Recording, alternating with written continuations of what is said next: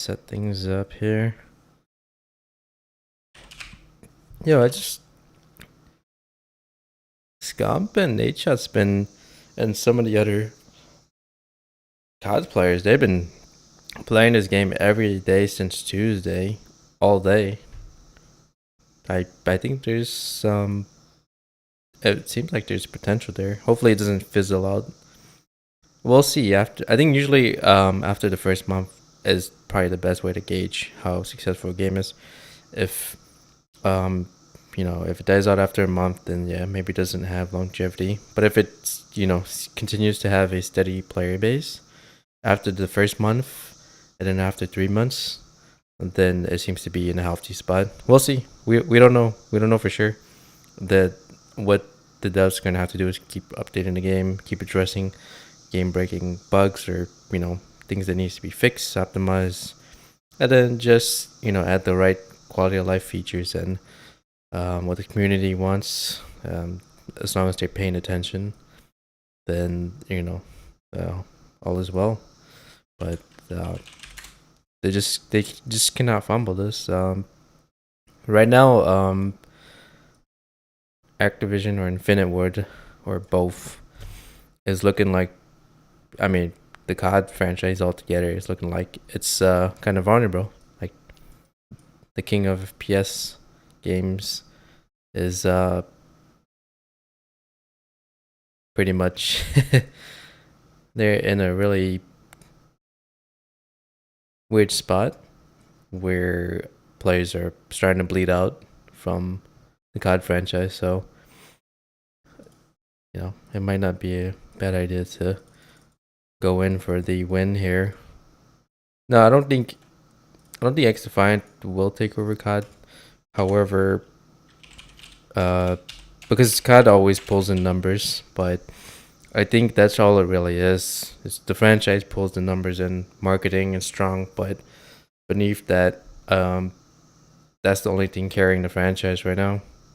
Because the game is looking, MW3 and stuff is looking pretty weak. I mean, if you were to pay attention since MW1 and then 2 and then 3, you'll start to notice that COD's been having some issues with pushing or churning out like just a shell of what COD used to be all about. And it's the same kind of dilemma that Battlefield has. It's kind of lost its ways.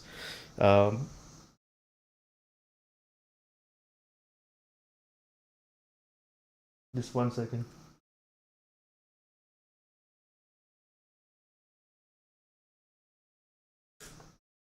Yeah, they kind of lost their ways, honestly.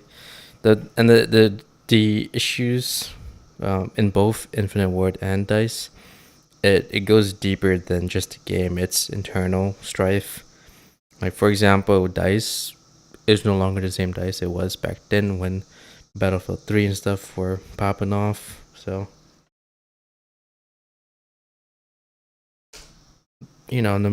pretty much no matter which way you turn, it's just not the same staff.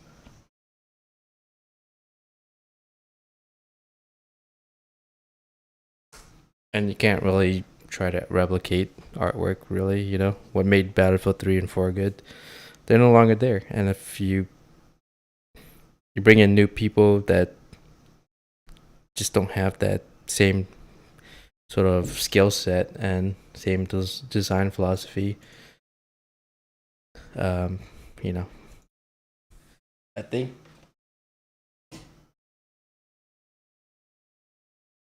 with Dice, the Battlefield franchise is kind of like, yeah, it's sort of dug itself in a grave, or dug itself a deeper grave every single time.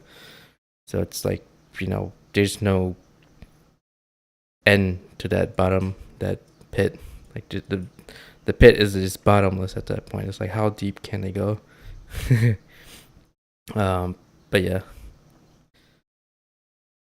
they the franchise, people who worked on it are long gone, so it's kind of hard to replicate that. Even if they manage to replicate it, they don't know how to maintain it. So if the guys at Ubisoft want to really sort of leap this game forward, they just make sure they have to actively pay attention to what the community is saying, and then also be transparent about it. Give regular updates. Actively stamp out bugs and weird bugs and glitches and weird issues like server performance and input lag and hit registration. As long as they are actively engaging with the community and showing that they're working on it and actually releasing updates, I think all is well. I think, as most people are saying, the only thing that can really kill the God franchise is itself, and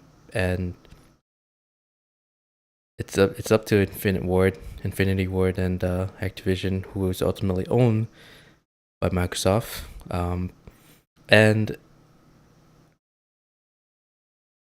I've seen Microsoft turn games around, but also I've seen Microsoft also kill franchises too. So I don't know. I mean, look at one of the biggest franchises in the industry, Halo. I felt like they fumbled that ever since Halo 2. But I don't know when did Microsoft acquire Bungie, but ever since that acquisition and then I guess separation, I assume, the franchise has never really recovered. So I mean, now that Microsoft is Blizzard and Activision are under Microsoft, so I think from what I remember, Activision acquired Blizzard, and also before that, Activision acquired Infinity Ward, and Microsoft absorbed Activision. So both Blizzard, both Infinity Ward are under Microsoft. That's from what I know. But Microsoft doesn't have a great track record either. So yeah, which is what, like, one of the things that was disappointed is when they started picking up indie games, right? I mean, likely didn't kill off like Minecraft or whatever, but they tend to kill off a lot of smaller studios and projects, and that's probably the reason why, like Riot or GGG from PoE, FXL, and the developers for or studio for League of Legends probably ended up going with Tencent, which honestly is not, in my opinion, is not the ideal situation. But they probably made a better offer, and in terms of like creative design and stuff, were more flexible, which is, honestly, it's unfortunate they had to seek out external corporations for funding. Ideally you want to be kind of localized because you develop the game in this region, and you want that region or companies in that region knows what the market should it's all about. But once you have to go to I'm not saying like all foreign corporations are awful, but I think that it's kind of a weird sign when you can get a better offer from a foreign company as opposed to a local Western company. It's whatever. Same with yeah. There's tons of examples.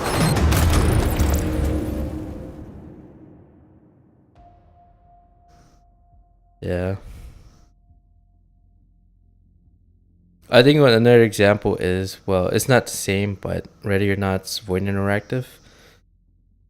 I've always said that if they were acquired by Team 17, it would have been like the perfect publisher, especially if you're indie dev, because they picked up like Team 17 has picked up a lot of indie games like I'll Let Loose and stuff, and they turn out just fine. But for whatever reason, the partnership didn't go through. But I just like cross my finger. Please don't be bought out by Tencent. the studio itself. So I'm glad that they made the decision not to be.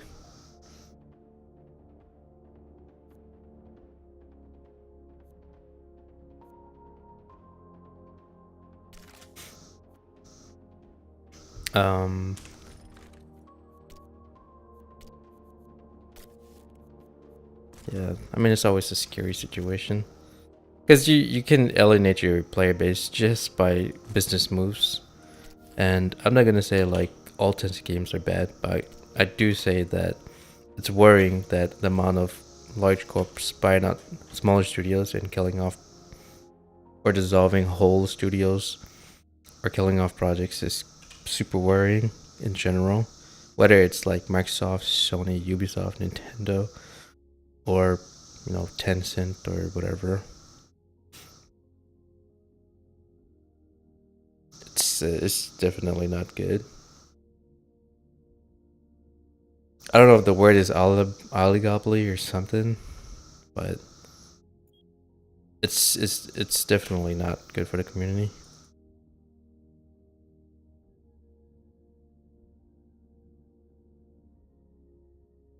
But you do get a injection of capital or resources for your studio, so it's on one hand it's fine, but on the other hand it's worrying.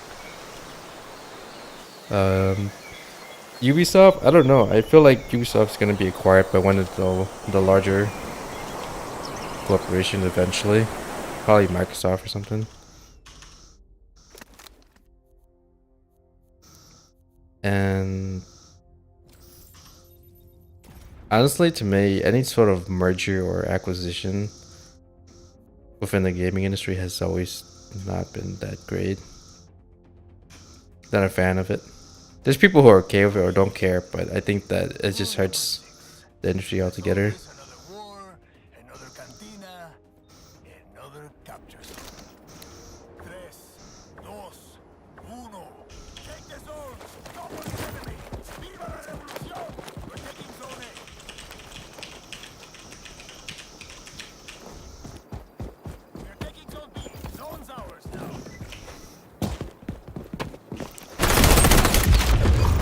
Holy fast.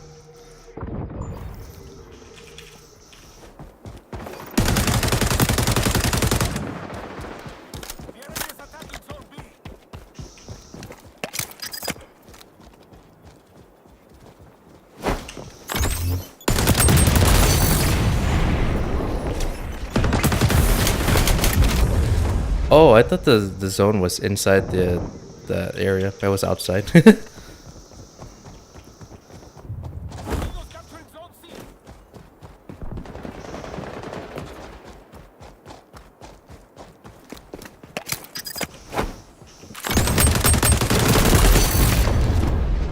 Scheiße.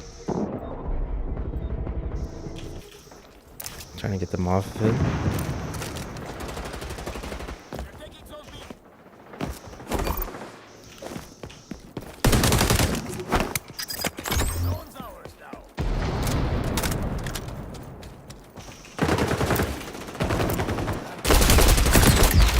Oof. Mamma mia. Yeah, I haven't looked at a build guide yet whatsoever. I'm just sort of experimenting and then seeing what I like.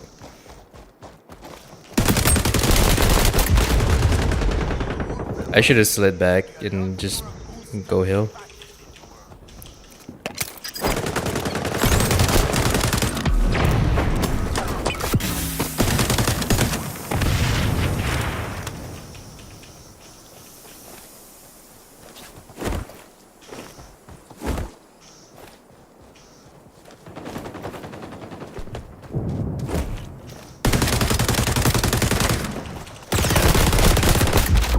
Oh shit, yeah.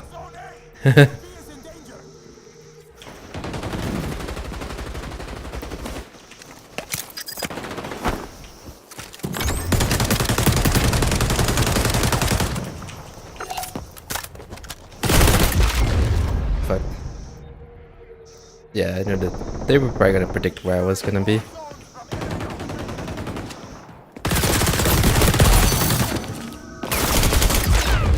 Oh my god. I was trying to throw my heal down for the teammate.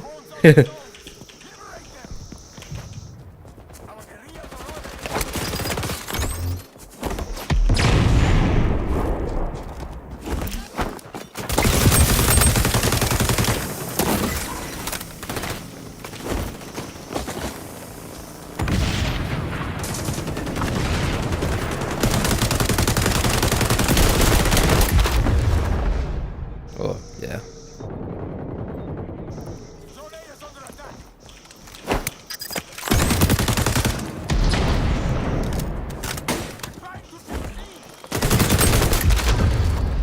Oof, damn it.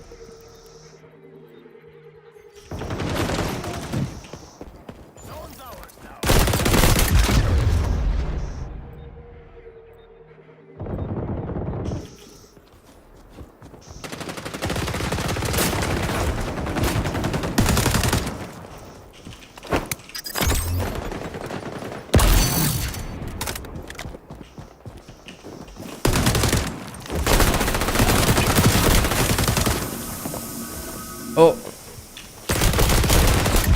I accidentally alt tab. Lol. I was trying to hit that control button, but I actually hit alt tab. How do you do that, you know?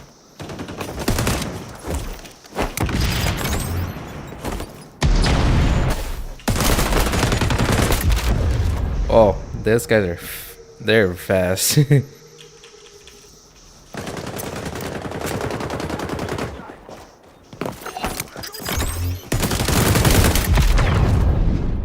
Did I get one of them? Oh, I threw it at the car, but missed.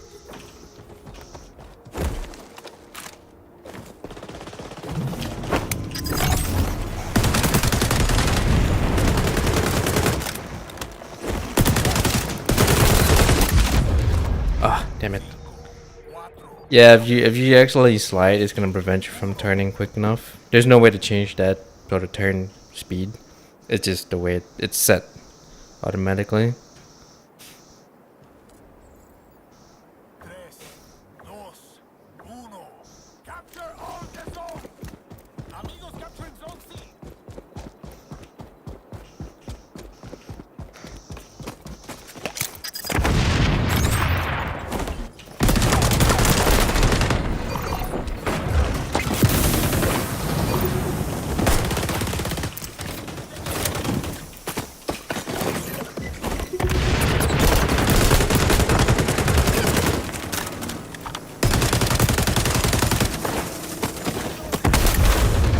Oh, that's a crazy amount of nades.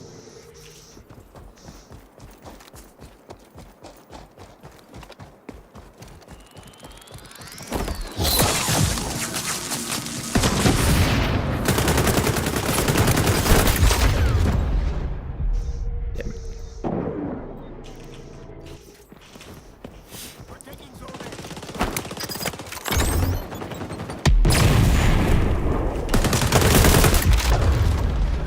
Oh, I didn't even get one hit on him.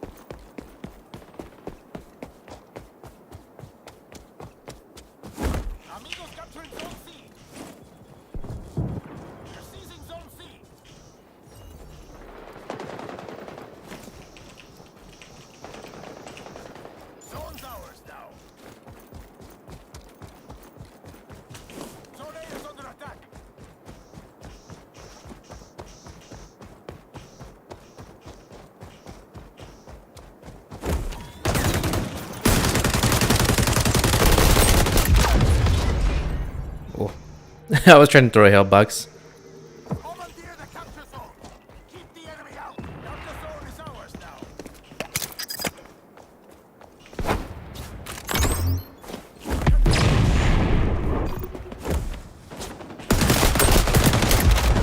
Oh, god dang! I'm trying to get the slide jump technique down. It's still a learning curve for me. It's not big on it, you know. Ah, dang it! I don't know how to counter that. I think you can shoot it off or something. I think, but yeah, the playstyle is very. It's not new to me, but it's I've never really tried to do it. That's why not big on it.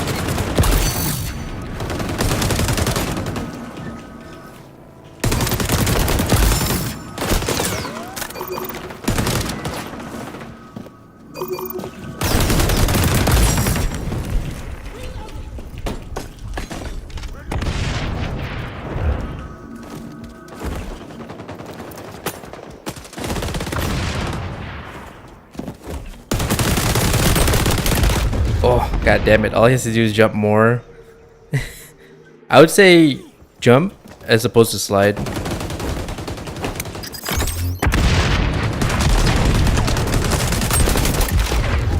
Damn it.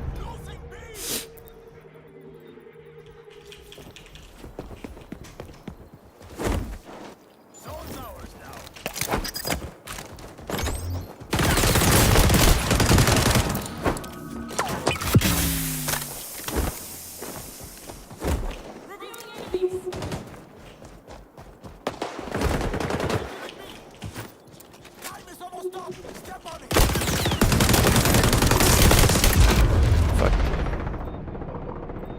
Damn it. That shield though.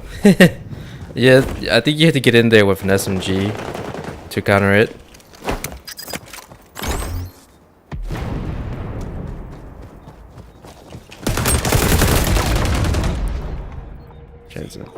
So you gotta jump down and shoot their head at an angle. That's probably the best way.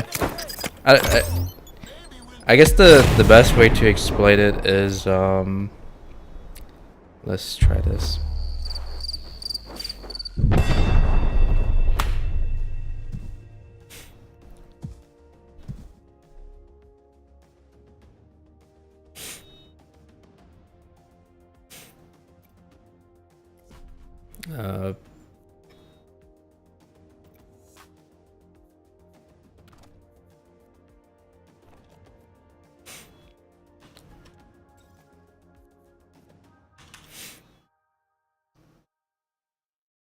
I don't want to alt tab. So think of it like this. Okay, there's a hitbox, right?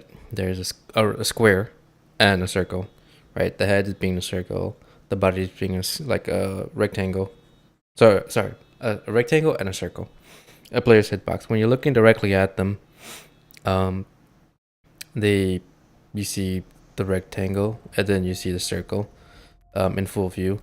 If you jump, you're changing the angle and your elevation, and when you're looking at them from an angle, you're reducing that rectangle, and then you're not exactly increasing the circle, but you're reducing the area at which you just need to shoot.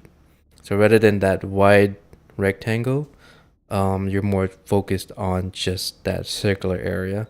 It's still the same area, it's just that you sort of tighten the spread at which, where you need to aim, or you tighten the area. Or you could think of it as an outside circle and an inside circle. All you're really doing is shrinking the outside circle towards the inside circle and focus on the inside circle. That's the way, and that's the reason why jumping in this game is so strong, is because you're reducing the areas where it doesn't matter, and you're focusing it on the center area where it does matter. So you're focusing your fire when you jump at an elevation and at an angle. You're increasing your chances of hitting the shot on their head, where the shots are more critical. That's the best way to describe it. That's the reason why jumping is so strong in this game. They could choose to nerf if they want to by reducing the accuracy of jumping, but you have to do it correctly, because you don't want to hit it so hard, or you don't want to nerf it so hard where agitates players. But I think that they should, you know, at least add some form of accuracy reduction to mitigate the, mitigate the accuracy of it. Because right now it's clearly the strongest playstyle, and it's even countering slide shooting. So I think for both slide shooting and jump shotting, they definitely need to reduce the accuracy. That way it's not the leading game style. 'Cause I know that they want to, they want to bring back old COD, but old COD, the jump shotting was never the best part about it.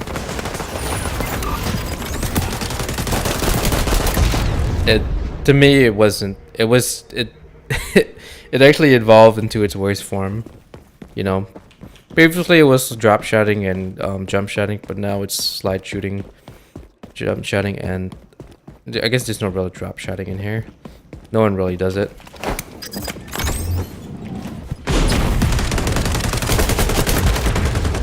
But yeah, I still think that the game doesn't need to get to that level of craziness, Or I think that is, yeah.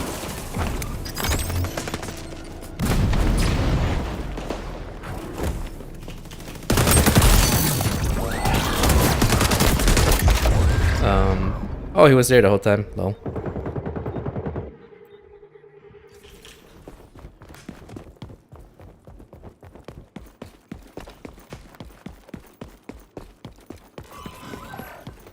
Yeah, the only thing I just wish is like less jumpy. I mean, it's the same thing. I feel the same way with Battlefield. I wish it was just less jumpy too. Like introduce penalty to it, because it not only does it look silly, it just makes the game just frantic. Which that's the reason why I never really dove deep into COD, because like I just didn't like the style, And that's why, as I said, that's still a learning curve for me, because I never really got into it as much as the more dedicated players. Wait up, what? Is there a dev cam? I got. Oh, they don't have dev cams in here. That was sketchy.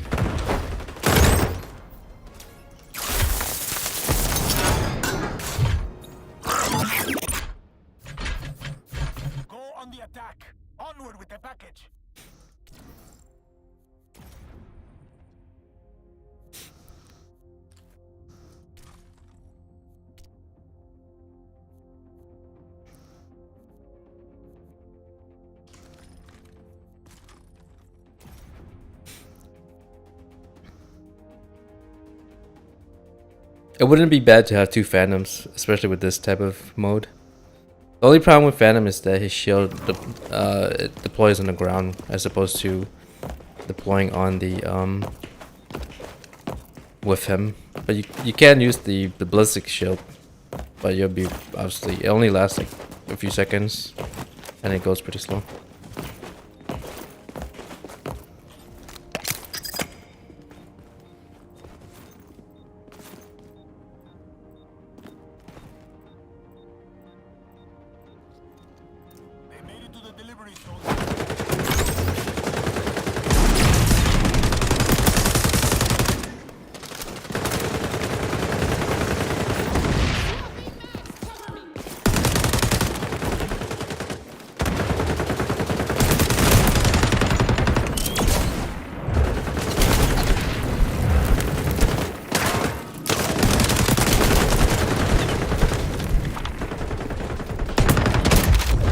Damn it. He's waiting for me there.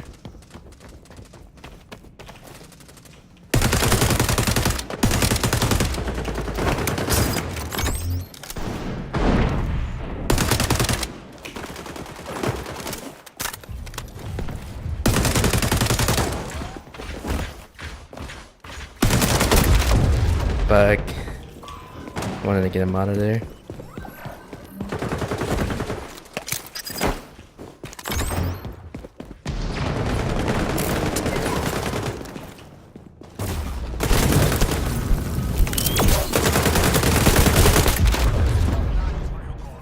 Do we got our fire boys?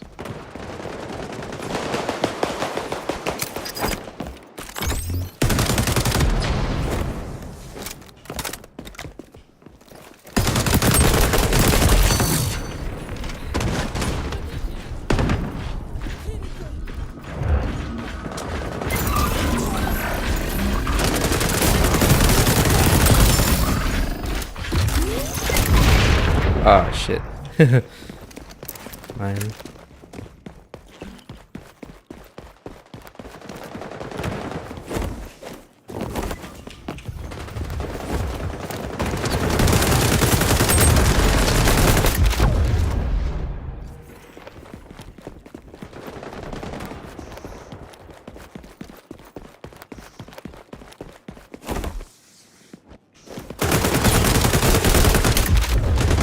Damn. I can never, because if they strafe left and right, I just can never get the hit.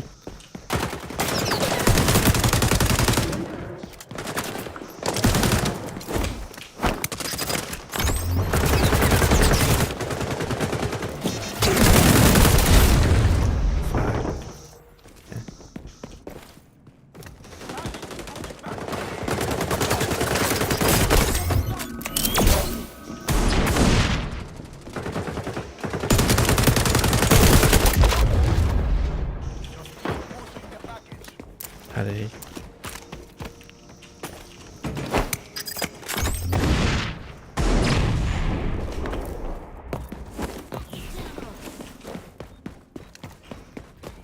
I think we lost. Jeez.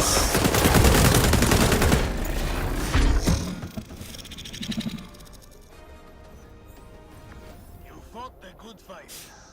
I mean, Dang, it wasn't even close. would have been better if you won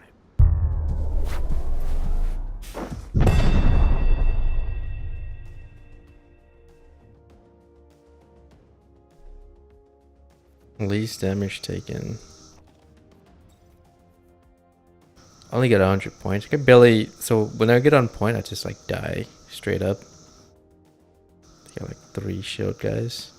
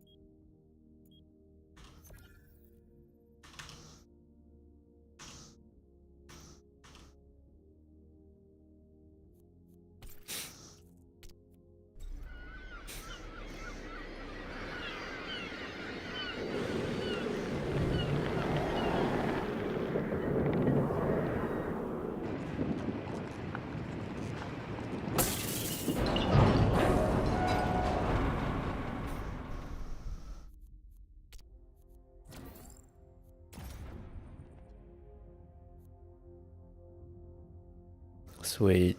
2 cleaners.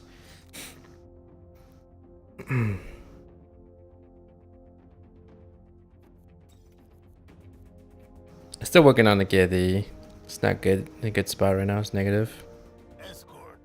So the enemy thinks they can sneak a package past us. That's key.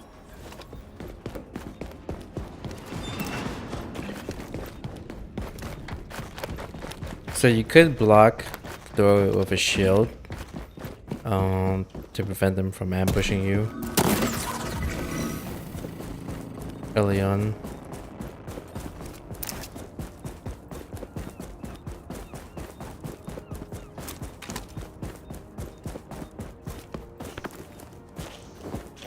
Stop pushing the package.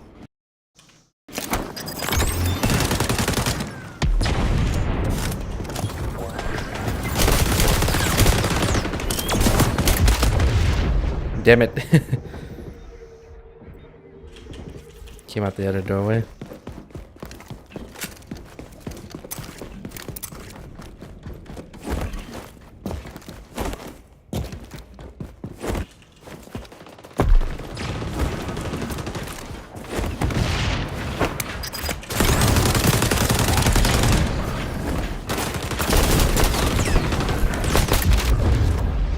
Ah, damn it. That was a pretty bad spot.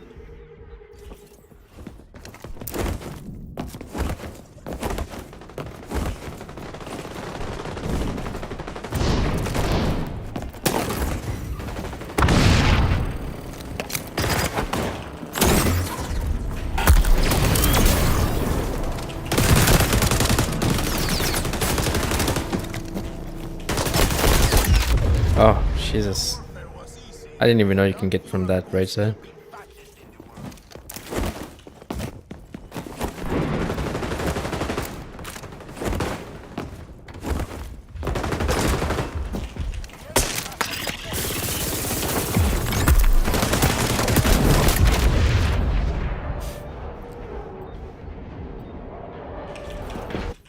Damn, why do I feel like the grenade is just not strong? Maybe it's just the Semtex. I just feel so like I'm throwing it exactly where they are.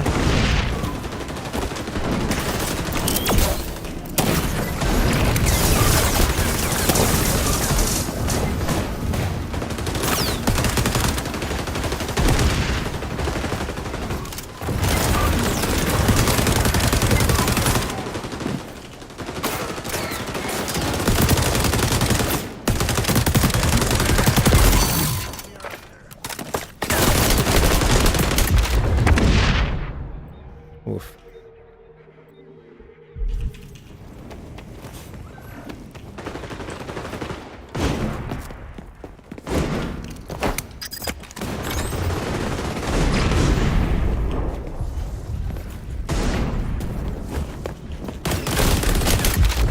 Ah, damn it. Came up from behind. Try to get a flank in.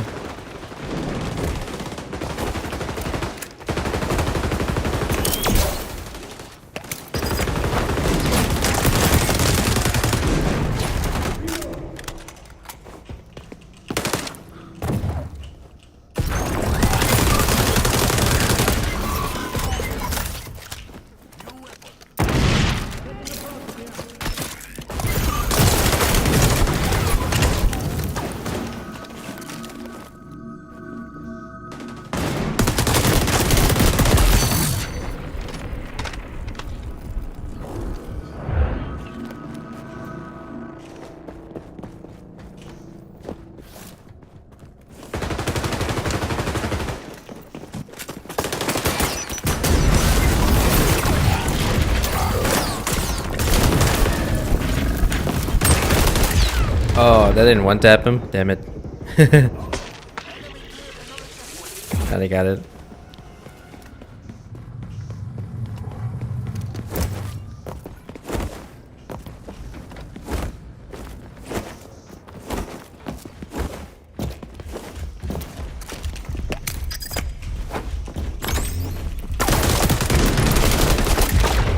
Fuck.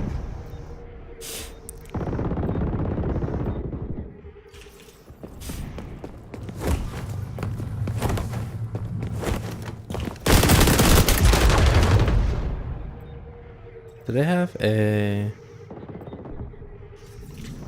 They don't have the, they don't have that girl on the other team. The,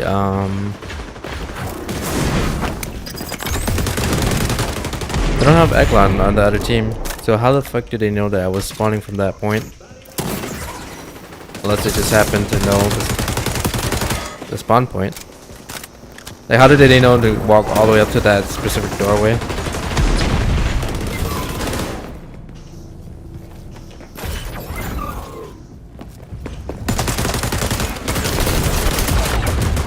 Yeah.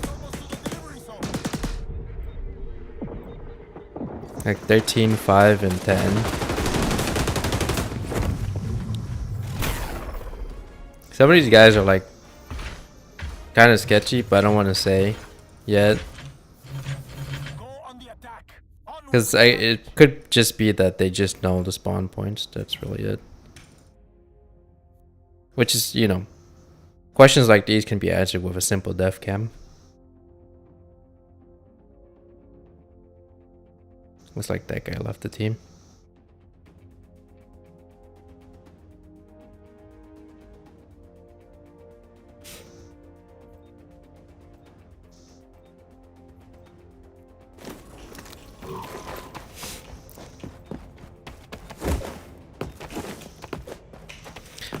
Yo, yeah, they definitely should add. So if in other games where if you dip out of a ranked match or just any match, if you try to re-queue into a match, it simply reconnects you to the same match. You can't, well, that match that you left is still in progress. You cannot connect to a new match. You only can connect to the same match. And then other things that they do is if you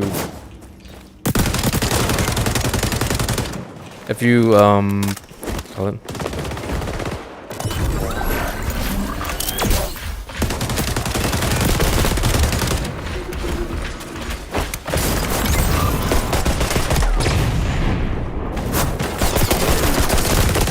Oh, it's a ship. Not only that, you get a 5-minute timeout, so you can't queue into any other matches.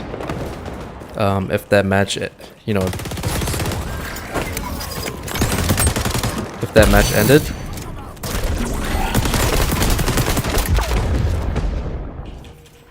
And then you get it essentially within 24 hours. If you leave enough matches, your that queue timer keeps going up, so that, you know,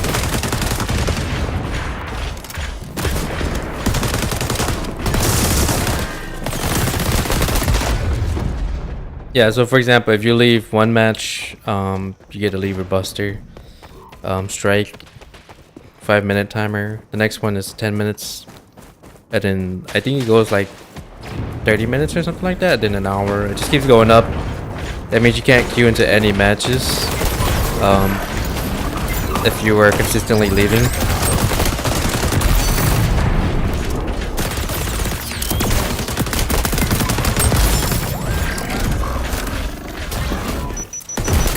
Fuck, I saw that. So they did definitely, I mean, I'm fine with player fill, which is fine. They fill in someone for you so that essentially you can't reconnect. However, the person that left the match definitely have not only just a timeout, but some level of incentive to stay in a match and disincentive to leave a match. I think the only time it's acceptable to just straight up leave a match is if you know, emergency situations, right? Like power outage or just personal emergencies or whatever. Let players appeal maybe once, because usually emergencies are, you know, a one-time thing. But if it's like consistent, like, you know, this guy is DCing like 3 times a day, it's like, yeah, that's when it gets. If it becomes a consistent or there's a pattern issue of leaving,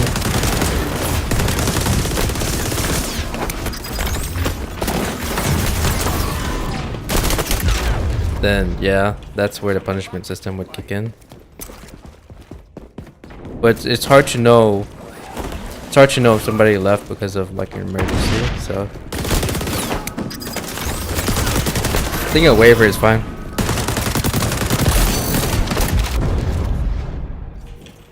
Like for example, if the game detects that, hey, last like out of the last maybe like 20 matches, this person has never left. Has been pretty. They've never really left matches. I mean, there's ways to check. Like there's ways like, hey, this player DC, or in the last 30, 40 matches they haven't DC whatsoever, and maybe this one time they do DC, allow them to waive, or to get that punishment wavered, and then give allow them just like the reason.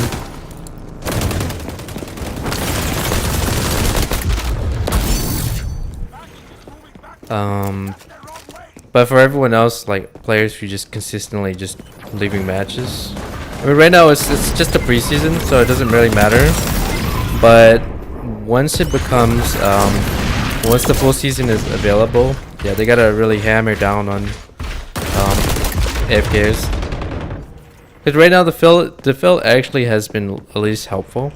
Like we're down a person eventually to get filled back up. But I still think that they should give you the option to decide whether you want to actually play fill, and if you do, give more rewards or XP for that.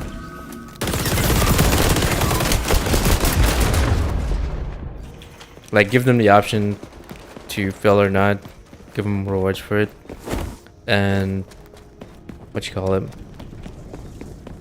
and then the person that left the mesh, yeah, give them a timeout.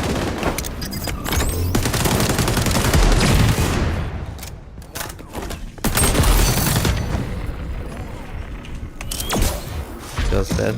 Couldn't get it. It's not when you win or lose, compay. Close loss. Did lose.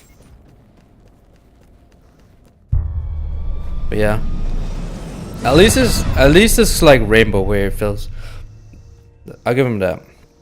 Because yeah, League Valorant, once a player leaves or AFKs or runs down mid, you can't boot them, you can't kick them off the team. You can call for a surrender, but it's not guaranteed. And if they leave, then you have to play it out. So I'm not sure how it goes in CS. Does it fill? I don't know, but at least it fills it with a bot or something. There definitely should be, if it's like 5v5s, there should definitely be a vote kick system. But obviously, if you're queuing as 3, then it has to be 4/5. A vote or something. Because obviously, if you have like a full house, then the majority will always have the advantage. So that's why in League you can't queue as 4. You can only queue as 3s and all 5s or as 2s, so no 4s. It has to do with majority power, and that's why.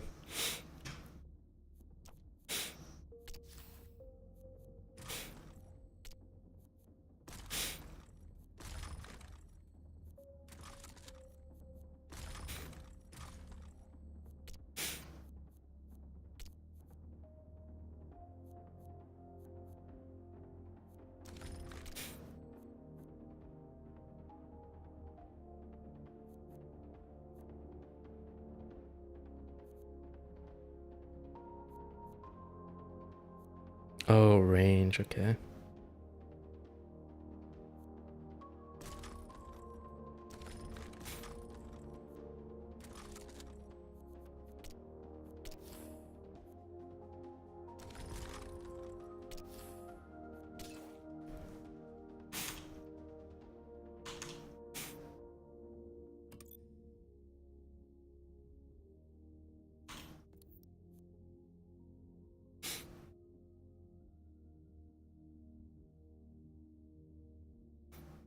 I totally forgot today is a Monday. That's why I was like confused why some streamers that don't usually stream on the weekends I was confused why they were on. Like every day. I mean every weekday, every weekday. Last, I think one of the holidays I forgot to. So I would turn off the alarm for a certain day. So if the holiday was on a Monday, I would disable Monday and leave it on for like Tuesday to Friday. I think one of the holidays I forgot to turn it back on, and I got to work like an hour late. Obviously, I stayed an hour late just to make that up, but what you call it? It happens, You forget to turn it off or turn it back on. I think there definitely should be some skins that you cannot get, you can only grind for. And then most skins, just let players buy them. But don't make them like, don't make them like 50, 60 bucks. I would do like, I don't know, like anywhere between 2 to 5. For me, 2 to 5 bucks, but realistically they do like 2 to 10. But I think it's a virtual asset. Come on, $5 for a virtual asset is kind of pricey, I don't know. Like 10 would be it had to be like a fairly really pretty rare skin. Because now in these days and ages, ultimate skins are like more than 30. They're like 50 or something, which I think that's a way too pricey. So I think reasonably probably would be 5. 5 for a fairly rare skin, 10 for like an ultimate. But these games, they're gonna try and squeeze their players as much as possible.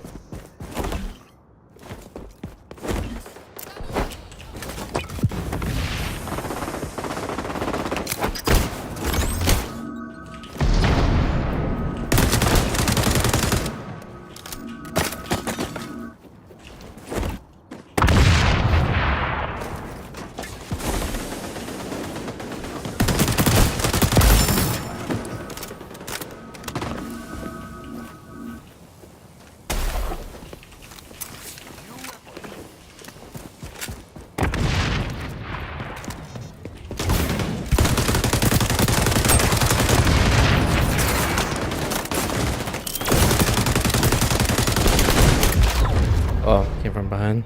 Dang it.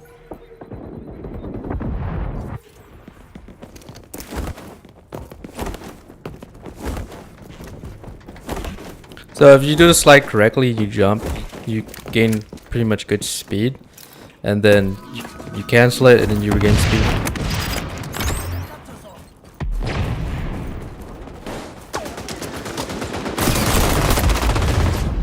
Ouch. So it's like once the slide starts losing speed, you jump, and then you slide again and then regain speed.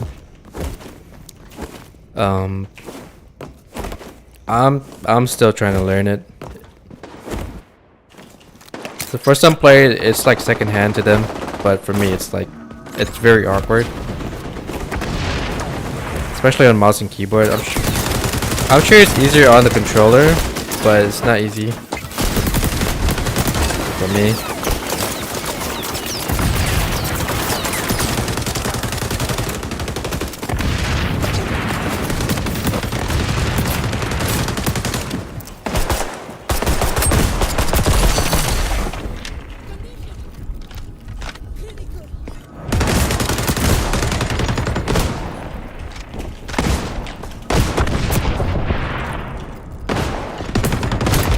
Fuck, how long I've been fighting that girl.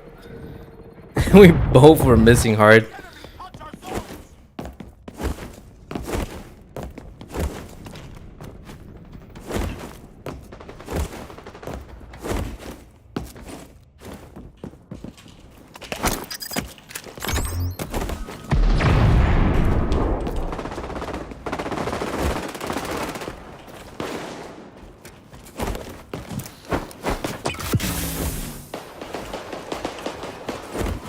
You have to be on the zone to defend it, I think so.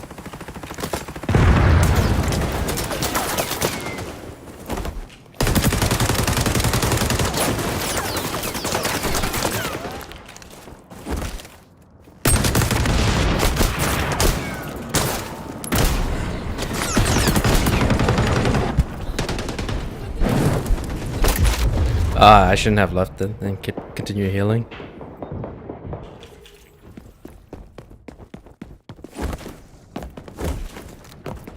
They actually did the sliding mechanic pretty well in this game. It's not janky. It's actually pretty smooth.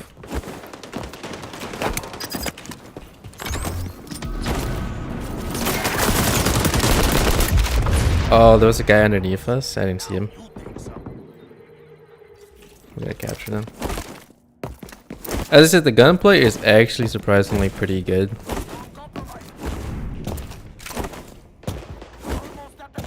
It's just, I think it's just like server performance, really. That's kind of the only sort of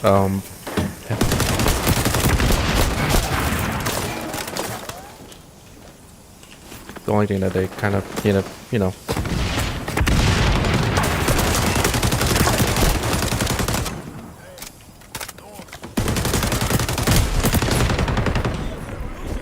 I admire that person for trying to shotty, but it's rough out there.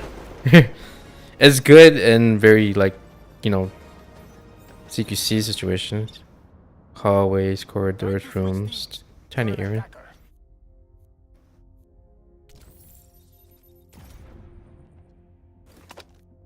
Ooh, double heal. Maybe I should get the shield guy. Roger, I'm in.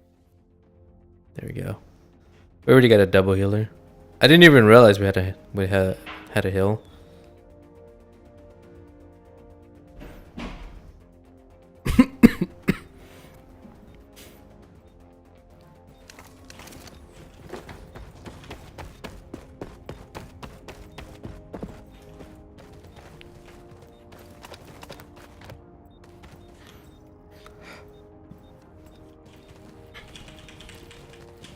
I think the escort mission, the only silly part is that the gates are, they let the enemy team run all the way up to your gate.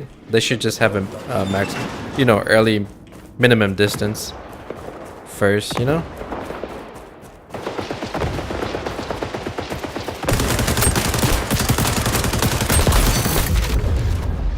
Oh. From the objective before you can, you know, start attacking. You don't want to, like, you don't want people to just start off and just start getting destroyed, you know?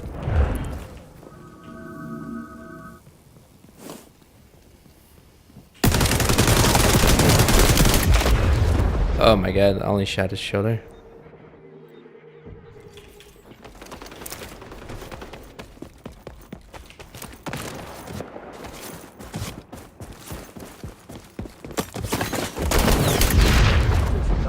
That's so lame. It sucks that you can only get there one way. It's to the right side door. Unless you go from the front, which is always risky. But yeah, that's as I said, they need to have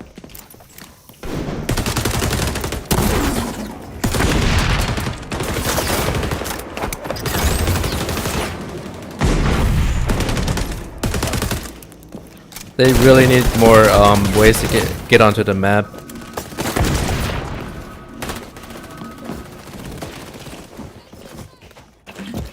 Trying to get my shield up. Because this one only has essentially, I would say only two ways: the front side and the back side.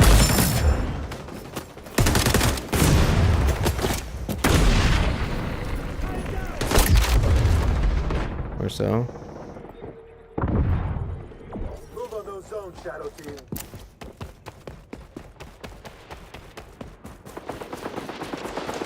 Like each zone should have.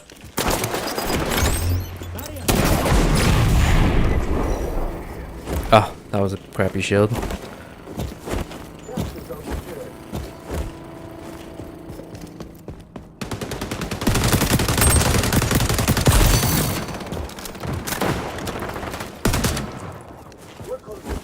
progress. Don't stop now. Control contested. GG's. Alright, I guess we won that one. That's how Shadow Team does it. Oh, that kind of sucks though. I think legitimately 1 or 2 players on there were pretty new.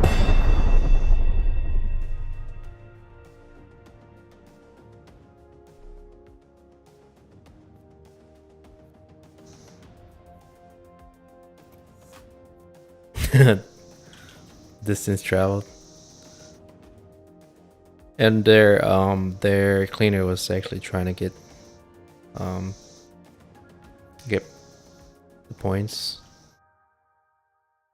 I think it was the other healer with the shotgun that was legitimately trying to play the round or something.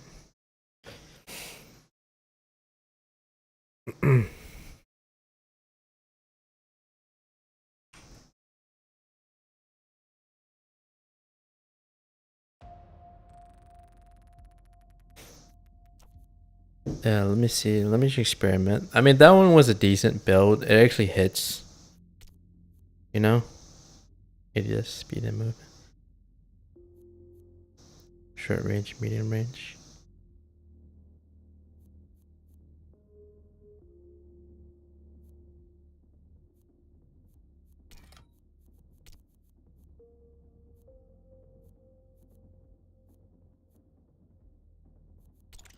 Let me see. This is the only one that increases the damage. So from what I believe is that the damage stays relevant over a certain distance, I guess. So, all right, we're showing 17, 16, and 4. So it increases at 1, 1, 1 each. Let's see. Then if I put that on, okay, so 18, 17, 15. Oh, okay, it looks like 42 meters. So it does 18 damage over 42 meters as opposed to 38 meters. Okay, that makes sense because it's a barrel extender. Alright, let me see without the heavy. Whoops. Alright, 17, 16, and 4. So this increases the damage overall. See, is it where? Oh, you can't even see that. My bad.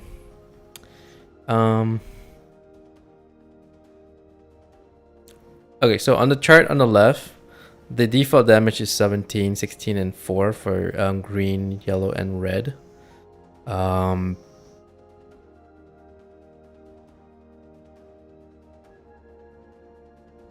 it. I'm trying to think of the camera position where it's like decent.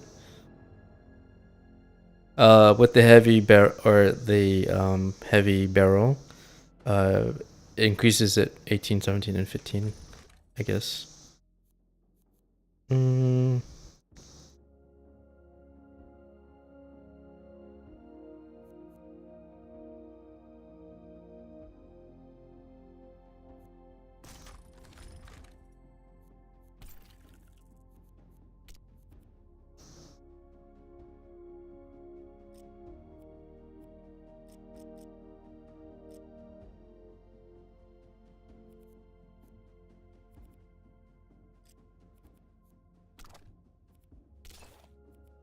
Okay, I'm gonna give it like a minute to unfreeze itself. If not, then I'll have to shut the game down.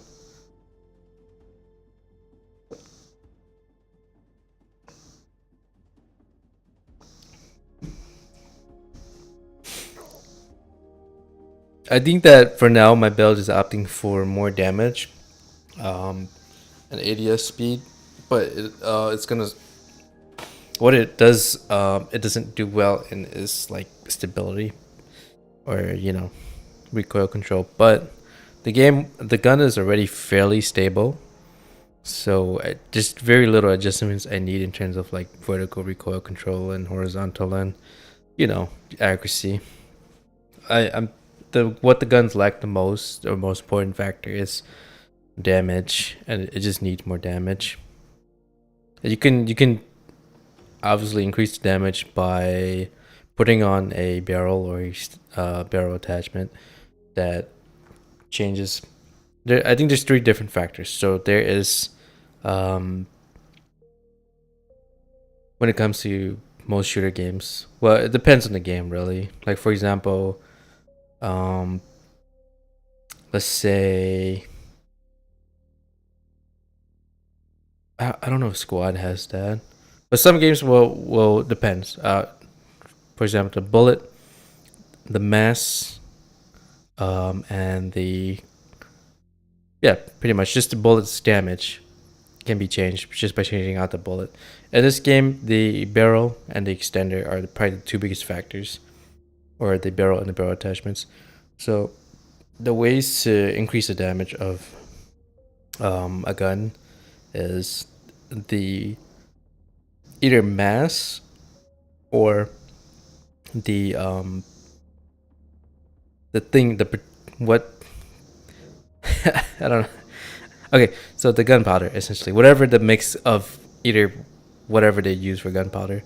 Obviously, that doesn't matter in this game, but usually it means that the mass of the bullet, the velocity of the bullet, which is affected by the mass and the gas or the propellant. That's the right word, propellant. Make up the mass of the bullet and the weight or density. Obviously the material makeup, and then the barrel length, and then the rate of fire of the mechanism that allows the bullet to feed and eject. So the 2 biggest factor in this game is probably not. I don't know if velocity matters in this game because everything is hit scan.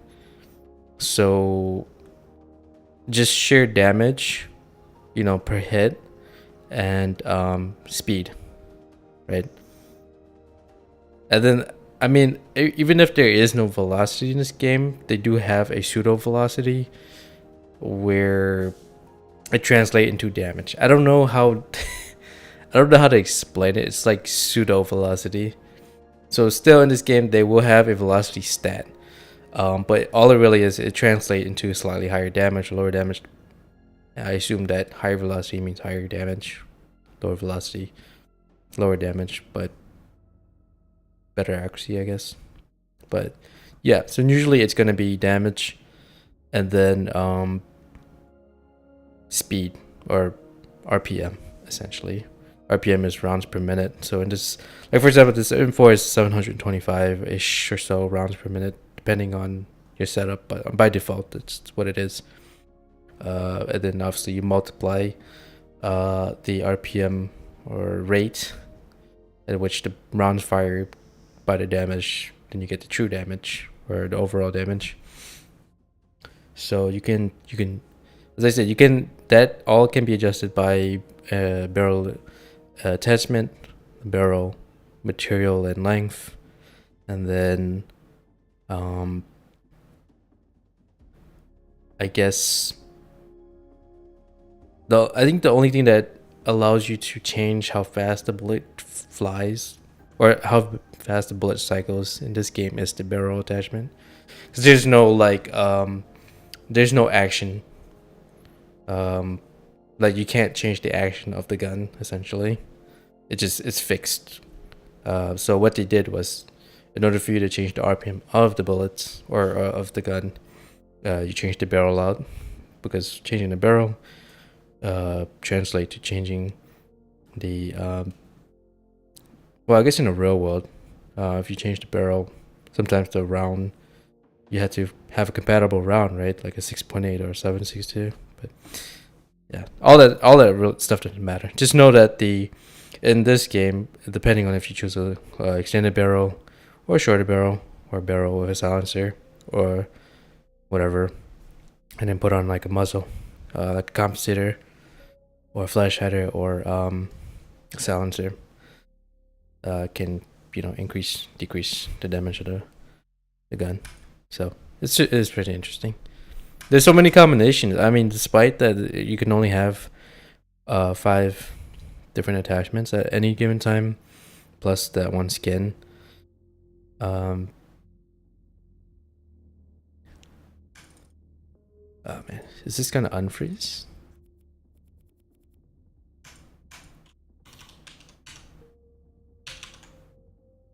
Yeah, just waiting for it. So right now I'm messing around with it. I think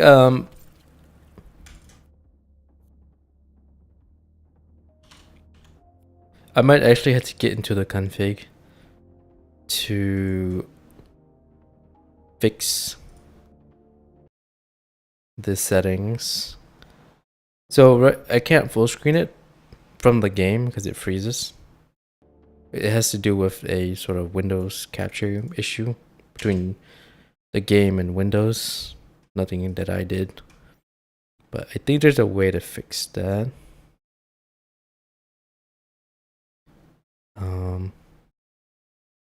Save games, licenses, locals, logs. Alright, where do I find settings of this game? Cache, crashes, data, games. Oh.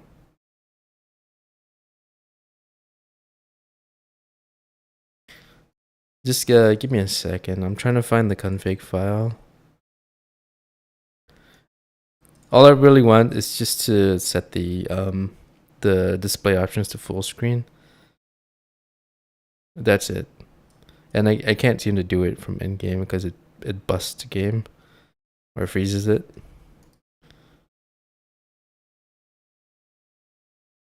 Locales, when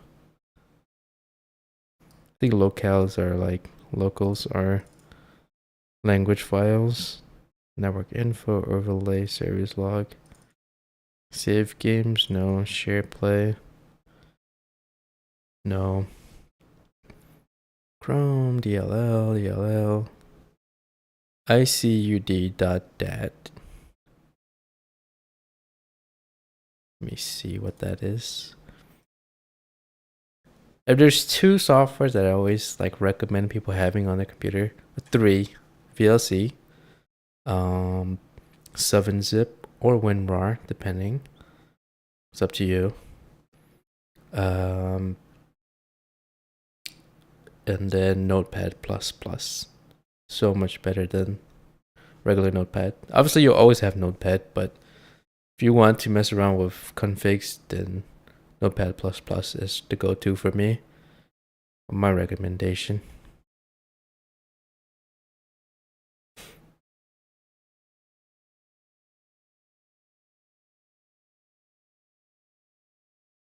Installed files, Notepad++.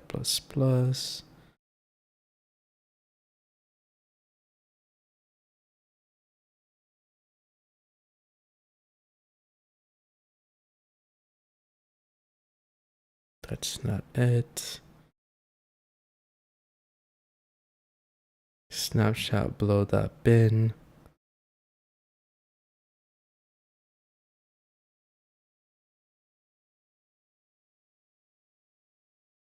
Contact snapshot that bin. Just give me a second. Xdefiant config files. Hello, I've done some research on Xdefiant files and found that we can change the stereo unit. Check the screenshot. It would be good if we know the exact sense we need. Where did he find it in? This guy with a shaggy BC general settings. Documents. Oh, okay. It's not in the actual installation folder. It's under My Games. You go Documents, you go to My Games. Go to Xdefiant, and I believe it's under BC GFX settings. Perfect.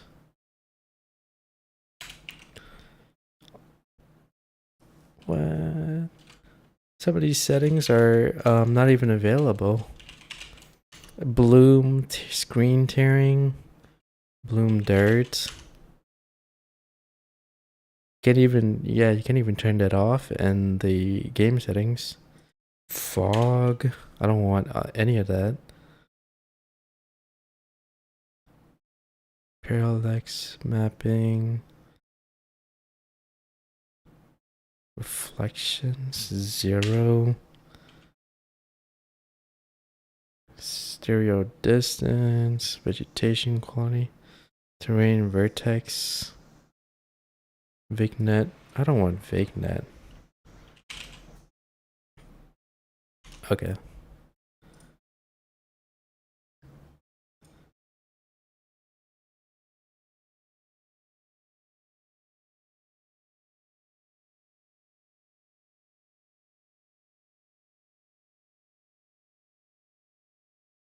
General settings.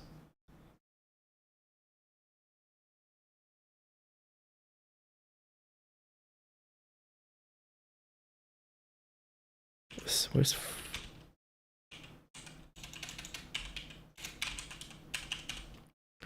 crossplay true, crouch on hold, crouch slide toggle true, display FPS true, distance unit 0, FOV.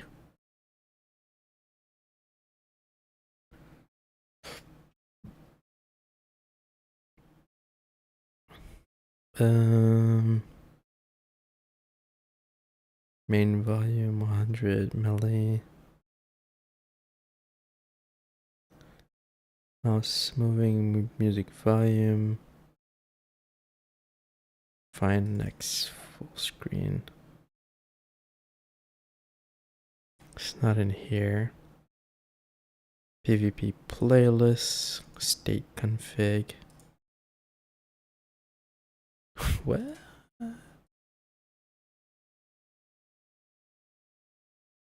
Mute on focus, eye tracker. There we go, graphics. Full screen settings, exclusive mode true. Full screen true. Maximize false.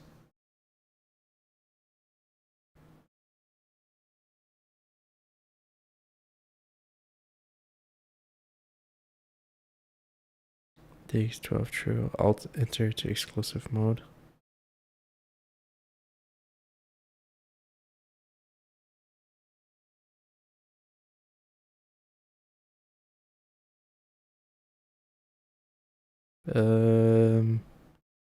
Maximized. True. Refresh rate denominator 1. Refresh rate numerator 60. Width 1920. Height 1080. Full screen exclusive mode. Graphic.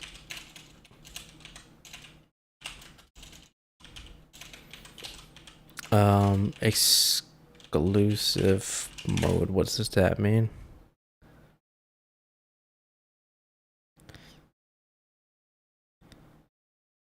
This is exactly what it says. Allow. If a programmer wants to get exclusive use of the audio device, you can get it if you check this option on audio drivers. Okay. Alt insert to exclusive mode false. DX12 is true. Full screen settings equals exclusive mode is true. Full screen is true.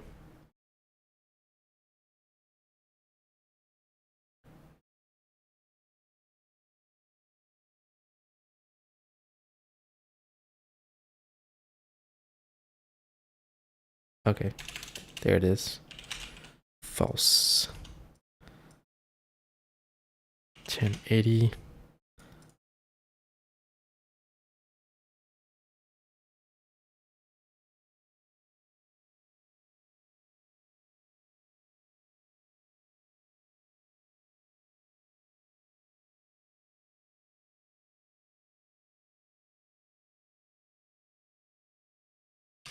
Thousand 60.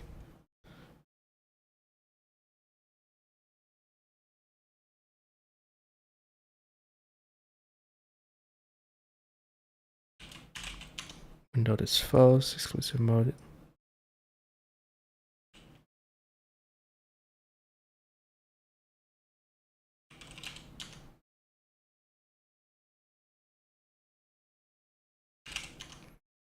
Okay. So window off.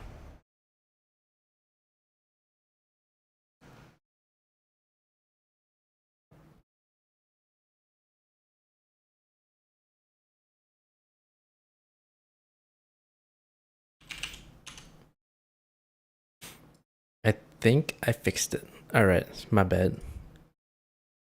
I was messing, I had to adjust the configs just to see if I can get the game in a full screen. Hopefully it worked. Hopefully it didn't I didn't break my game. Anything. Yeah, I regret. Because the thing is, it was always in full screen, but I changed it to Windows full screen. That way I can alt tab easier, but I couldn't change it back to full screen. So, yeah. Hopefully they fixed that issue. Alt tabbing is broken. Switching between display options is, well, you can switch down to borderless or windowed.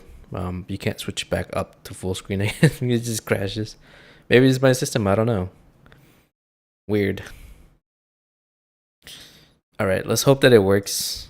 Sometimes if you tinker around with a config file, they do have two. They have a default one, and then they have the one that you can customize. And if you don't change the default one, it's just gonna revert back to the default settings. So it's, yeah. I've had games where it keeps writing back over the default, even if you change it. So you had to like make it read only. I think one of them was PoE. They didn't have a full screen option for me. So every time I change the config files, it reverts back to the default config.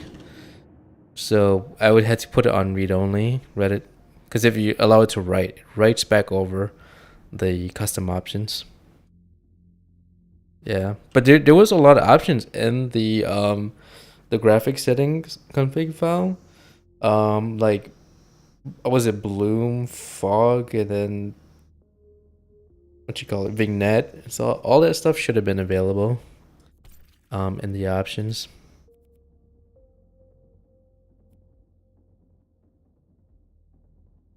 Let's see, Alt enter.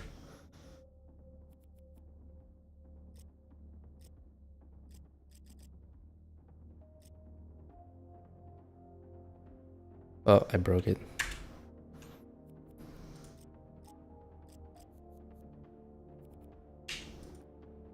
I might have had to just play it on I might have just had to play it on Windows full screen. Yeah, it looks like that's what it did. It reverted it back to Windows full screen.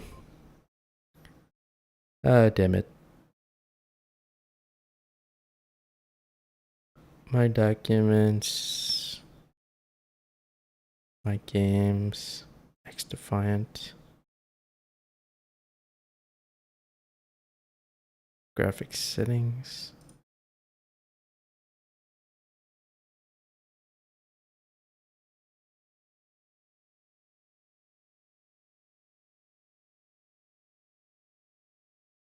Yeah, it reverted it.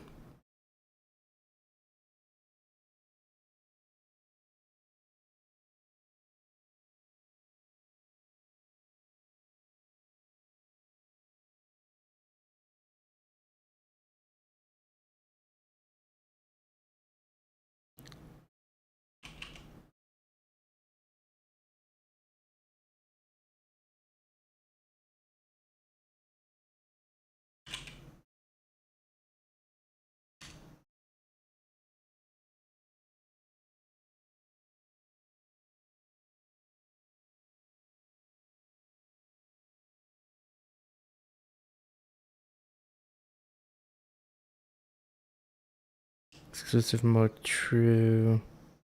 True.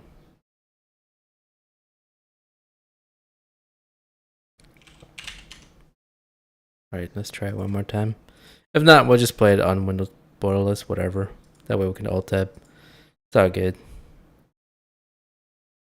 I wish there was a button in game that lets you write feedback, but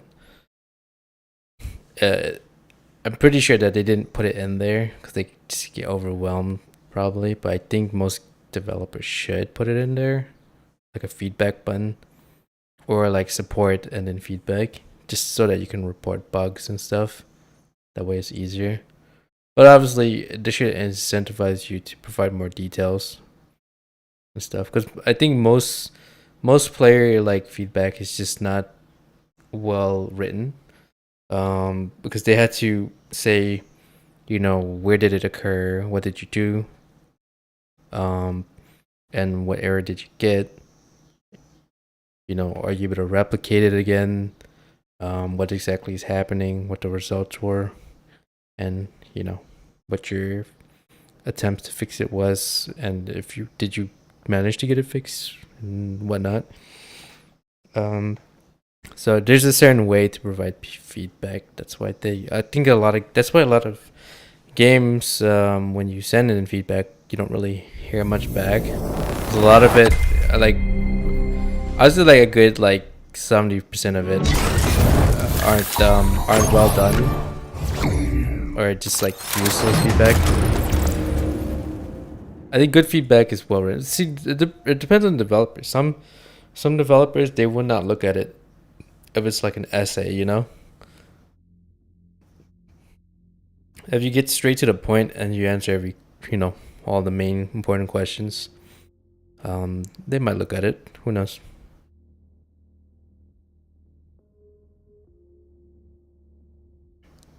I guess some developers may appreciate more of drawn out feedback, but I think a majority of them don't really care too much about lengthy feedback.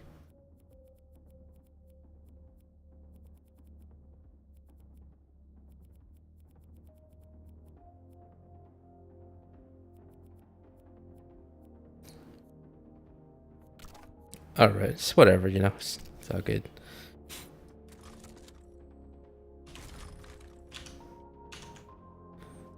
Okay, so I actually do want to compare other people's builds. So let me just turn on desktop mode real quick. And then we're gonna do I don't know if Syntix probably don't have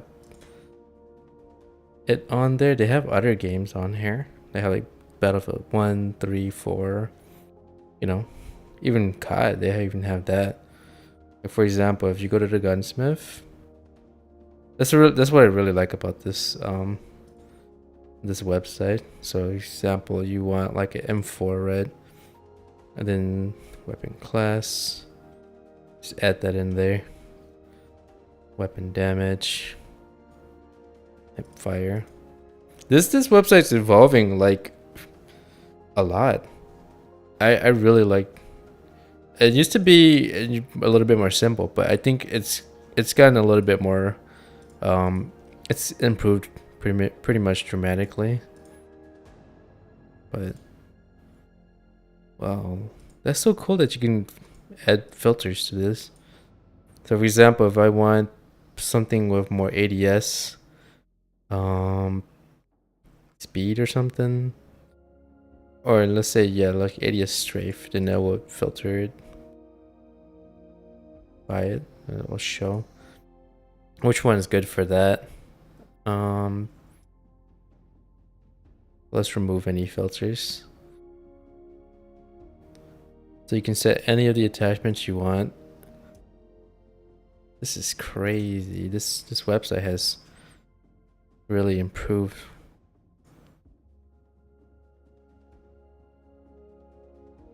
Look at that damage chart, SDK chart.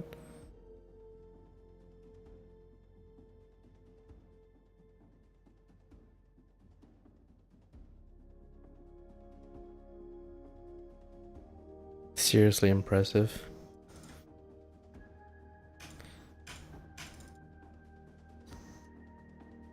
Yeah, I mean, if you like the work that they do, I would try to reach out to them and probably give them a tip or something.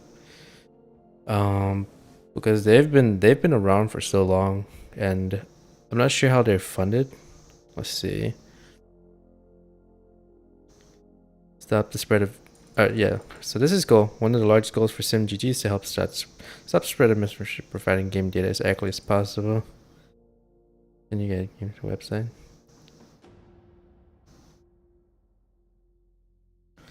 I'm sure there's a way to support them somehow. It's probably in the website somewhere, but yeah. So for example, I used to use it a lot for Battlefield 4. You go here. This is actually more info than previously. I think you go under weapon. Where's it? Weapon charts. Short by. Then have all the weapons here in the chart and everything. It's really nice. It kind of reminds. It's almost similar data that you have in the game itself. I think you can actually choose specific weapons. Weapon mechanics, weapon comparison. So let's say you wanted to compare an M4 to an M16 or something. Where is the M16?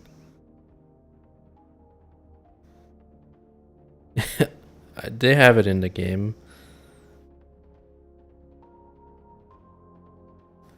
Weird. Maybe they don't. I don't know. Alright, let's go with the M416. And then I'll show you the difference there. Heavy barrel. Holding grip. Laser. Heavy barrel. Holding grip. Laser. It's cool. But yeah. Let me use the bathroom real quick. Be right back. Well, at least I can alt tab in game, I guess. Oh, let me fix this real quick. Loadout.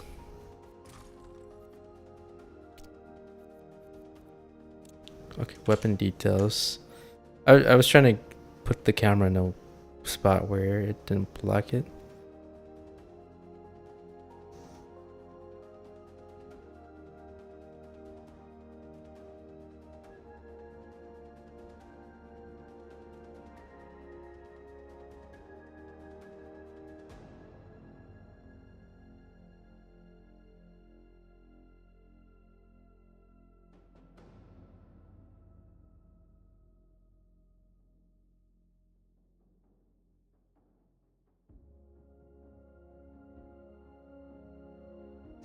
See, the thing is, that's in game. It's gonna like block a good amount of the view.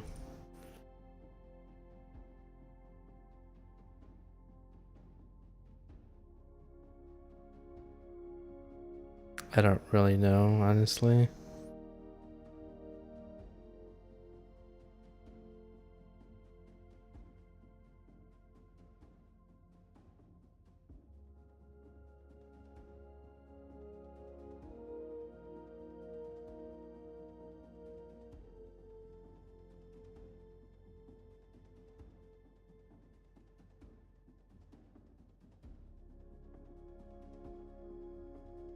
There you go. I'll have to adjust it once I get in game. Just be right back.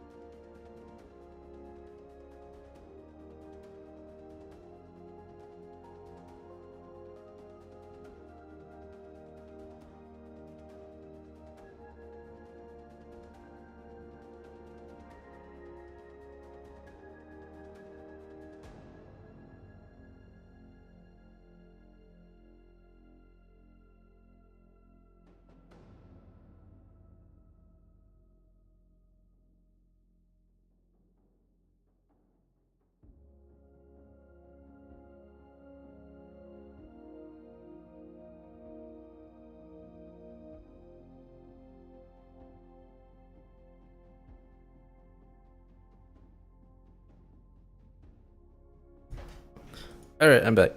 Oh, I, I did say I was gonna look up a build just to see how it compares to what I already have.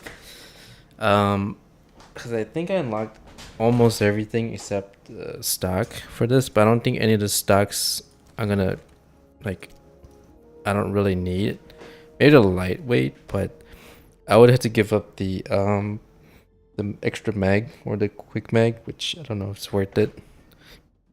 Does give move speed and ADS walking speed, but I don't know. Honestly, I probably want to turn up the let me see. Let me just turn this up slightly. 67.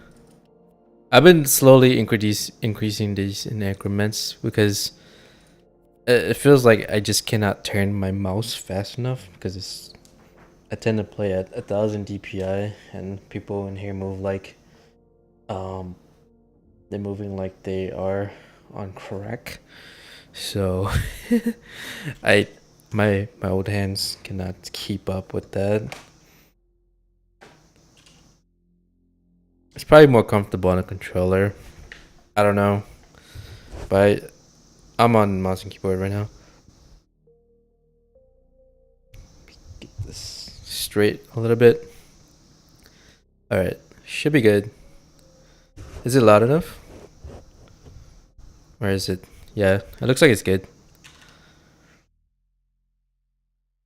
Okay. Okay, so let me pull up. Let's just go with X Defiant M4 build. So this was posted 3 days ago. There wasn't any patch in between. So we're just gonna take a look at what people have been doing. So one from Samana-san, Mama-san. I don't know if he's a pro player or not or experienced player. But alright, so based out of the M4 build, with M9, which I have, frag or grenade. It's frag or sticky. I have those. X5 M4A1 has a lot of recoil in the game, so to mitigate that, we went with the lightweight grip to improve the recoil recovery by 25%. Also improves the ADS walking speed too. Finally, the padded stock is highly recommended as it provides the best accuracy possible to expand. To expand, it not only improves the recoil recovery by 15%, but also improves the ADS ability and flinch control by 10% and 55% respectively.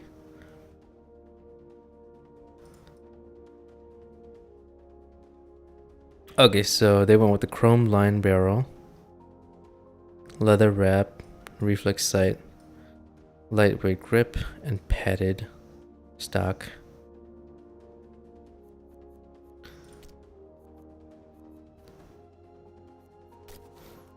Let me give it a shot. If I didn't like it, then I'll switch it out. And then they went with the leather wrap. They went for a reflex sight.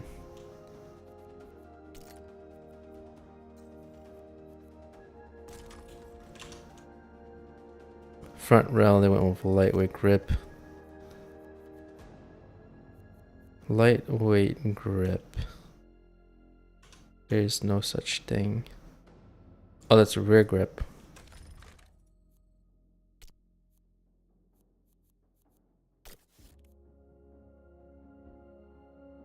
Stock padded reflex. I don't have that yet.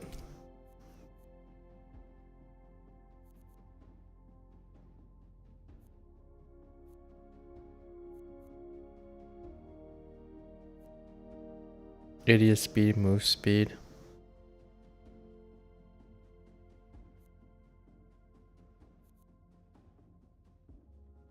Probably go with tactical just for now.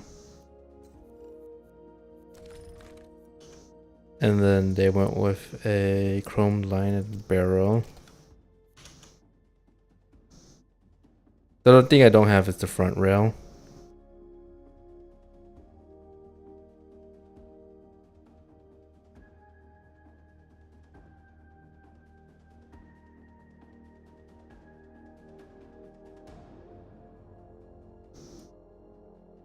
For optics is flexible, but reflex seems to be the more useful one.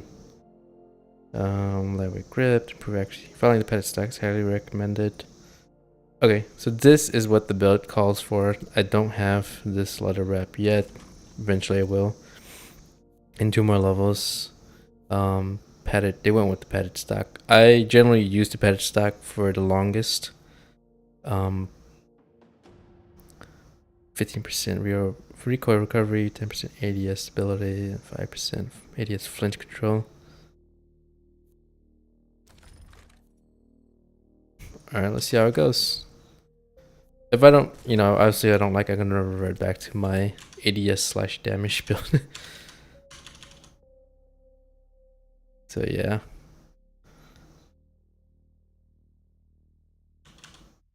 Let's see. Let's get in game.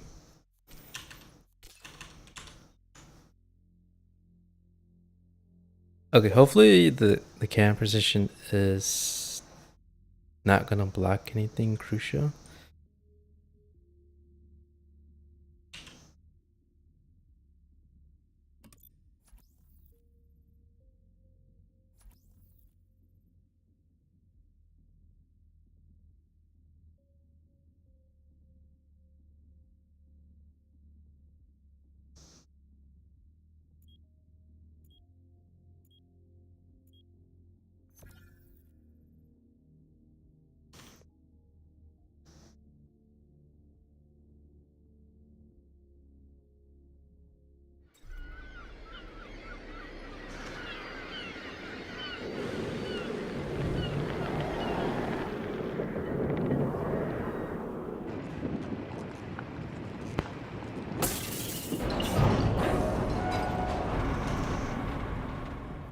I'm with you. Is this the escort mission? I'll roll with it for now. If I don't like it, then I will change it.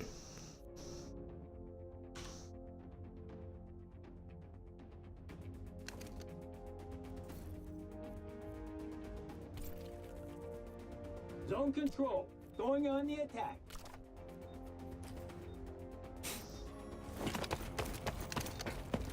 It's fairly stable, honestly. I notice every time I use borderless in games, it's jittery, even though the frame rate shows 60. It still has that weird jitter to it, but I'm running right now and turning. It seems fine, honestly. So yeah.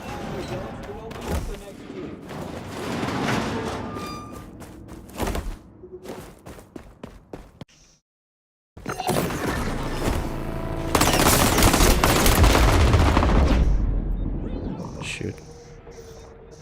I think one of us is gonna have to go from the front side.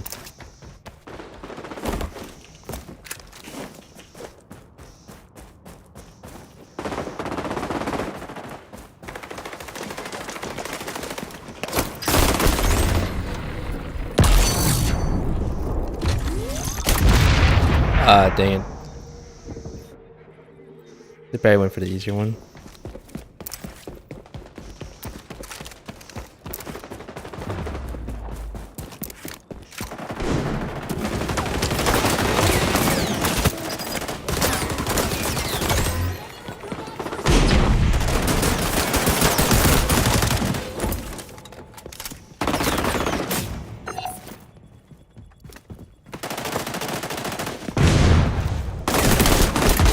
Oh, damn it.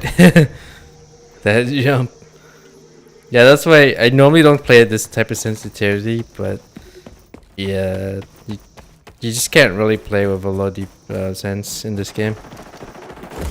Same with God though, not really that.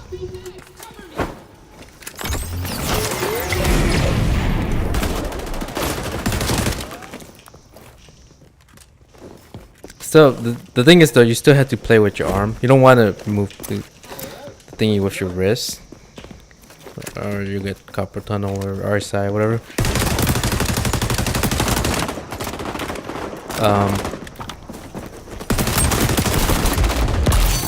There you go. Apply the fire to the bad guys. You still want to like move the mouse with your arm and not your wrist. Kind of have to like exercise it.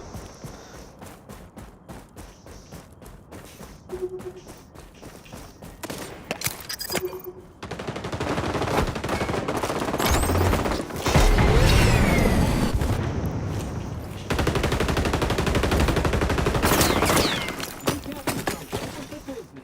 on those captures, Zone. Keep them going.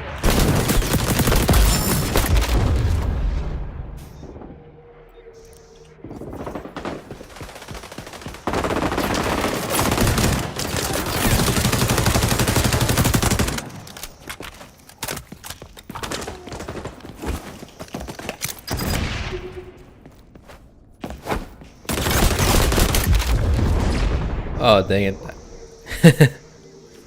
Alright, let's focus on that objective.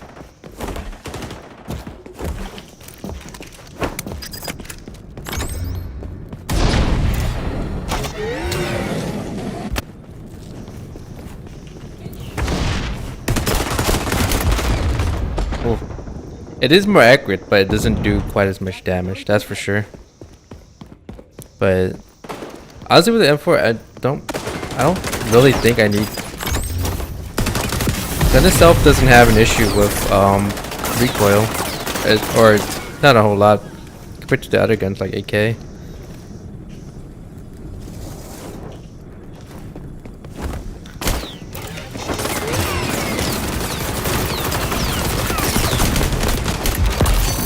You know, it just needs more damage. But you can totally go with damage and recoil control, but you'll suffer in ADS speed. It'd be slow to ADS, but it's really accurate gun. But I like the fact that you had to make choices, you know.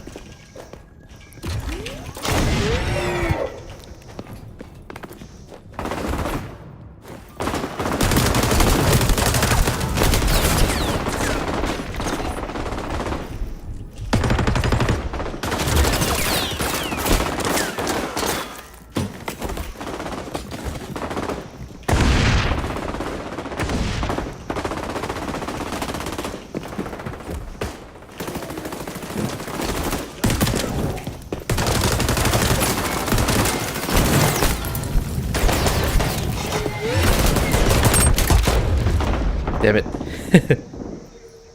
Eventually I had to jump down there. Our team's actually pretty good. We've already captured 3. So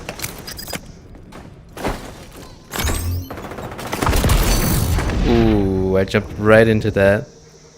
Or I slid right into that.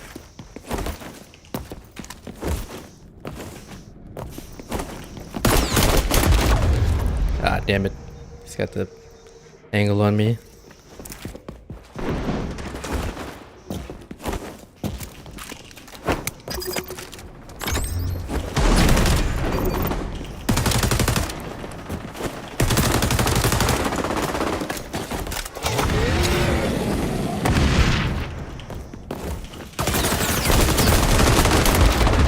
Damn it.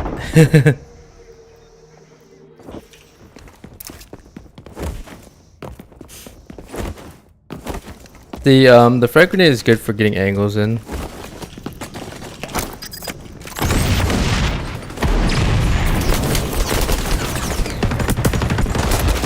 Shit. I might have to go through the stairs, perhaps.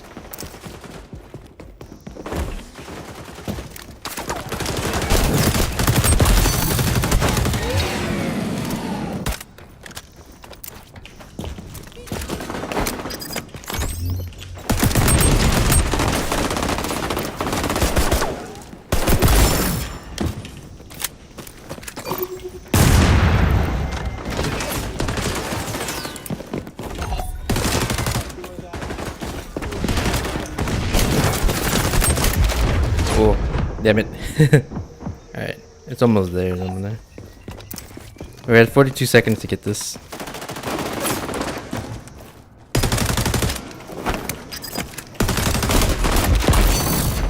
There we go. Get in there.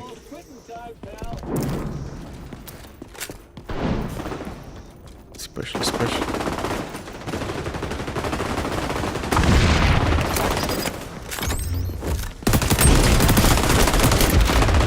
Ah, dang it. Ah, we couldn't get it. We couldn't get it.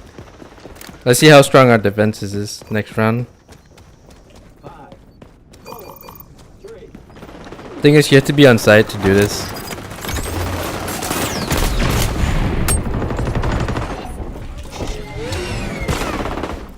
Alright. So they pretty much just had to beat 78% to win this. So we're gonna have to try and deny that for them. You're on defense.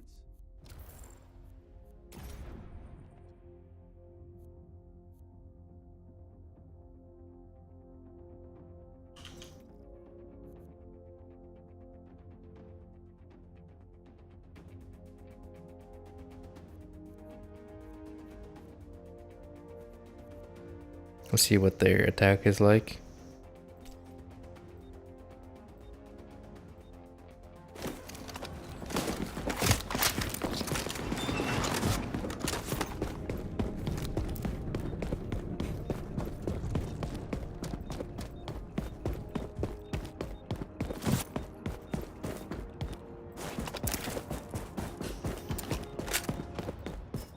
Stop the enemy crew from getting towards us. Oh, dumb.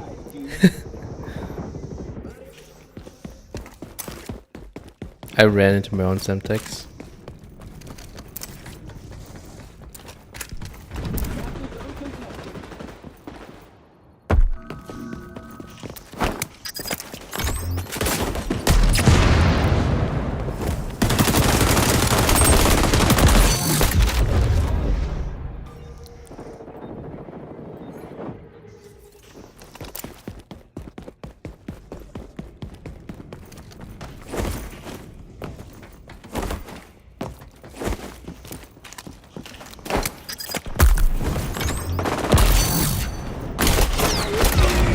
Oh, damn it. I was trying to toss that drone out before I got one tapped. Oh, the TAC 50 will do that to you.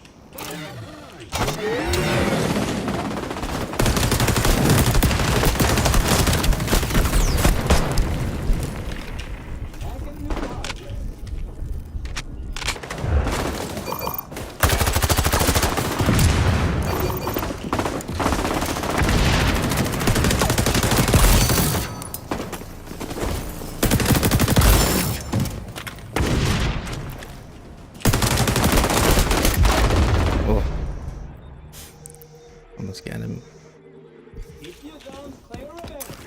And garbage. Enemy got a capture zone.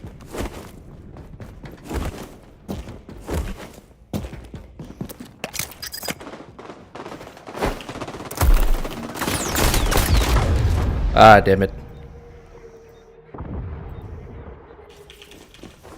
Guess sniping.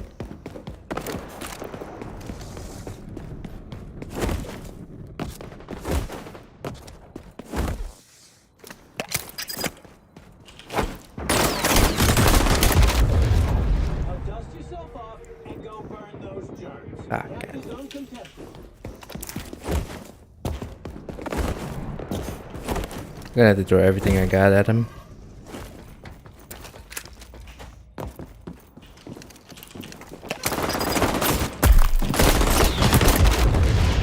Capture zones. There we go. Alright, cool. Ah, that new loadout smell.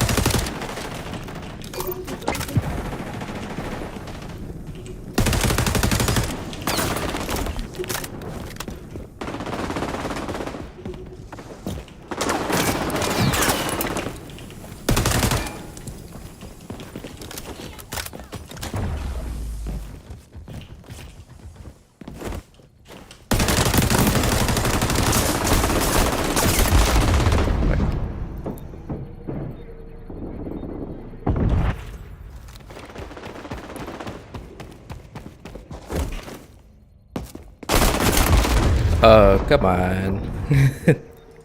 There's a spawn point. Enemies don't have value back.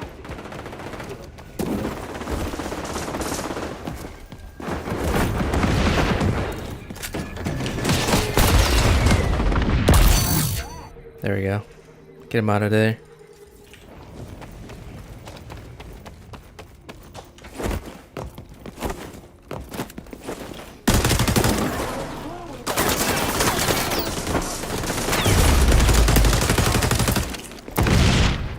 GG's.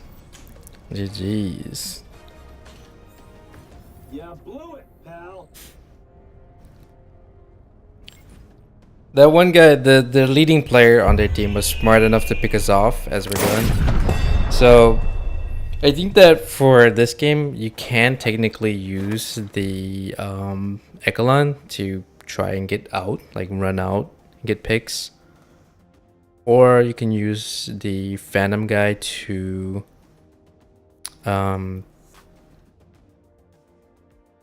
a shield down as your teammates trying to run out. But yeah, it's a team thing. It's a team effort thing.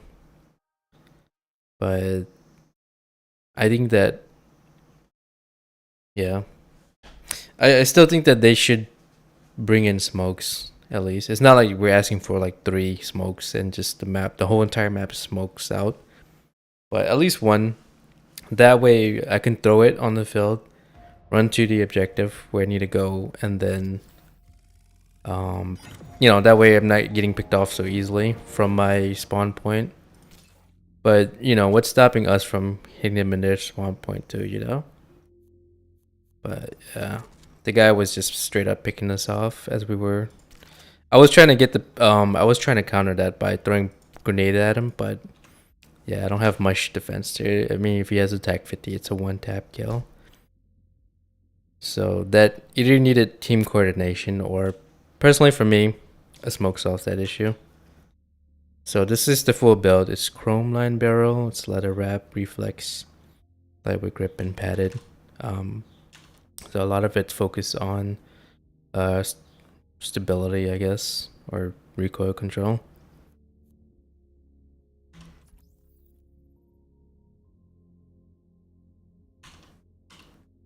Oh man. Yeah, I think that's the biggest thing for me right now with this game is that the area where you spawn is way too predictable. And I'm not asking for them to make it random. I'm just saying, like, give me more spawn point options. That way we're not being picked off. Because there's only 3 exits, right? Depending on the mode. Especially with the escort mission. And, what the enemy team would do is they would go all the way up to the front doors where you enter into the map. And all you gotta do is just aim it down, and if you try to exit out of there, you get killed. Technically, you can counter that by throwing the shield down, but if you have teammates that are not reliable, at least give players the option to use smokes. That way, they can get the hell out of there. So they really need to fix that spawn issue or spawn camping issue.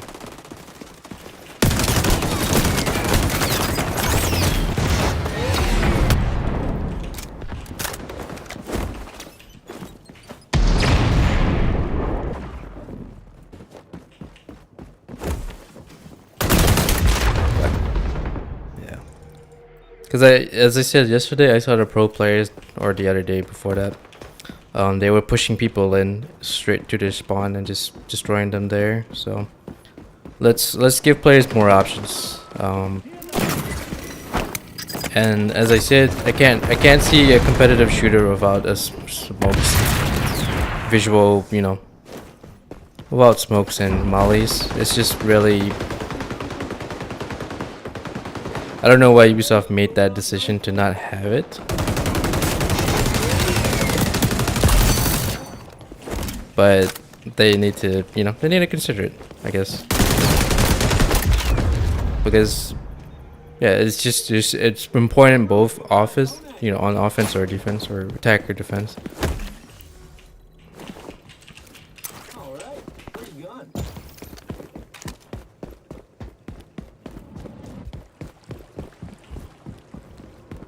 I just can't see a competitive game about it. Or I just can't take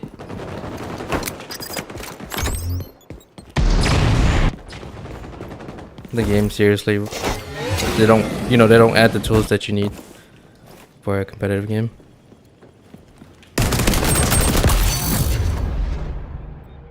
It's pretty stable, honestly. Riprap on A.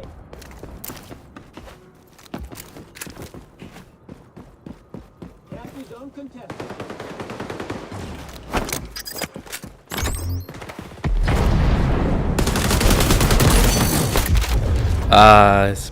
His fire got me. We're on B. We're on C.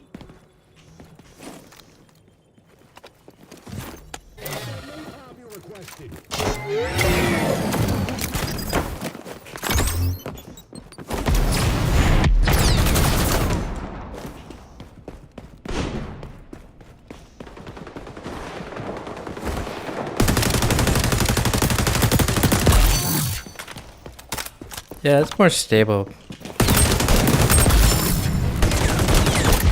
I was trying to switch my pistol really quickly. The bad guys can engage there's any confusion. Get on the Capture zone contested. Matchmaking, honestly, they need to, yeah, they still need to fine tune it.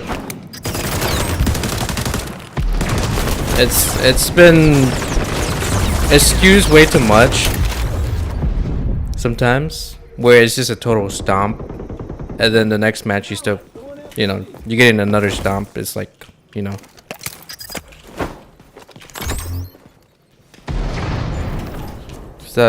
stop matchmaking me with really, really new players. At least put people like,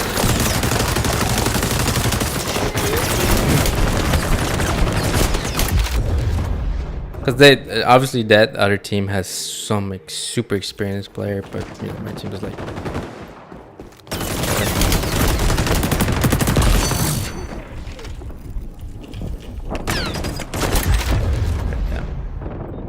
Like, obviously, this team is really strong right now. 12 and 6. At least 3 of them are pretty damn experienced.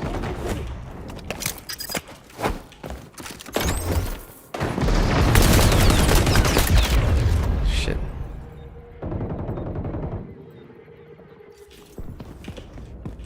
Alright. Almost quit time, pal. Yeah, they're like 300 points already. That's not a new team. That's a highly experienced team. I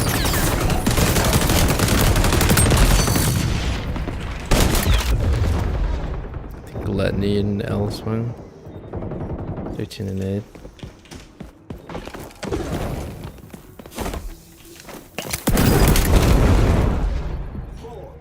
This guy seems to be always where I'm at. Yeah. So the way it's supposed to work is, okay, these guys are doing super well.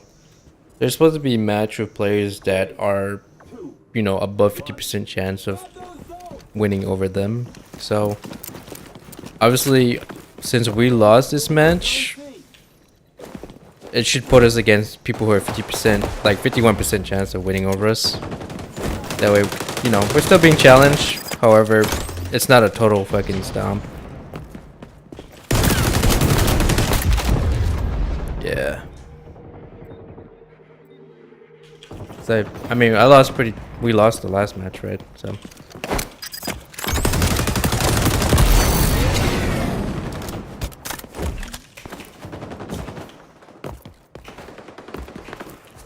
I think that was one of the issues I've highlighted in League and Valorant, is that they will keep ratcheting up the difficulty for you.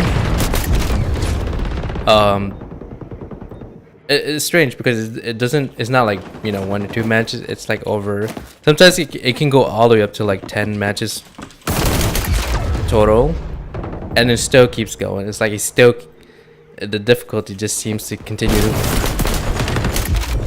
to just they keep ratcheting it up. So yeah, it needs some adjustment there. Like clearly this guy is actually obviously a much better player and I'm not sure exactly who on this team is supposed to be up against him, but it's none of us are within his MMR range, right? Same with LS1 Bird. So yeah.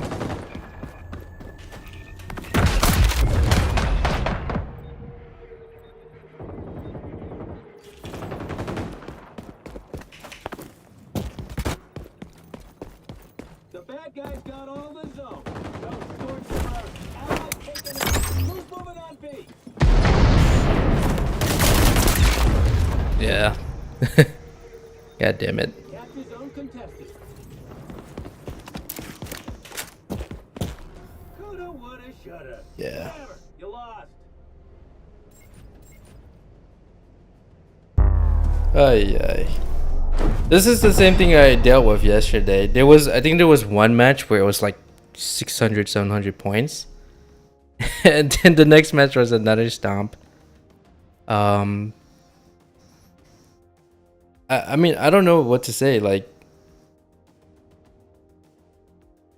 I know that there's soft MMR or there's hidden MMR, but yeah, things like this shouldn't be happening so often or so frequently, where the match is skewed heavily one way or the other, because that's something that turned me away from games like Rainbow. Like, when I remember when you queue up in Rainbow, I think it was like unranked or whatever, and then maybe like a good chunk of our team was like either bronze or silver, and then it would put them like, I don't know, like plat, and then bronze or something like that. The same issue with League. It's like, it would be like the other enemy team has like a plat and a gold, and then 2 irons, and then us is like all bronze, and theoretically, we have maybe like a less than 50% chance of winning, but it's matchmaking like that really kills it for me.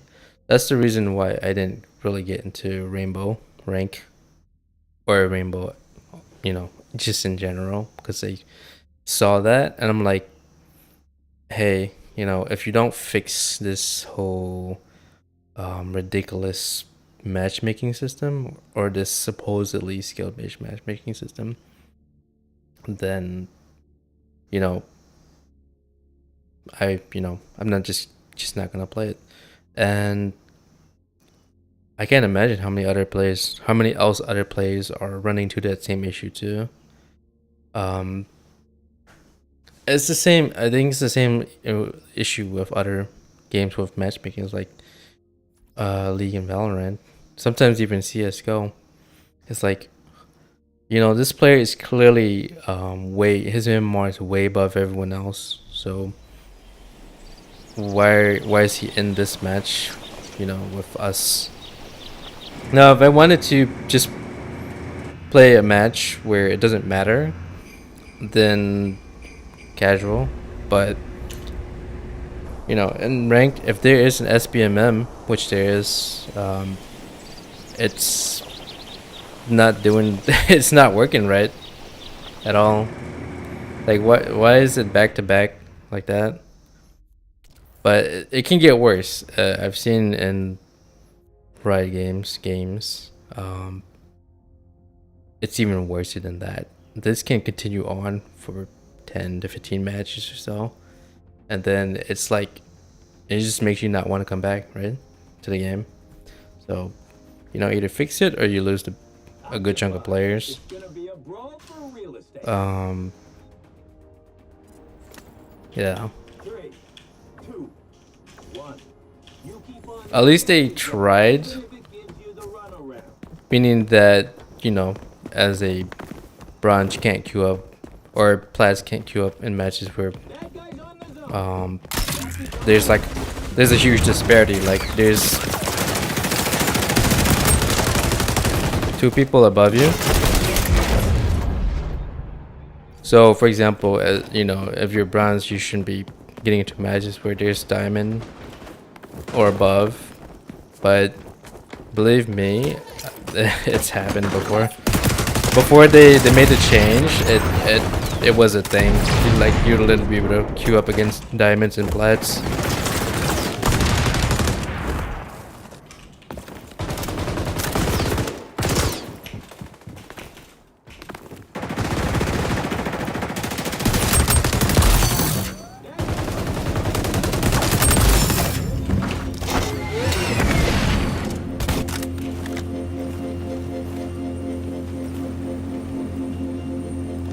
Yeah, it needs more fine tuning for that, because I can't see rank being sustainable if it continues in that route.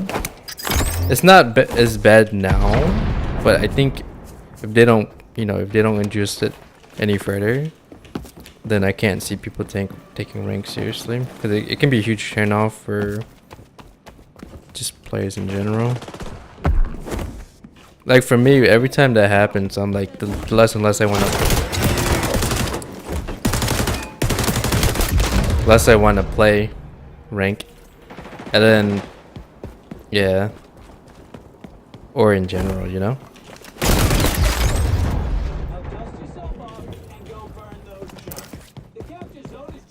But yeah, that's the two biggest thing for me right now is the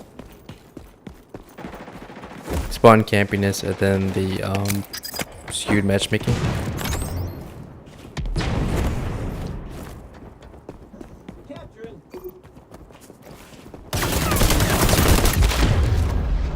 And then the accuracy when it comes to jumping. Jumping is way too strong right now in terms of like game plan.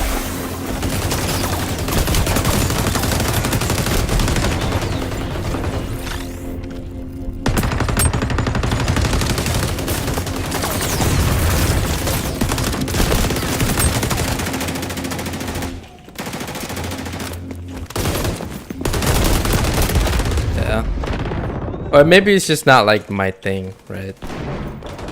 I don't know.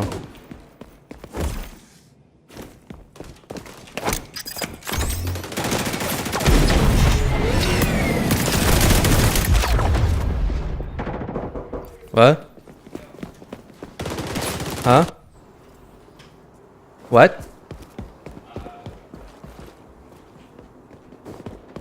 What? I'm fine. I don't know. I'm just gonna eat regular food.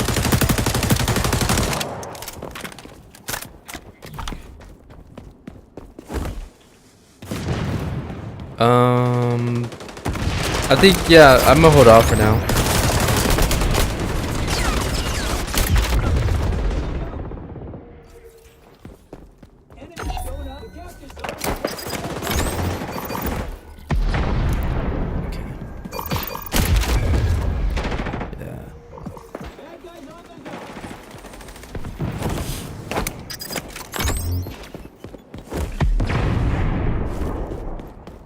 Keep going.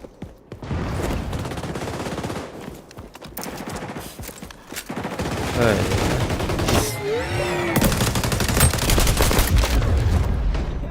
52 and 136.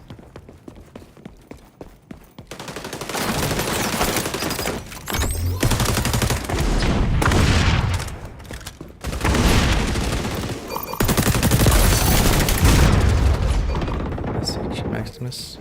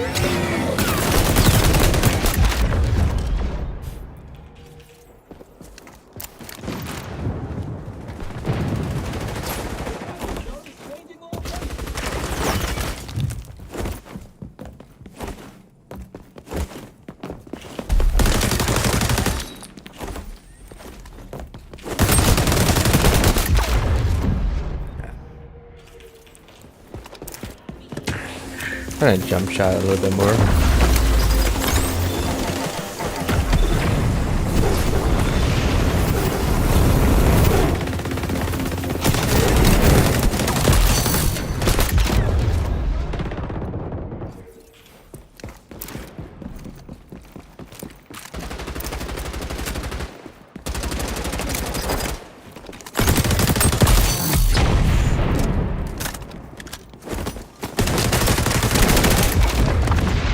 There's a lot of them. Capturing.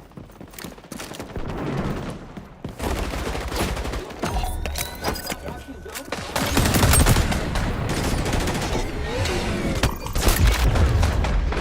Okay, I thought it was behind that truck.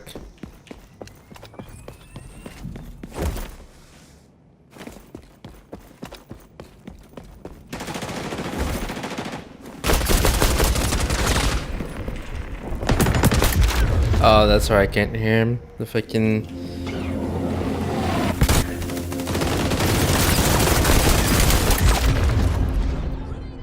Echelon passive has no footstep sounds.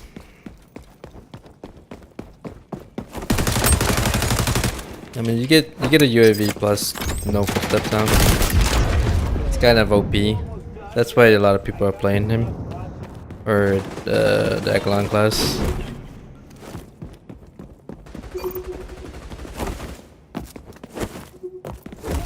is changing location.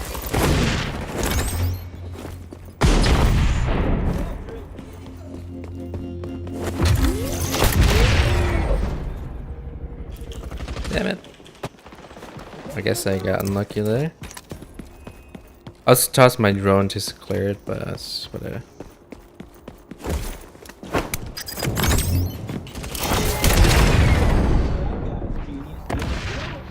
Damn it. Jeez.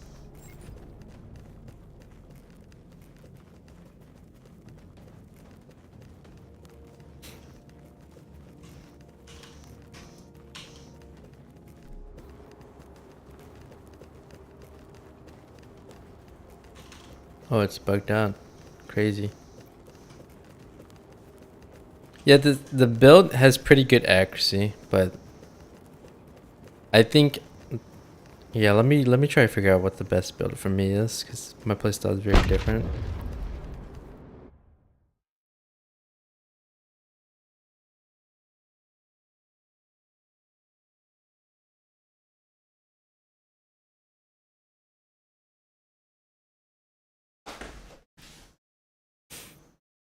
Just focusing on trying to get gold, but I think the fastest way to level is just to get a lot more kills, though. Some of these people are like leveling up really quickly.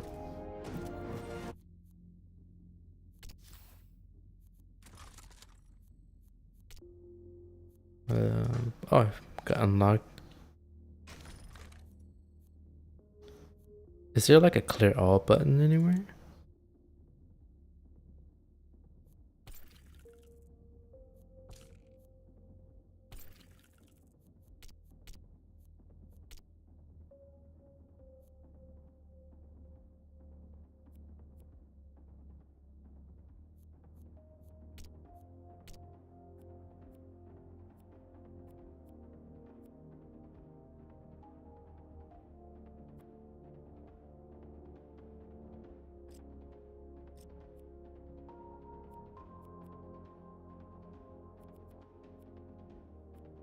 Crouch behavior toggle sprint.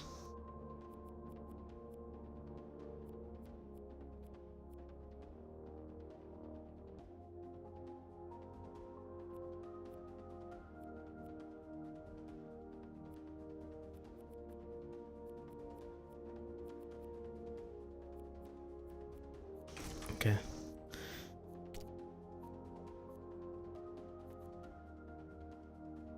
Increase rate of fire, interesting. Okay, so yeah, just to show what it was this. Okay, so it was Chrome line. This was straight from the build guide on whatever that website was, Dexerto or whatever. But yeah, it's chrome line, barrel, leather wrapped, front rail, reflex optics, lightweight grip, rear grip, and then padded stock.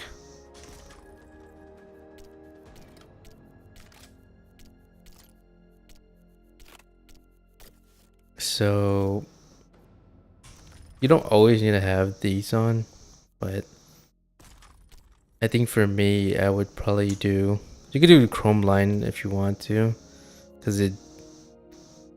If you look at this, it increases the damage, or it increases the range essentially at which you hit. So the way to read this is, let me see. Is my thing blocking it? Okay, it's not blocking it.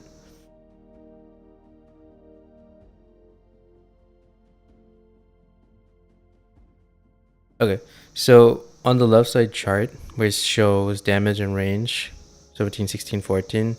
So that number or the axis, the y-axis on the left, is how much damage it does per round.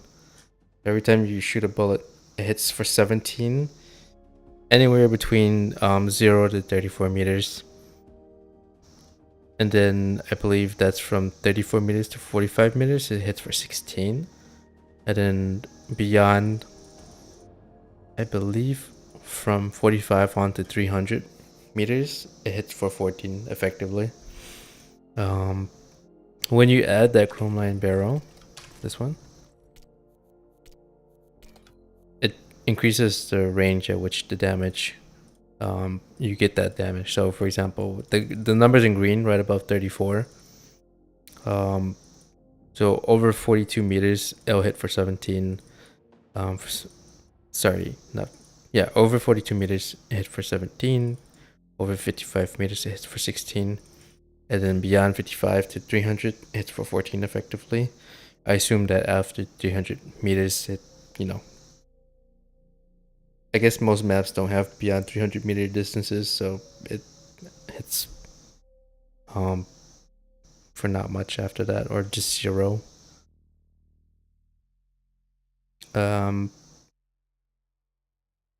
It would be better if they show like a chart, a damage, like a linear graph, not a curve, not a linear graph. Then this barrel just, more damage over these distances. I think for me, most of the engagements happen at the 15 to 30 meter range. So I opt in for the heavy. I don't think any of these will minimap visibility, rate of fire, horizontal recoil control, compensator vertical recoil control, brake compensator, suppressor. Let me see what that changes. Okay, reduces the range, the effective range. With this, it increases the effective range. So if you do this, if you're trying to go for long shots with this rifle, which honestly you don't really need to, you can put both. And then the weapon does, damages, that 17 damage, 16, 14 over longer distances. But yeah, I think most engagements don't happen at those distances. It's like 15 to 30 usually, or closer up. That's why I opted in for the heavy barrel extender. You could just go with the suppressor, honestly, or the light suppressor. But I like to do heavy barrel. Let's see. Recoil recovery.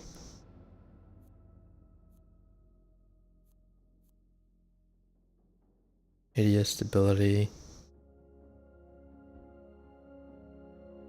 Vertical recoil control. Movement speed reduction.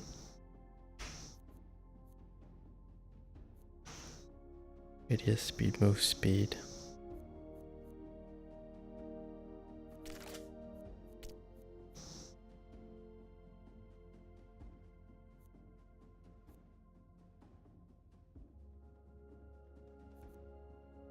ADS speed.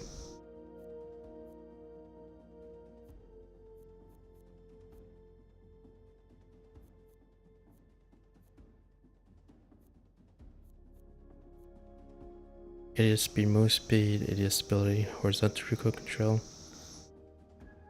vertical control, ADS speed and recoil recovery, ADS walking speed, ADS speed. That might actually not be a bad idea.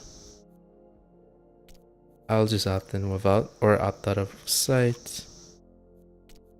Let's see. I'm gonna try to build this for like as much stability as possible. ADS flinch control, ADS speed and stability, ADS walking speed, recoil recovery, vertical recoil control, ADS walking speed, recoil recovery,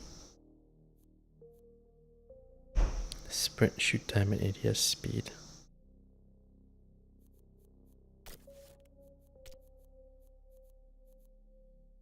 Stability, flinch control, recoil recovery, horizontal, vertical.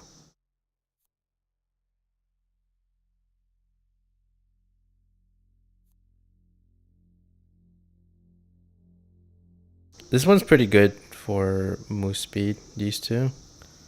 Padded is probably the most like stable, I would say, without any downsides.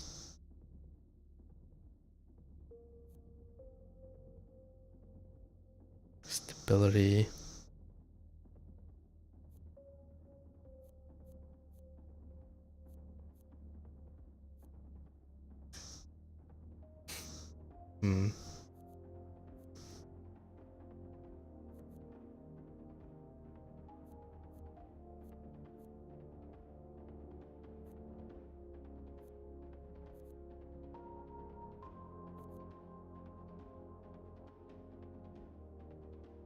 Stability, recoil recovery, stability and flinch control.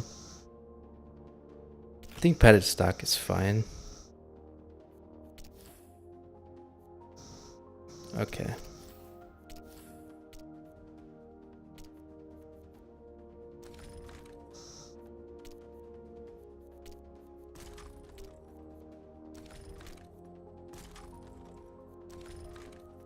Let's just go with the... Let's go back with the frag.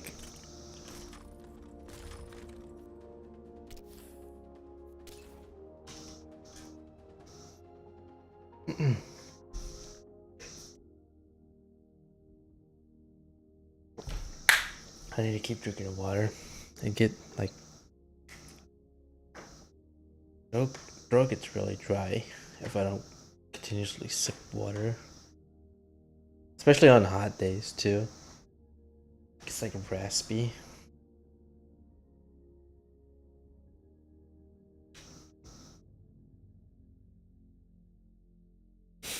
Okay. See how it goes. So this one is all about damage and recoil control, I guess. It's not as, you know, ADS and mobility is not going to be its thing, but it makes up in, yeah, damage and accuracy, I guess. We'll see. Damn, all of these are controllers, holy shit. I think I had it on where it input matchmaking was enabled. So it only matched me with other mouse and keyboards.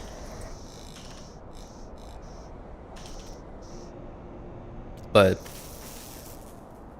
they should leave that on by default. That way crossplay is, you know, is actually crossplay, because most console players don't play with mouse and keyboard. So the default settings effectively makes it non-crossplay. Sign me up. Stop the package. I think I had to go with the mobility one. Alright, let's focus on trying to get the objective and not die as much, I guess. Escort. So the enemy thinks they can sneak a package past us. That's key. I got the wrong build. Oh no, it's the right build.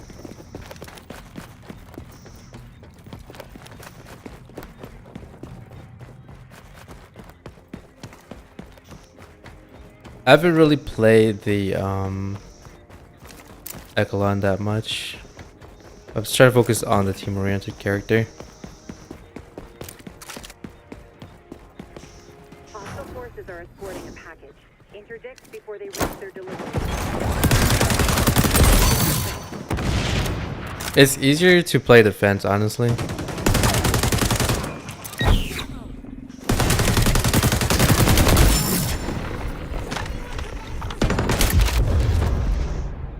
But yeah, Eglon is pretty strong because visibility,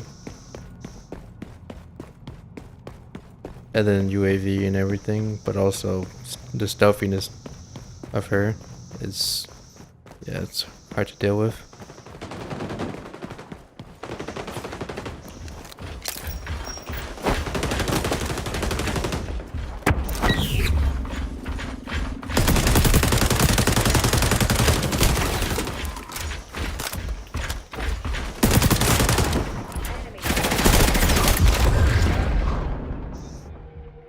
What the heck? Why did he stop shooting her? I was waiting until she comes into my view, but I thought they got.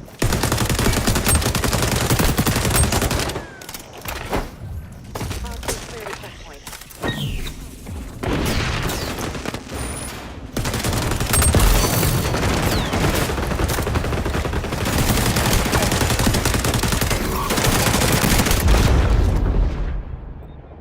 They're moving it pretty quick.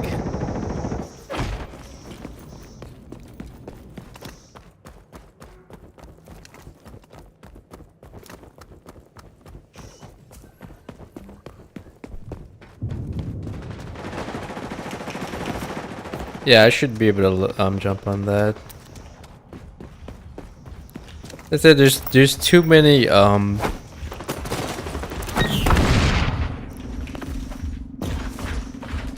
there's too many areas where it looks like I can jump, but I can't. And that's one of the things about COD that I really was surprised about, like how well done the climbing, vaulting, and jumping mechanics is done in that game. One of the more polished one. I think Fortnite also does it pretty well too, but.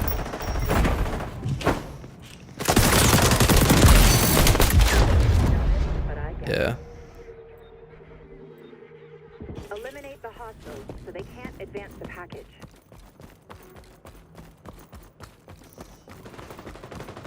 I mean, this gun is definitely more stable than.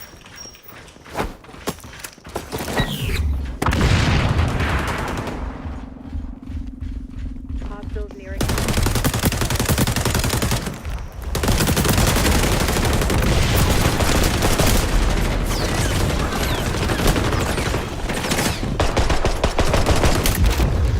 Damn it. They got this. I mean, 70% in less than 2 minutes is pretty far. Past another checkpoint.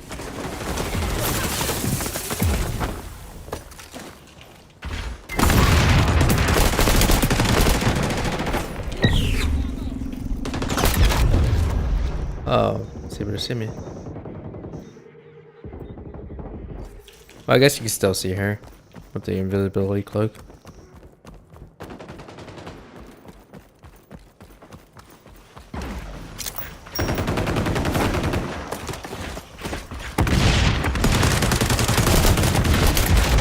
Oh my god. I was trying to slide, but the box was blocking me.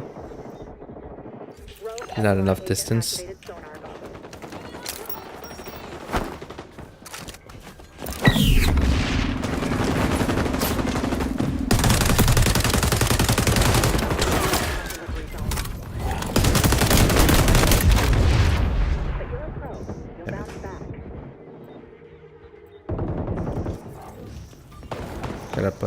the match, fortunately.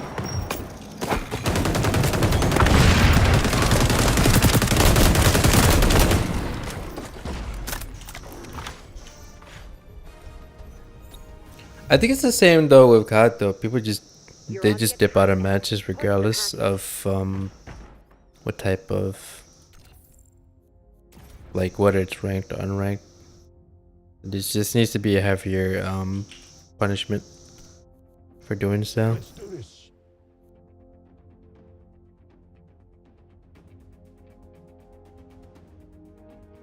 As I said, like, obviously, if the player has a clean track record, then they can make exceptions. But if the player has a consistent, like, leaver, it's pretty much if you consistently leave matches or abandon them. So leaving is one thing, and then reconnecting is whatever. But if you're consistently abandoning it, meaning that you leave and you start a new round, or you just don't come back, you know, over the course of like 24 hours, then yeah, there definitely should be like a timeout, increasing timeout, and then this should prevent you from queuing into rank.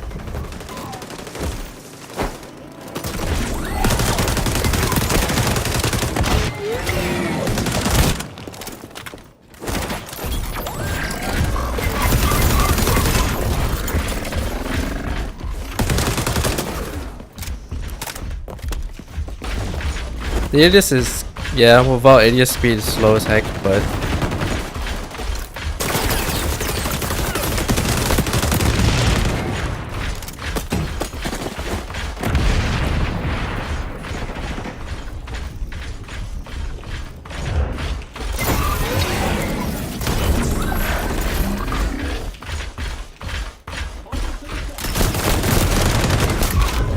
damn it. We need we don't, yeah. We got one Phantom guy, but we might need a healer.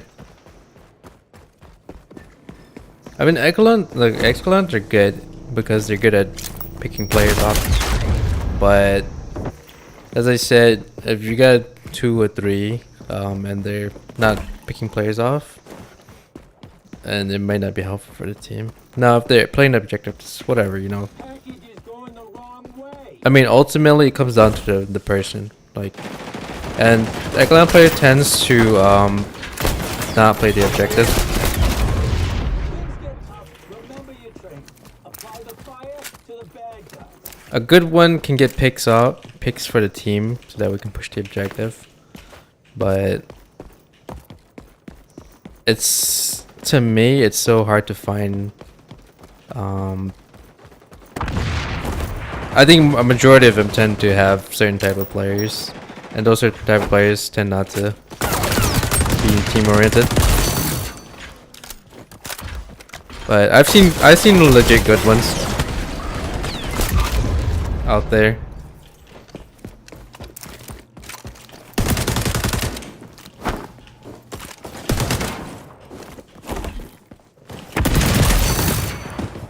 Yeah, that's not cool.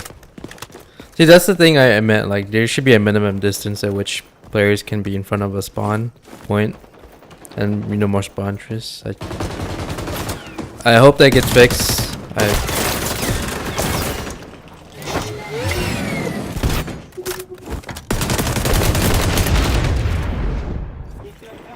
I really do. Delivery zone above. So we got 2 stop matches and 1 match we're eventually gonna lose, but yeah, you know, like, I wanna like rank, but right now it's it's definitely in a like premature state, and it needs so much work. And the mixed playlist, I mean, it's one way or the other. I think that they don't have a specific mode that they can call the premier mode of X Defiant. The same way S&D is for like Valorant or whatever, or CS.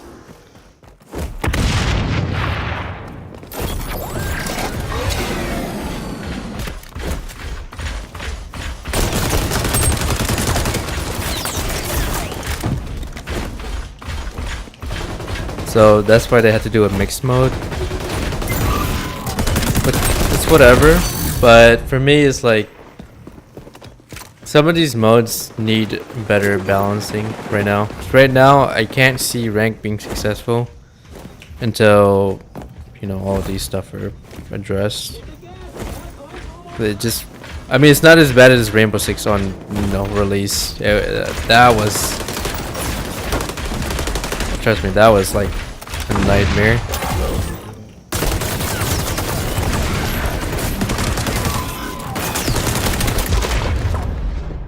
You know?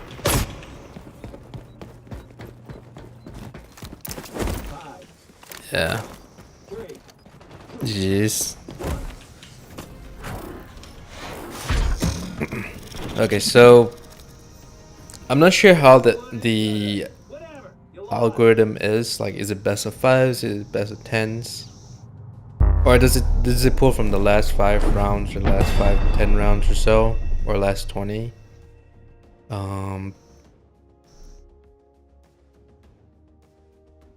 Yeah. Now that it sees that, hey, this player lost multiple times in a row, let's see how a match makes on the next one. Because the way it's intended to work is, okay, so there's 10 matches, and then, or just every single match is pretty much you're supposed to match with a team that's higher than 50%, bound to win, and then there's, if you don't win that match, then either the next match or the match after that, they have less than 50% chance of winning. If you win that match, you're essentially, MMR doesn't climb as much, or in the case of like League of Valorant, your LP gain is reduced. You still gain LP, but it's not by a whole lot.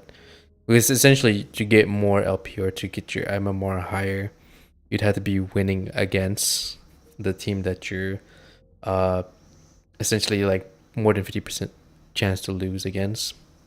These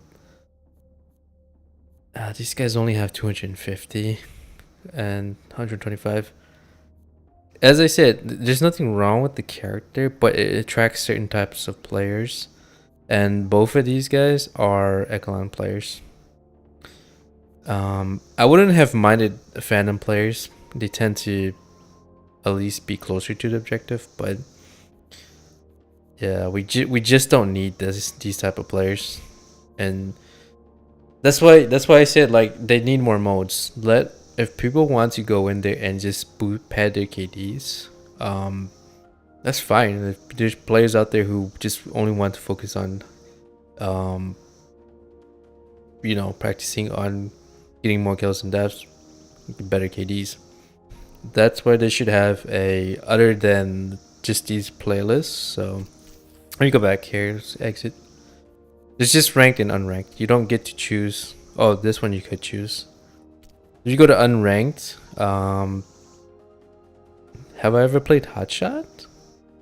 They could just queue into like domination or whatever, but in ranked you don't really get to choose what you want to play. But in unranked you can choose, like, you can choose to play escort, zone, domination, or whatever. Or you can create a custom one, and then you get to remove the one that you don't like. It's essentially the same way it is in COD. Now, what I don't understand is like why people would queue into rank, knowing full well that all those modes are on the playlist. They could easily just go into unrank and choose domination, and then oh my god, let me exit out of there. So the point is that, hey, have TDM or free for all. People who want to just pad their KD, whatever, it's fine. Just allow them to have the choice of playing TDM, where the higher, you know, the more kills you get, the better the chances you are of winning. That way, it removes them from any objective-based modes, because more of them will tend to go towards modes where they prefer, right? And that is kill based conditions. So TDM free for all, deathmatch, whatever you call it. That's more fitting for other players. So some of them are coming straight from COD with a TDM mindset. So that's kind of where they should be. I don't know how it's supposed to go with rank though, because if you have separate modes, then does that mean everyone has separate ranks for each different mode? I don't know. That might hinder the amount of modes you can have, because if there's too many modes, then that means there's too many different ranks. How do you gauge who, like, if this guy is gold on TDM, it doesn't necessarily mean it translates to he's like a gold player on uh a mode like domination or something. But yeah, essentially there's a lot of players coming from, I don't know, it could be Apex or Fortnite or COD, with the wrong mindset. They're thinking like, hey, it's all about maximizing kills and minimizing deaths, which if you're a good player, um, that will translate to you playing well, which may translate to you winning matches. But if you're using that kills to make it objectively easier for your teammates to win, but if you're just going in for kills and not really even thinking about the objective or doing stuff to make the conditions better for your teammates to take objectives, then yeah, that's kind of where the problem is. A lot of these players are coming in to rank to play it for kills, and you're kind of free to do whatever you want. You can go unranked or ranked, but yeah, it's like going into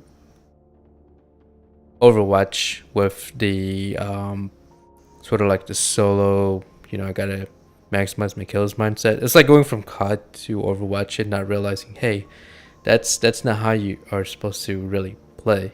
You're supposed to play with your team on objectives. That's why it's the same with Battlefield too. It's not just about maximizing your kills. It's about getting on the objective, defending it, you know, taking the angles and whatnot. I can't see how those players could jump in the rank, not realizing. Like if you want to be, doing 100 bombs, whatever, in rank, that's fine. But yeah, if your objective score is like 0 and you're getting 100 kills, to me it doesn't matter if you get that much kills. If the team loses, yeah, that's a kind of a big problem. And I hope that I don't get into more matches like that, but yeah. Flinch control and stability. I don't know why the padded one is still better. It's like there's no major penalty for that. 25% flinch control. I'm not worried about flinch control, I'm more worried about stability and recoil recovery. Walking speed, move speed.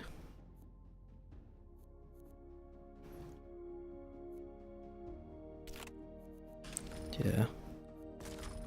Okay, so that's 3 down, 3 matches down. I'll be right back.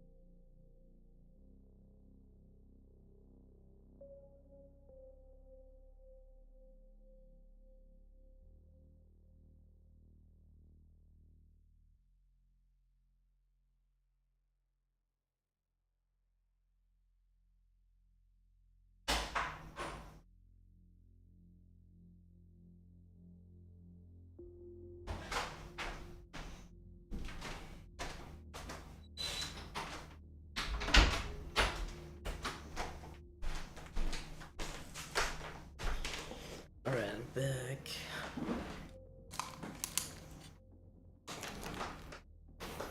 Okay. Major 0%. What is it?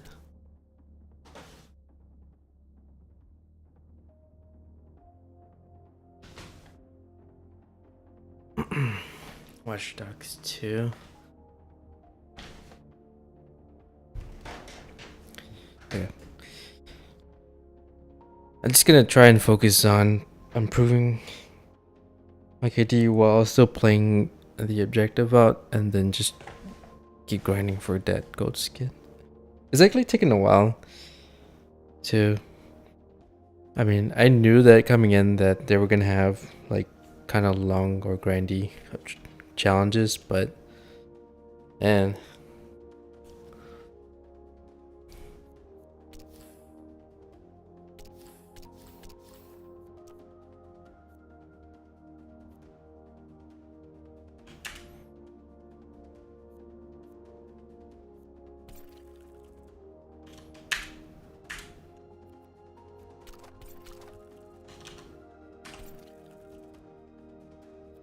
alright, let me restart the game real quick.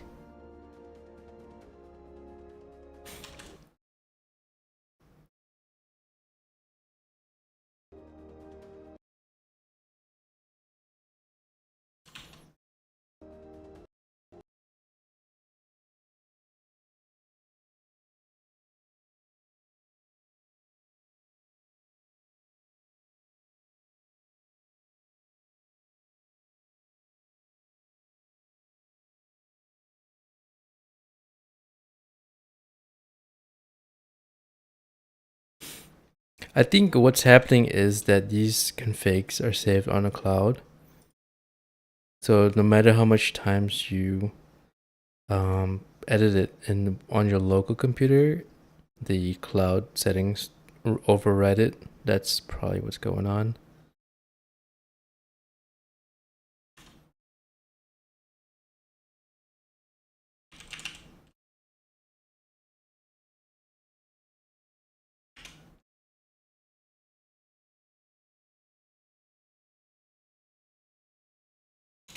Files.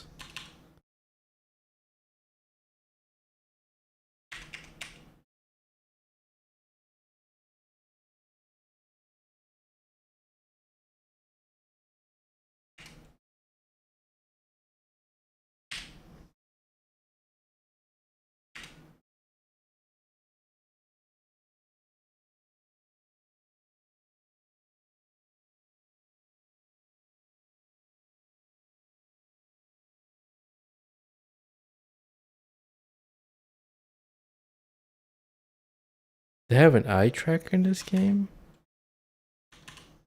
That's interesting.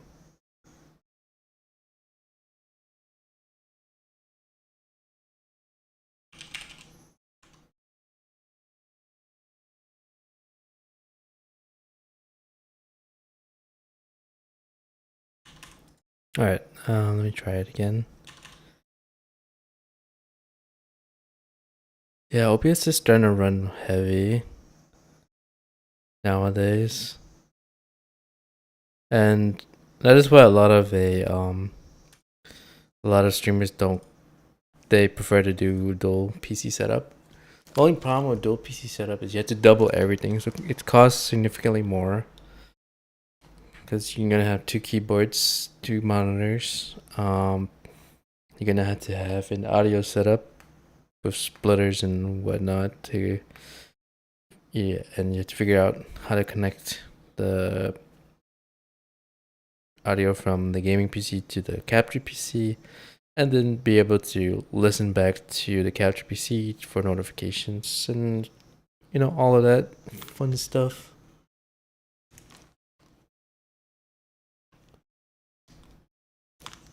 And then there's a lot of tinkering involved. That's why a small percentage of streamers have dual PC setup, but yeah, because it's just a really high cost entry for that type of setup, but it maximizes the quality of the stream like significantly. I see a lot of streamers are opting in for high quality cameras as well, camcorders. So that's another sort of luxury investment, but it does enhance the. I guess for some streamers, the cam quality really matters. Like especially if you some streamers they have they full screen at certain times, say like intermission, or they just want to talk with the stream. So that's where it's one of those investments for that. I think yeah, there's streamers out there where the reaction of the streamer is like part of the stream itself. So, yeah. All right, I'm gonna try this one more time.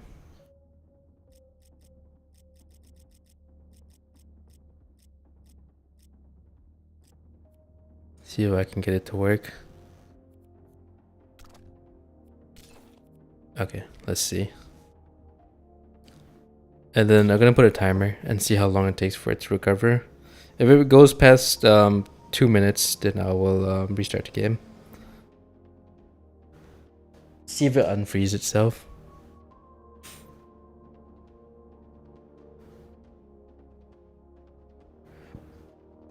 My OBS hasn't crashed so far, thankfully. Yesterday, actually, surprisingly, I played for I think it was like almost 12 hours. It didn't crash once, OBS. I think it depends on the game. Like if the game runs heavy, it's bound to happen. Or if the game is like super unoptimized, then yeah, I struggle. I think games like Battlefield or BattleBit, or even Valorant are really stable, meaning that it's a very low chance of the causing the OBS to crash because it's pretty optimized. Valorant, like no matter how much people or CS fans don't like the game is very stable. Even CS, well, I've heard CS has its own issues as well, but yeah, the more optimized the game, the better, and I can run it nicely. So it's already been a minute. We'll give it another minute.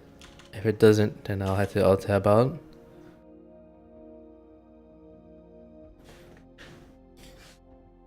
Already.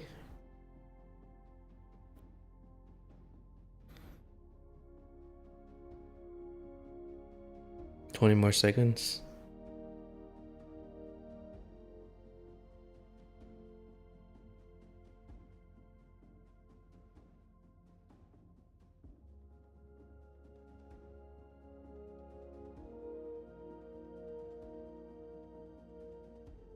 Alright, it's been a solid 2 minutes here.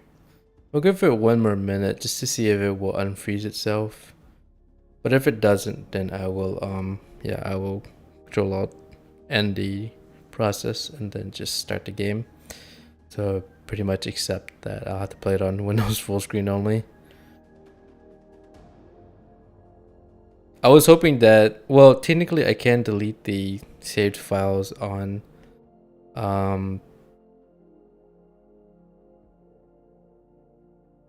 is there a way to do it on Uplay? You can just reset the saved files or delete it. I know Steam, it saves the saved file on a cloud, and I think you can manage it. I don't know about Uplay though. So, yeah. But I shouldn't have to do all of that, It's...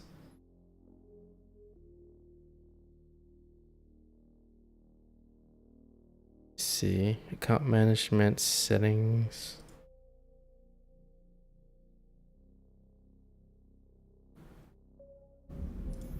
Notifications.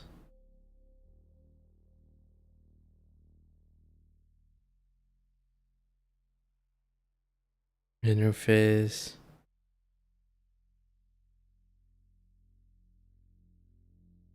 Enable cloud save synchronization for proxy games. For supported games. There's gotta be a way to manage it, but I don't want to deal with that because I have to redo my settings all over again. Properties, downloads, test version, support.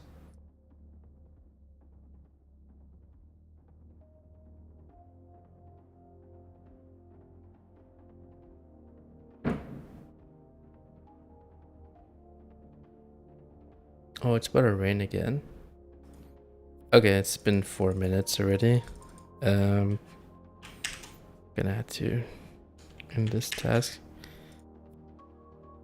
The reason why I prefer doing it on full screen is because it's more stable, less latency and less frame stutter.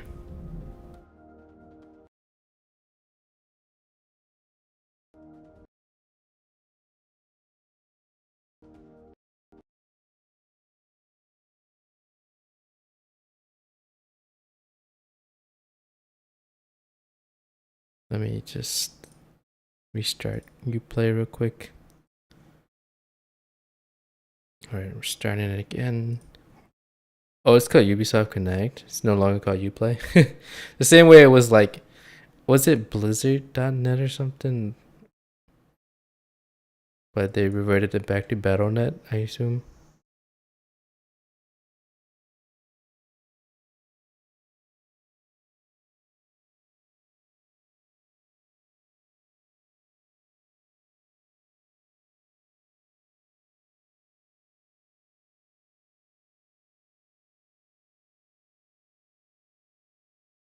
Right now, there's not a whole lot of uproar regarding pay to reduce. So they have a pay for convenience type of thing where, for example, the factions and the XP boost, you just pay for the battle pass or do the founders pack or whatever packs there are, and it gives you more XP, and then you can just reduce the time it takes to unlock the faction.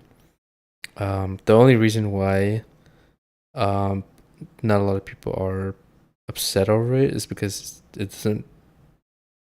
It's one of those games where your level hardly matters. I mean, technically you unlock guns faster, but yeah, it's really weird, in a really weird spot. On one hand, it can technically be, or it technically is, pay to win, because you know, if you can unlock certain things faster with better, like for example, if you can get an ACR faster just by paying, yeah, it's technically pay to win. But as I said, the reason why not a lot of people are upset over it is because just because you get the best or a better gun in the game, or even like a faction character or a certain faction, doesn't make you play better. That's why. Now, blatant, like free to play, would be like Warface, where you'll have a base gun and then every other gun is paid for. Like you have to pay like, I don't know, $20 for like 7 days to be able to use it. That's just way too aggressive. Like this one is like soft pay to win. Well, personally for me, I don't like it, but it seems like the community don't really give, don't really care too much. So it's whatever, really.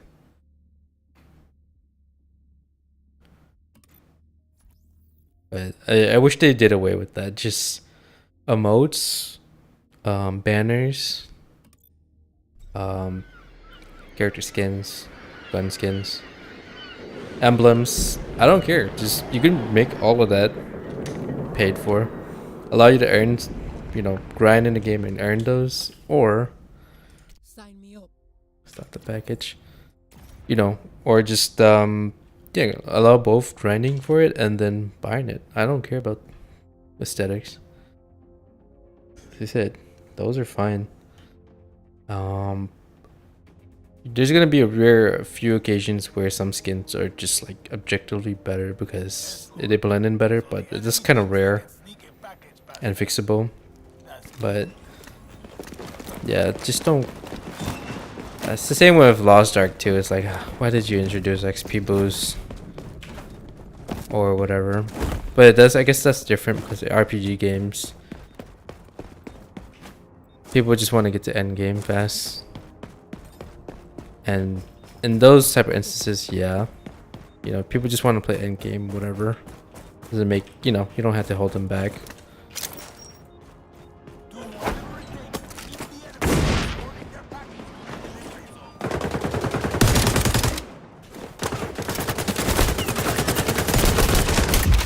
zone. Oh, I might. I forget that if you're on defense, you don't have to get on the point.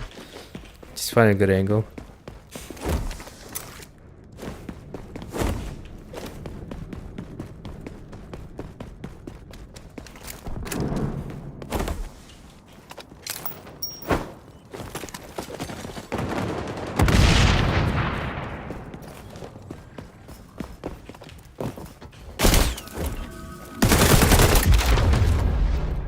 Oh man, could not hear her until like last second.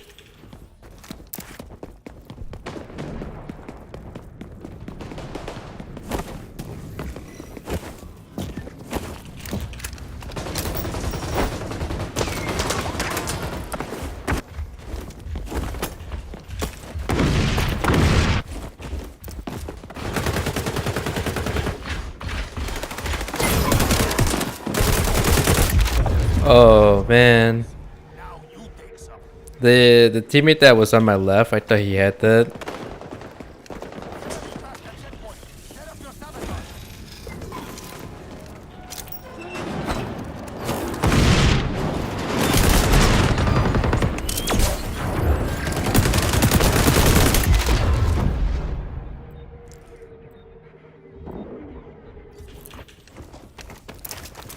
Alright, just gotta keep pushing.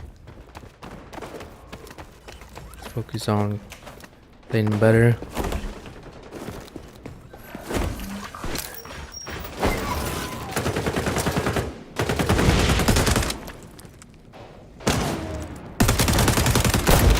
Double snipes, dang it. Triple shields, double snipes. That's quadruple shields actually. Pretty strong meta. Pretty strong composition.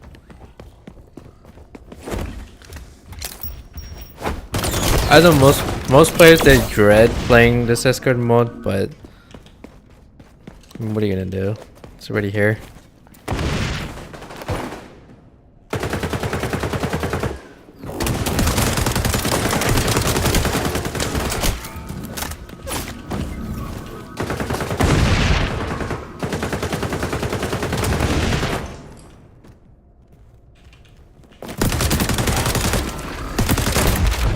Oh god, M44 sniper.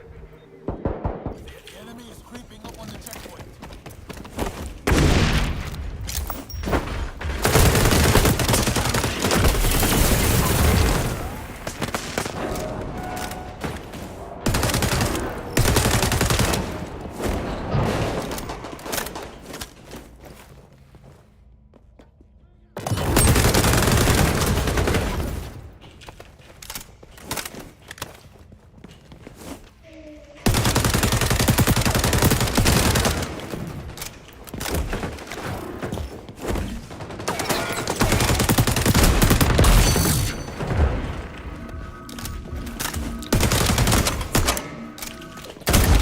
Fuck, had to switch.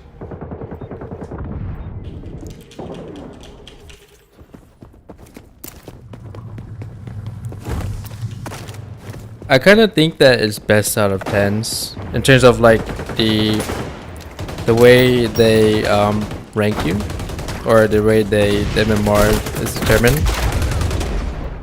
It's like, how do you do over 10 matches? That's probably why. But in the short term, you won't see, you know, it won't be like, hey, you win, you get stopped in the match, the next match will be easier. Because I think it happens over time.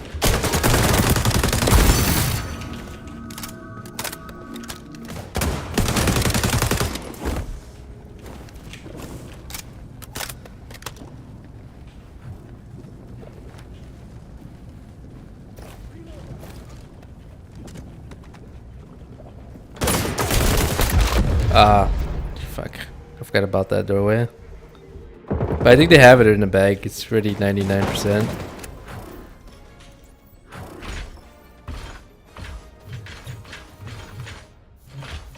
So we gotta beat 439. Onward with the package. Alright, what do we got? Oh, one player left. Yeah.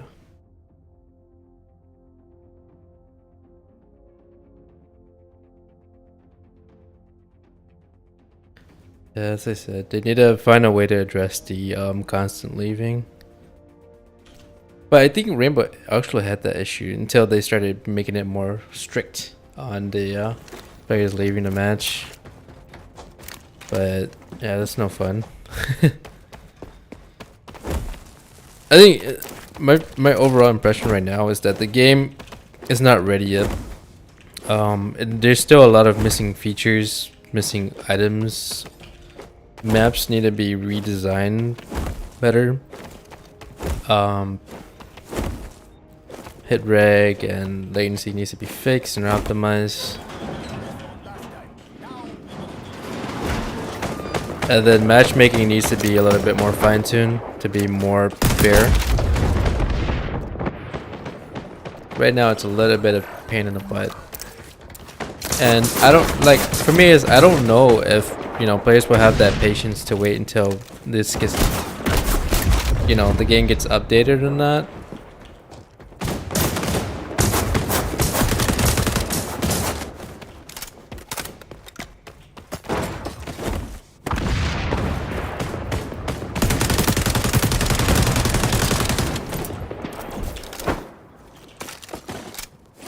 But yeah,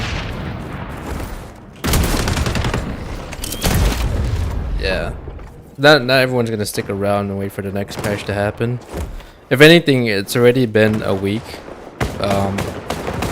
for big changes to be made, and we haven't got anything yet.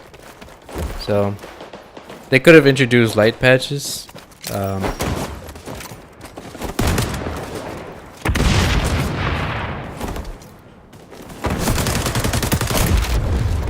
Jesus, pack these. Yeah.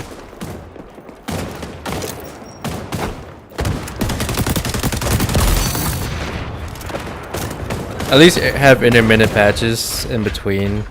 At least, you know? To at least give us some sort of sense of like, oh, this, you know, it's being worked on. But right now they're pretty quiet on things.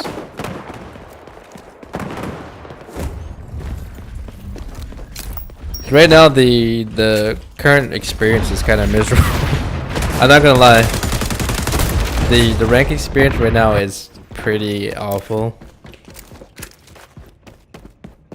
I know that people are having fun in casual. It's whatever, but I could see why not a lot of people are, or not a whole lot of people want to jump into rank just yet, because it needs a lot of work.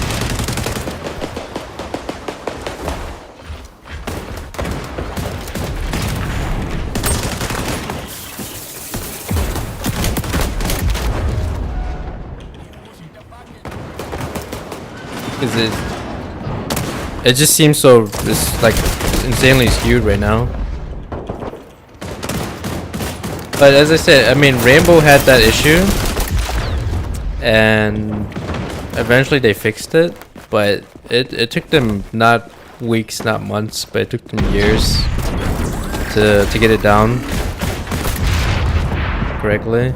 And I don't know. I mean, how long is it gonna take How long is it gonna take the guys working on this game to fix it? I don't know. But here's exactly what I'm talking about. So all the entry points are predictable. So they can just stand right in front of the entrance and they could just completely annihilate us right here. Because there's only two and it's along the same axis. So there's no, you know, unless you can get lucky and break through.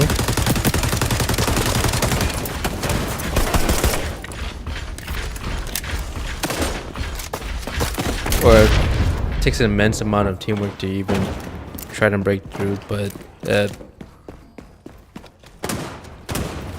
the better players can just take advantage pretty easily. So it's kind of rough.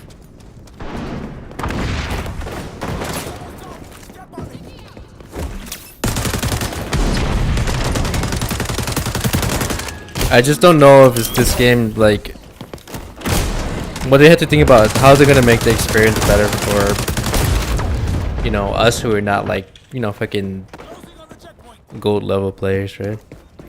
I'm not, but I think like stuff like this can turn me away from the game altogether. Not just like turning me away from just rank, right? Like if if it keeps going down this route, then I won't feel like wanting to play the game at all, right?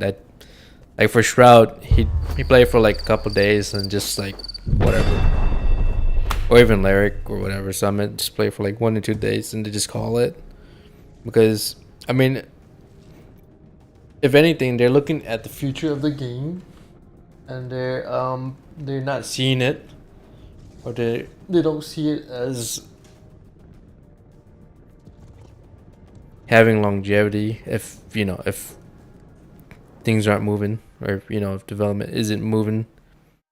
So yeah.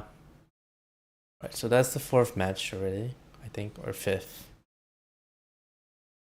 I think, yeah, that's the 4th loss already. So let's see how the next match goes. But yeah, I think, I mean, if the game is, for me, it's like the way I see it is this. I don't have all day, you know, to play games, especially on the weekdays. Weekends, I might have stuff to do. But like, to me, is if the game, it's the same with Valorant. That's why I stopped playing Valorant. Like, yeah, if you have the motivation to play, kudos to you. But for me, I don't have the like patience. If the game is from match to match, if the experience is just straight up like stressful or not fun, then for me it's like, yeah, there's nothing keeping me from returning back to the game.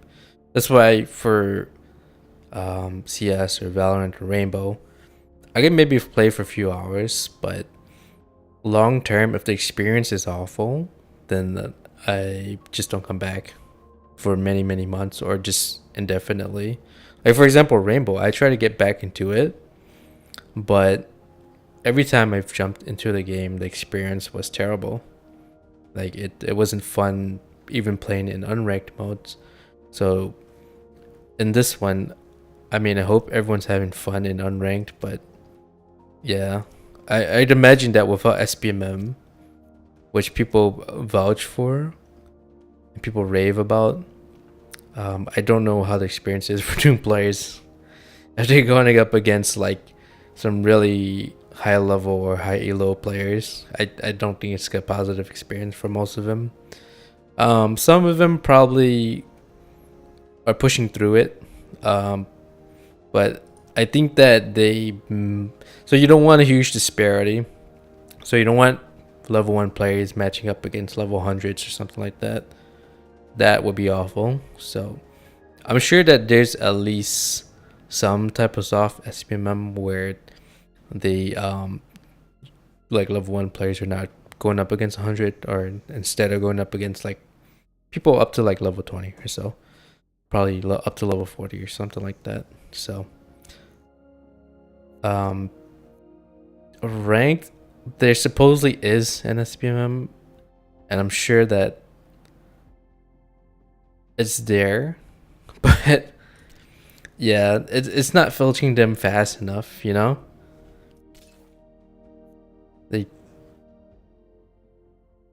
If I'm getting like stomped every single dang match, then, you know, you're kind of wondering where's this matchmaking, you know, where's it supposed to kick in for Adele? Because I know that they don't necessarily have to toss you a huge like a huge loss, like a major like total stomp, and then the next match they go easy on you. It doesn't have to be that way. It could be like, hey, the other team is, the match is pretty close. However, the other team is they want a slight lead over you. That's fine. And then if you win that, then the next match would be like, hey, I'm going up against slightly more harder opponents, and just make it like linear, right? It doesn't have to be like straight up, hey, you won last match, let's exponentially make it harder for you. You're gonna go up against like people who are like twice your elo or something. I wish that wasn't a thing overall, but a lot of games don't seem to be able to get that right. Escort. We're pushing some iffy goods, eh? I think Valorant got a little bit better with that over time. Like the last few times I played Valorant, it wasn't a huge issue anymore. But I remember early on it was kind of a big issue.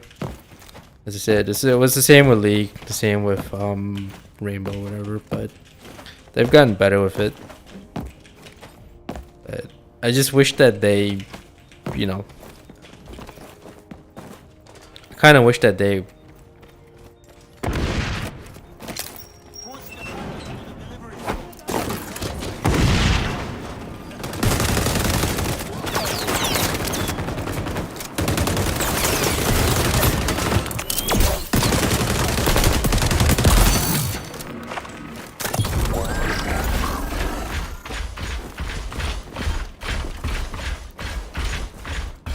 Okay, so this is the 5th match. So 4 of them we lost dramatically. So let's see how this 5th match goes.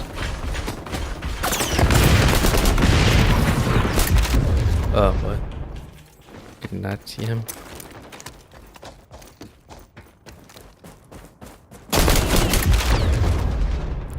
Damn it. Let's try to get out of here.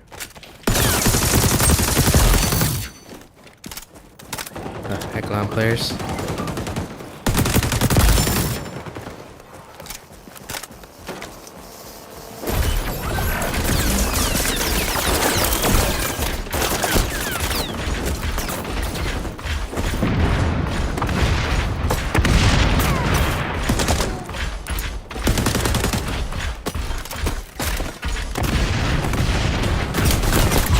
Oh, damn it. Got a good move on that one. A good chunk of progression on there. Package is almost to the checkpoint.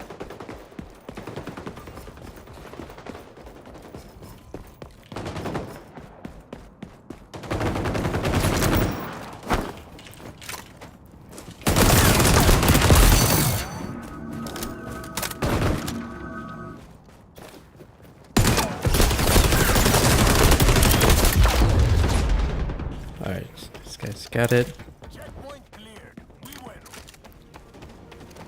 Alright, we got some good progression on it. 5.5 to get to the next checkpoint. I kind of like where the gun is right now. I mean, it was okay with the build, but personally for me, I think that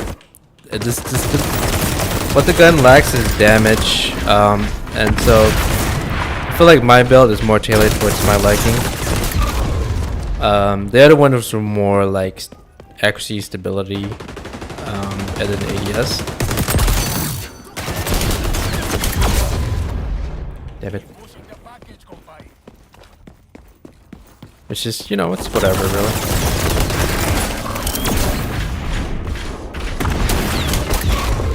Okay, we gotta take care of that Echelon in the back.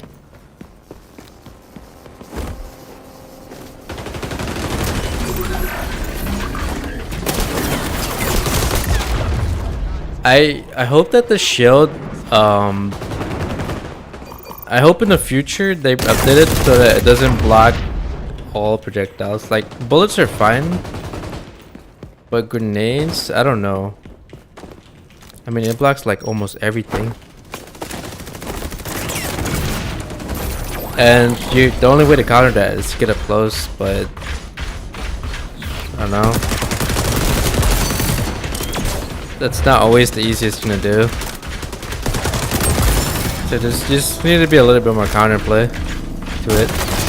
Technically, you can shoot it down, but you need an LMG to do that.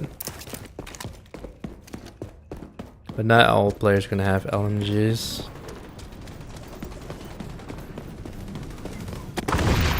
Or you'll get shot doing it if you try to like.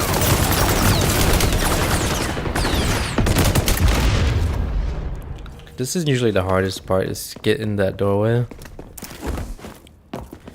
I don't mind actually the escort mode. It's just that there's certain aspects I don't like. Especially with the whole respawn area thing. Yeah, she was able to hear me. Package is going the wrong way, company.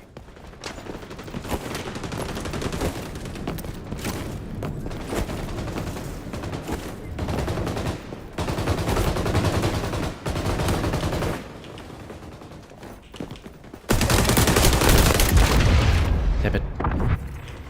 Closing on the checkpoint.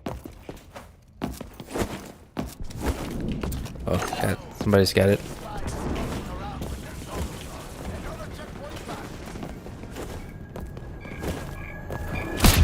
Ah, damn it. Was that a pistol?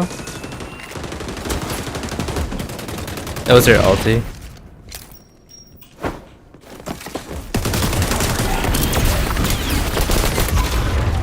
Oh, man. Still have a good 4 minutes though.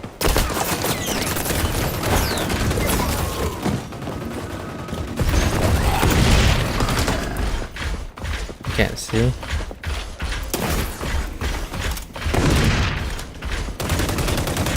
I like that the Phantom is using his shield for the objective. There's quite a few that on my team that don't really do that, but this guy is actually doing it. So that's good.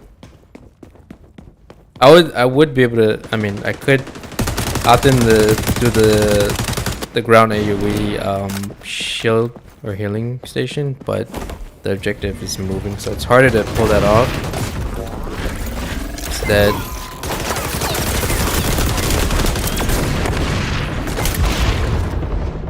93% there.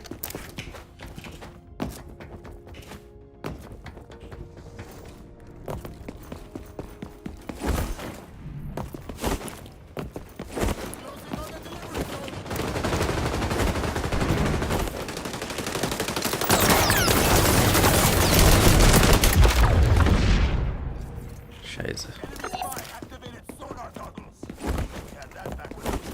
Still got 3 minutes. I mean, our progression was pretty quick. Ah, damn it, one tap. Her weapon does a lot of damage, that pistol.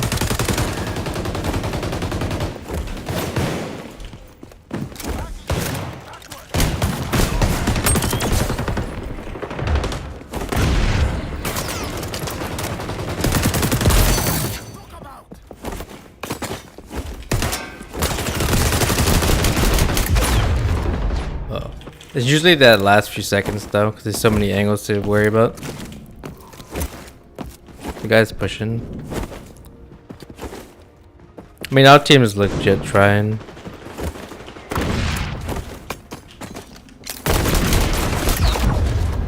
Oh, damn it.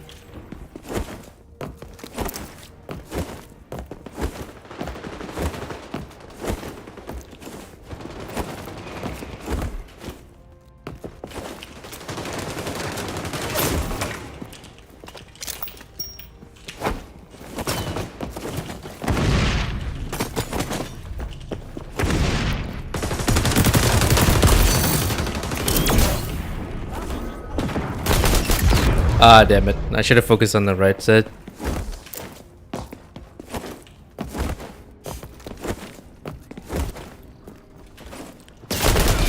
Oh my god. UAV, I assume, or ulti.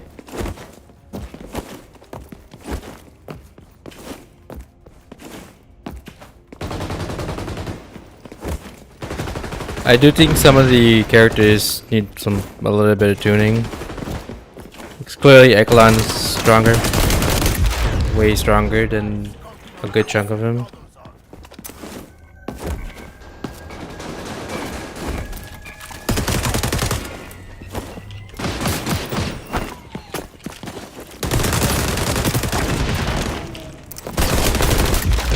Ah, damn it.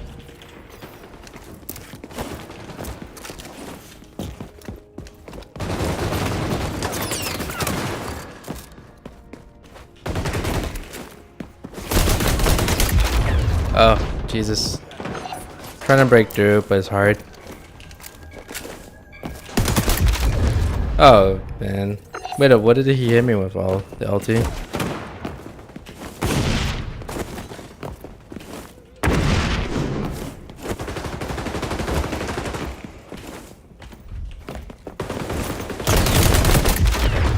Damn it. Yeah, I have 3 of those guys. The other match we had to deal with 4 of the Phantoms, now we have to deal with 3 Eklunds. That's rough. But the thing with that ulti is that the pistol is like 1-2 tap. It's really hard to counter. Like no matter how much heal I have, I just cannot survive it. I just be like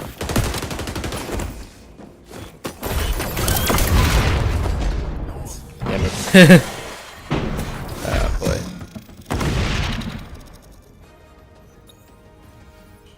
Damn it, so close. 96%. You're on defense. Send the enemy's package back.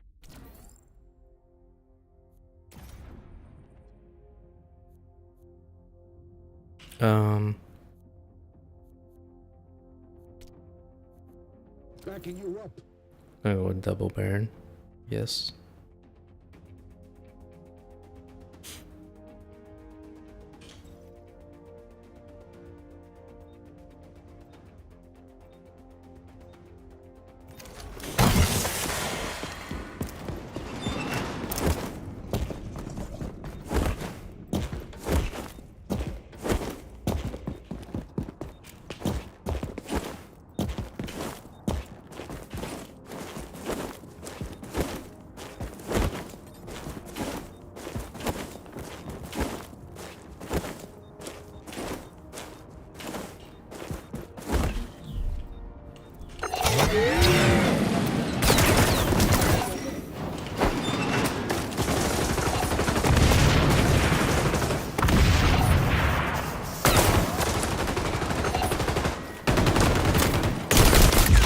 Oh shit. I was trying to cover the left side. Damn it. Let's find a way to counter us.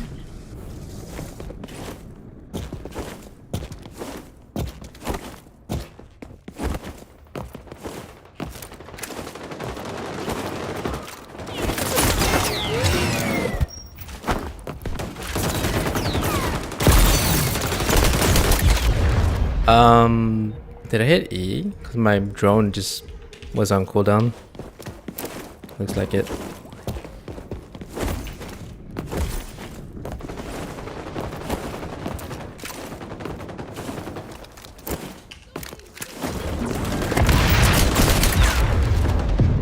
Damn it.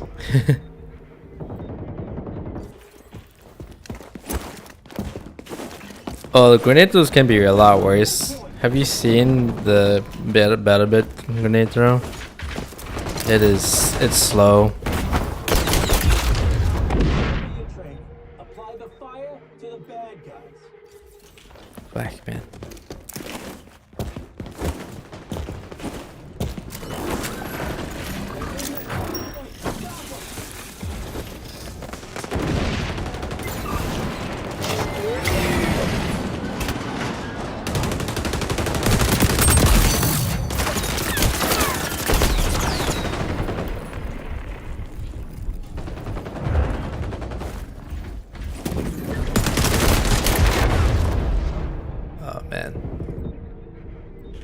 Pistol.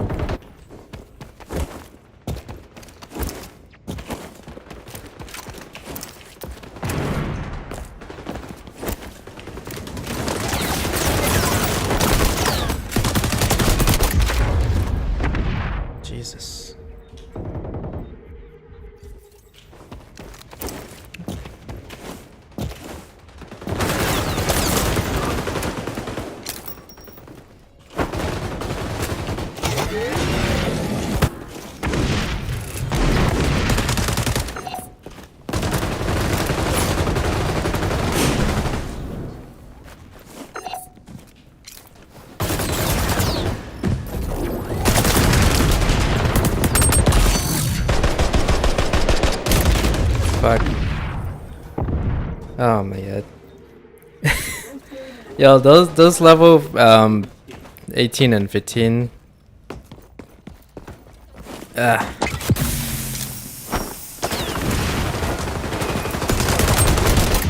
mean, they're clearly fucking high elo. I just don't know why I'm being matched. Like, you know, if I'm clearly not doing well in like the last 5 matches. Like, why am I constantly being match made in the game where these guys are fucking like, it's like I'm literally sitting at like iron or bronze, and then they're matching us up with gold and plats. Like, where's the balance in that? Is it because that one guy on their team, the 19, is not the 19?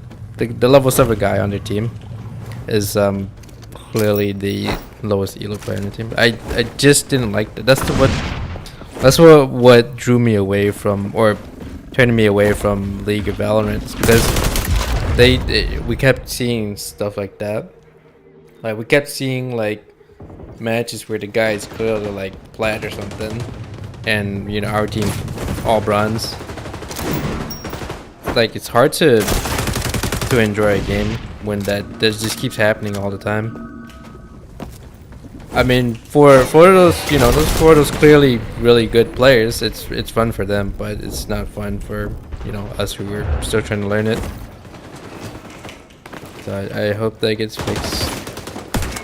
It's just such a miserable experience.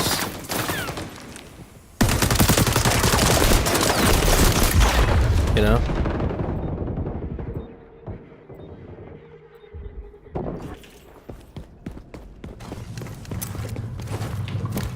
But I think that's something that's an issue that's pretty prevalent in other games too. Battlefield, you have the same issue. Number 1 and 4.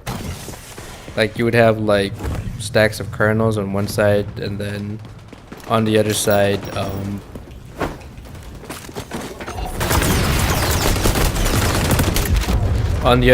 you have people who are, you know, just like mostly newer players or something. It's just like, you know, every time I wanna jump into this game, and then I end up playing matches like that. It's like, dude, you know, I'm just gonna play a different game. They said, like, you know,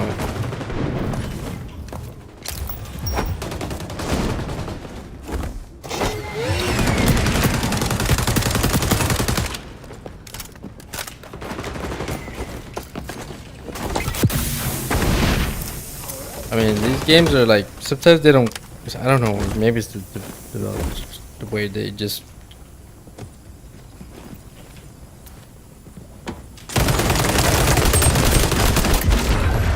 make their decisions in terms of like design and balance. It's like, are you trying to make it so that it's accessible, or are you trying to make it so that, you know,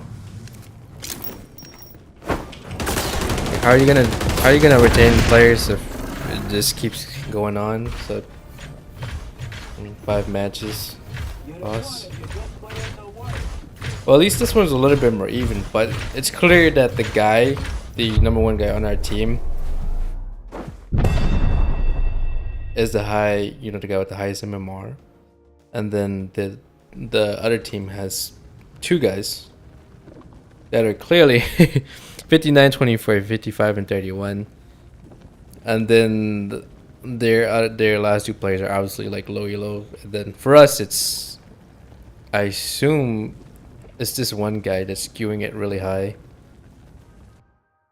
Ah, my god. I don't know.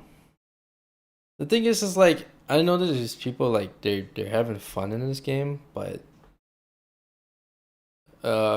you know, from the last like yesterday, a good chunk of, I say like at least more than half the games were pretty stompy, and then today is just like back-to-back stomps. And if, you know, if it continues to keep going down that route, you know, it's 5 matches in a row, and then the next match, well, then I can't see myself playing the game for any longer.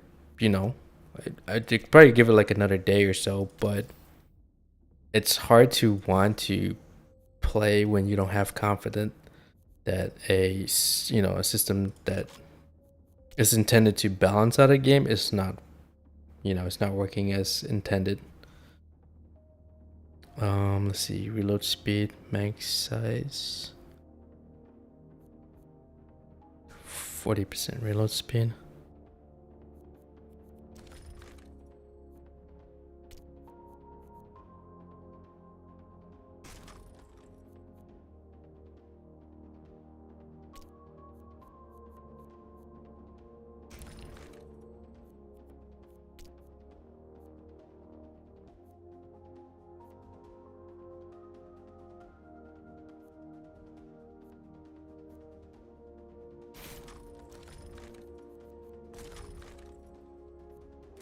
Let me make it purple.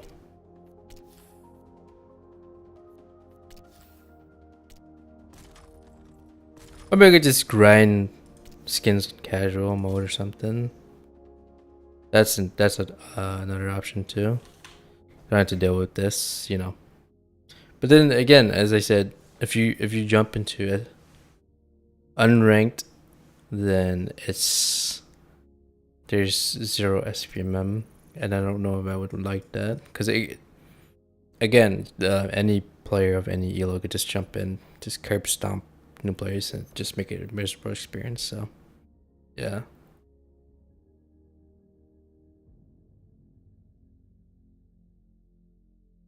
All I want to really do is just get the gold skin. That's it. At this point. But yeah, I don't know. I think right now it's after like the few days. What did I play? Tuesday, Friday, and Sunday, right? Tuesday, I believe it was Friday, and then today. So there's 3 days of playing. Zone control. I don't know what to say really. I think that overall the game has potential. I think that it has a good foundation. It's only been 5 days from release, or 6 days so far. So that's Wednesday, Thursday, Friday, Saturday, Sunday, Monday. So 6 days on release. I think that 6 days enough to patch the game up at least. There's plenty of time to get, put out a slightly decent sized patch. But hopefully next week or so we see some changes or some progression.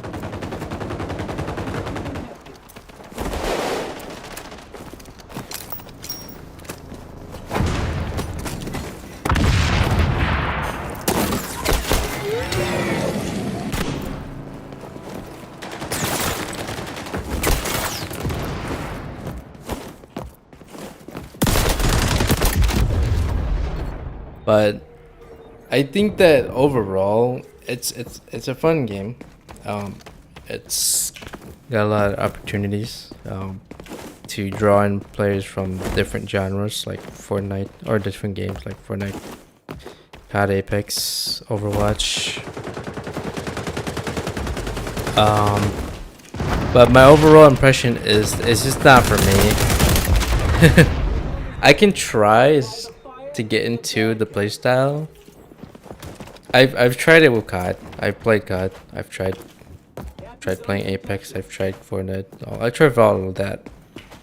But I think that in general, I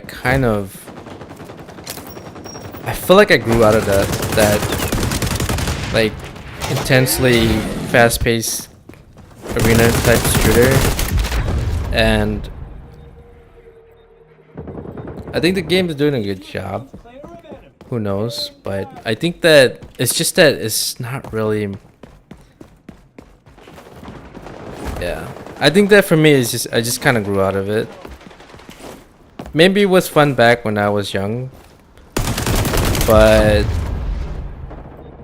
I'm just not enjoying it anymore. I'm gonna be honest. I maybe the first couple of days is fine, but I just am not enjoying the game. As much as I hoped for. Cause is. I mean, if you like the style, that's fine. If you like the COD in its current state, or if you like Apex or Overwatch or Fortnite, and this game happens to be a sweet spot for you, that's okay. But personally, for me, it's I'm kind of finding it kind of hard to enjoy. It's just not my thing, and I, as much as I want to practice getting better at molding myself into this like runny, jumpy, high action playstyle, I don't know. It just doesn't fit me.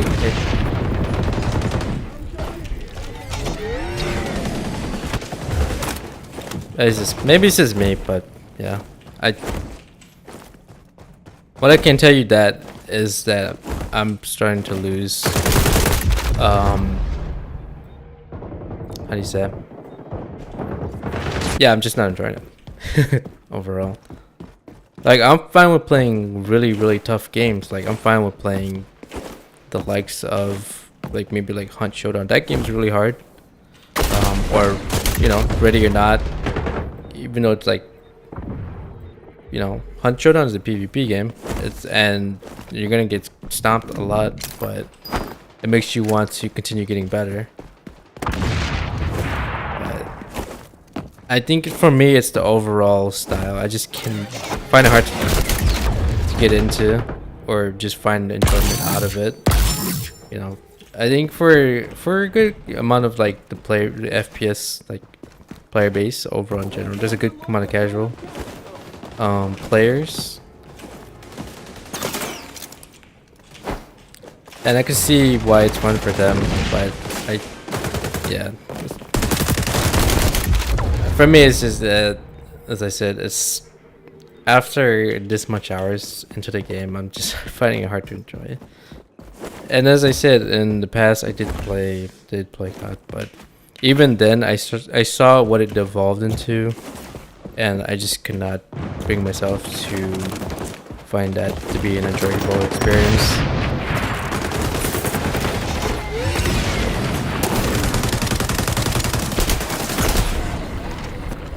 I don't know. As I said, like I kind of felt like I grew out of those type of FPS games, and just really have been finding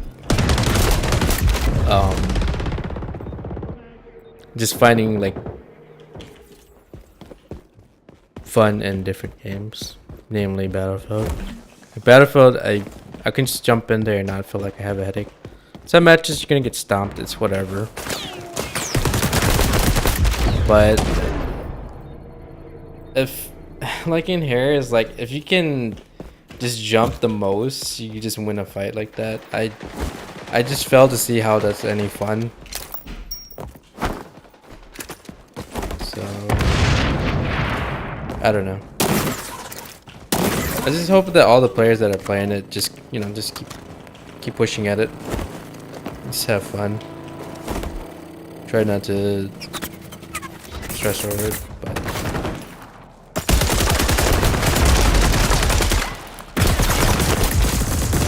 I can't get through that wall. The only way to get through there is getting.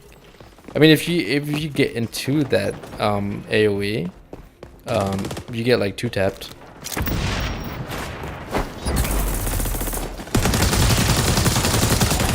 Completely blocks my thing.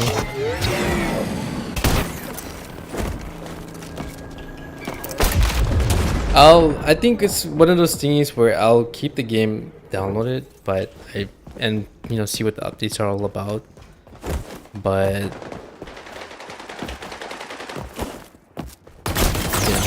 until critical changes are implemented, I probably just gonna just like sort of let it sit and, you know, hope that it gets better. Like this is way too strong. A 360 shield, and if you wanna, I don't know if you get damage over time from, you know, if you get damaged over time, but you have to like literally get inside. Like how do you counter that? But that's just one of the many few things or many few abilities that are hard to deal with in this game. But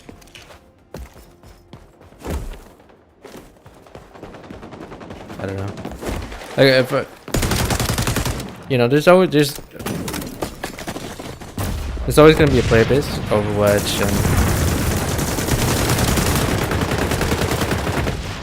you know, Fortnite. There's gonna be players that, I mean, each game has a player base for it,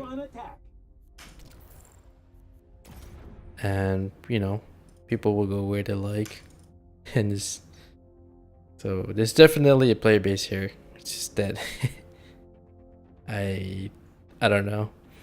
Like in Battlefield, I feel like even if, you know, there could be like back-to-back stomps. It's whatever. I just move on to the next server. But in here, it's like, I don't know. It's kind of hard to stick around.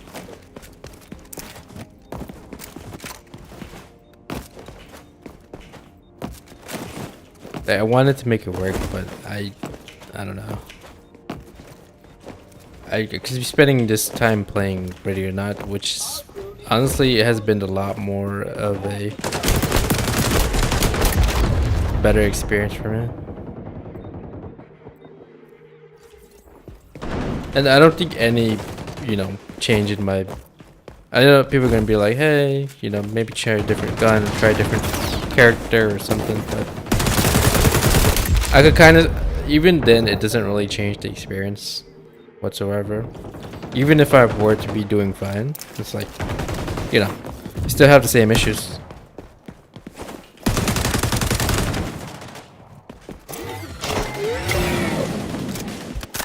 That's why, like, even for Overwatch, like, even if I find like a character I like, I still won't enjoy the playstyle. I will give it a try for a couple of days, but that's it.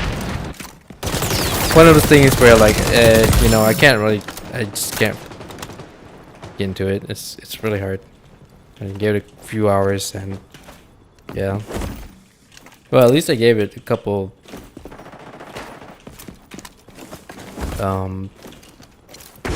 days of test, right? Some streamers will just play it for like a day or maybe like 2 hours and just call it.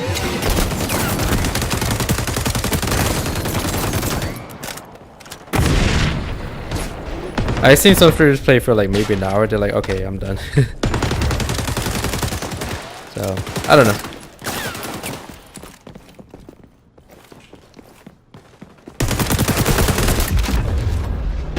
For me, it's like I think I usually give games the benefit of the doubt.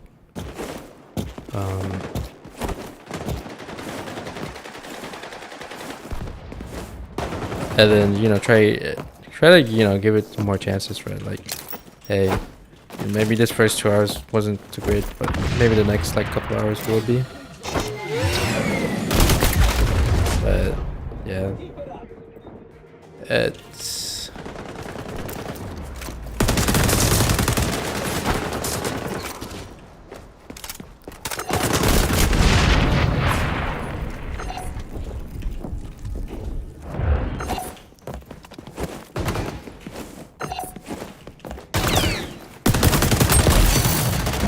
I don't know. And jump there. Jump there.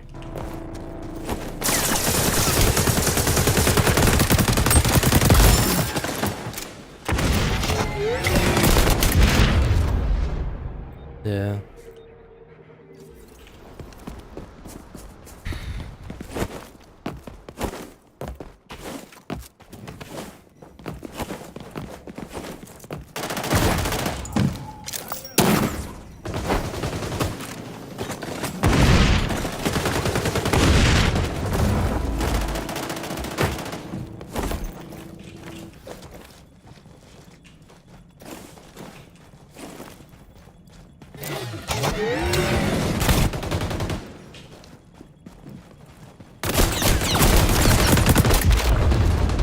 Scheiße.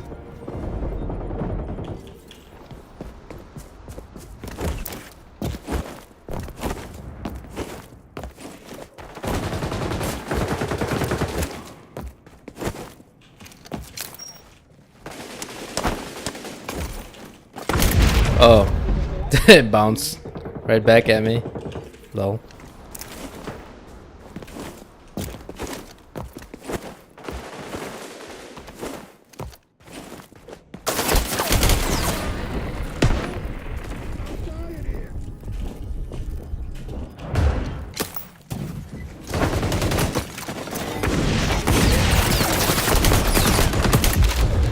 Damn it.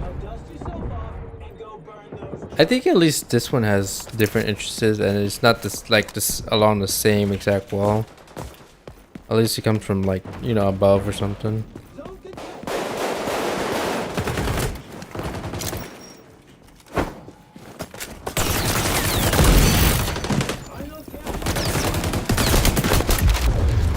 Or something.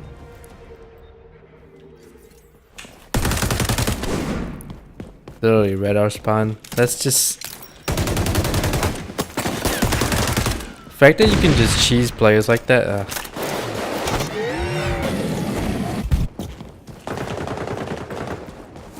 I know not all players do it, but there's the few that do, because they know you know there's. I mean, it's an exploit, but if it was allowed, if you're allowed to do it by design, is it really an exploit? It's more like taking advantage of a design flaw that the developers consciously made the decision to, you know, allow to happen. You know, knowing full well what the consequences would be.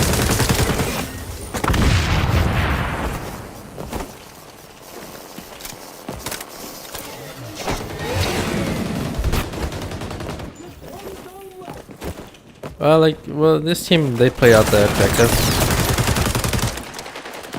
You know, at least it wasn't a stomp, but it took 5 matches to get to this point, where it's, you know, it's fairly evened out match, where the opponents are obviously pretty challenging.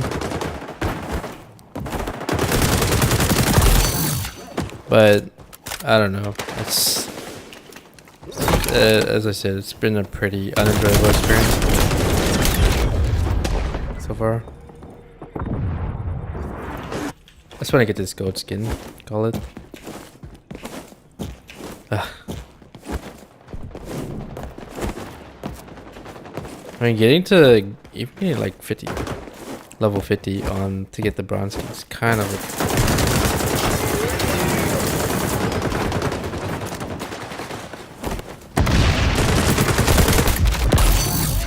Ay.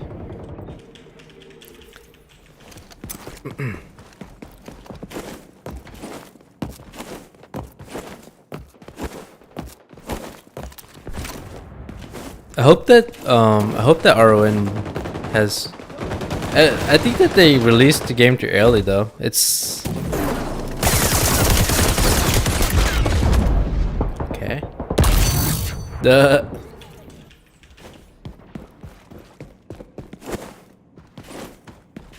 Yeah, because they didn't release it with PvP, so everyone's waiting for. I mean, currently it's in its 1.0 state.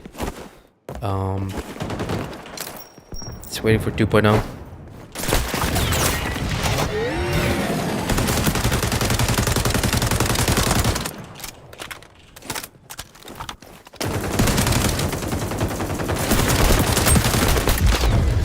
Damn it! I had him done in 12 health. I'm surprised he didn't use his shield though. He had the shield available. Okay.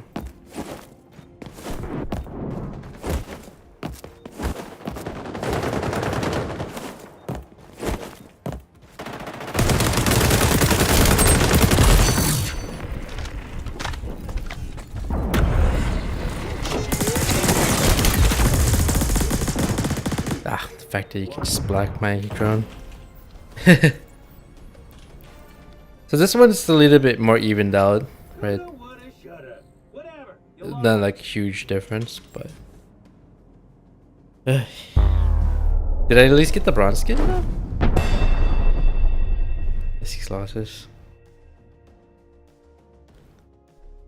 I'll try one more. See how it goes. But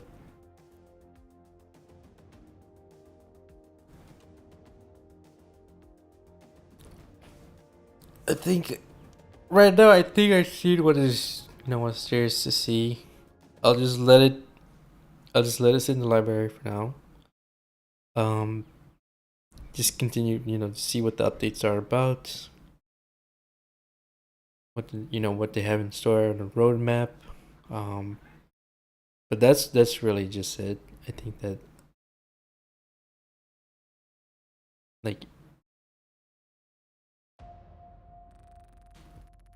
I think if a game just doesn't match your playstyle, it just doesn't match, right? Really, it's really like you just can't really force it. Like if you're someone who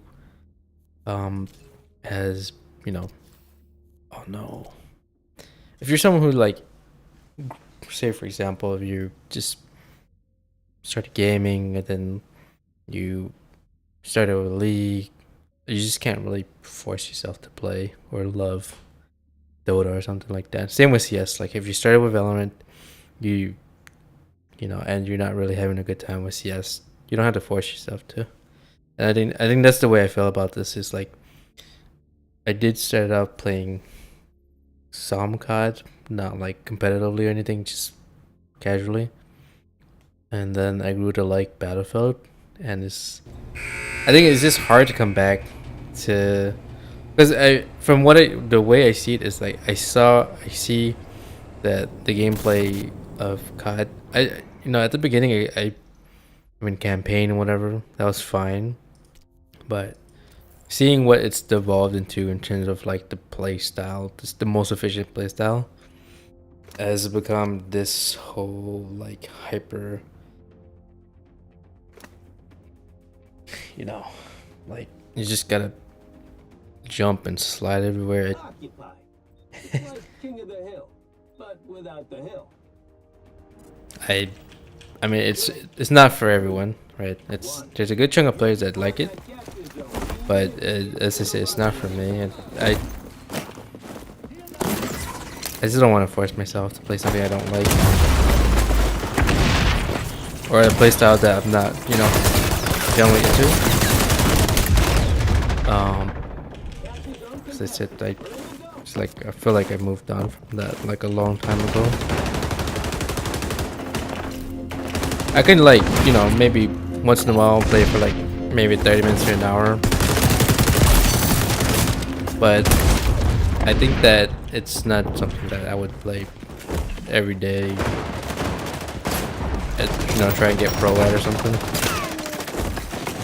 I would rather be spending my days playing something that I actually do enjoy a lot.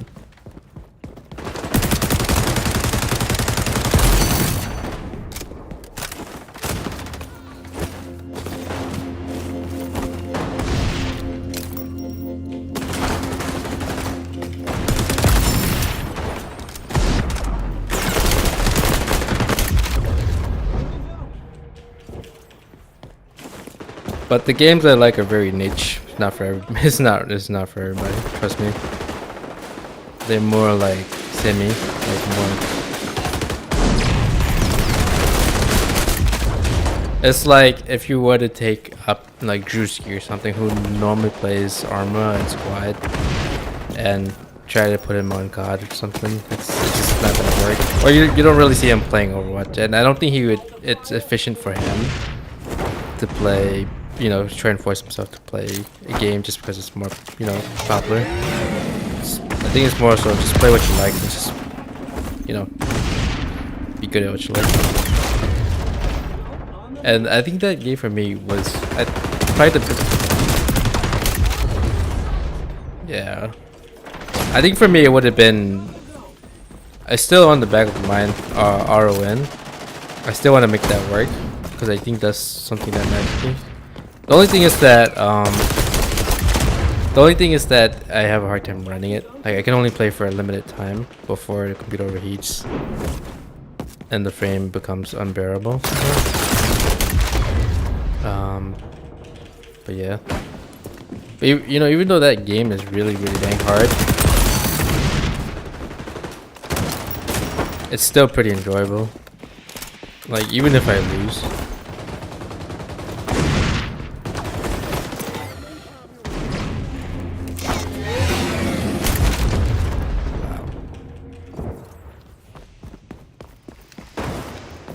Yeah, going back to like the Overwatch example, like if Drew even if he saw that Overwatch is like, say for example, it's popping off, or even PUBG, I mean, he'll play for a few hours, but he just won't commit to it and change his entire channel around this, you know, Overwatch or something like that. Just for example, not saying he doesn't enjoy it. It's just saying that, like, hey, this is a game that has a very different theme and playstyle. And it just doesn't, you know, and maybe it's not something that he really cares too much or to take seriously, right? Like, probably doesn't want to play competitively or anything. Just like maybe jump in there once in a while, 30 minutes, and call it. Just jump back on armor or something.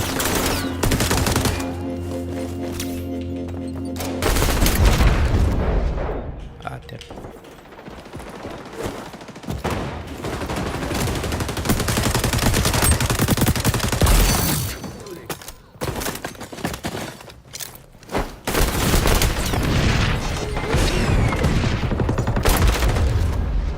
Jesus.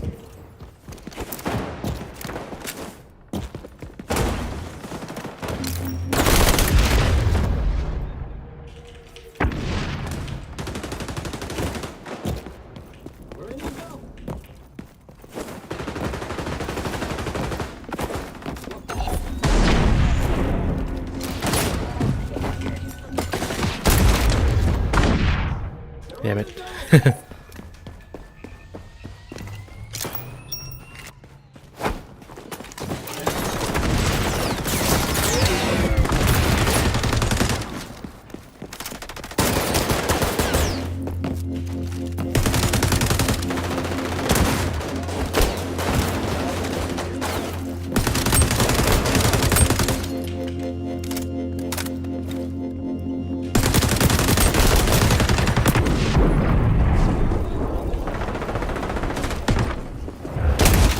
Oh lord, this guy's just like one tapping with the thing.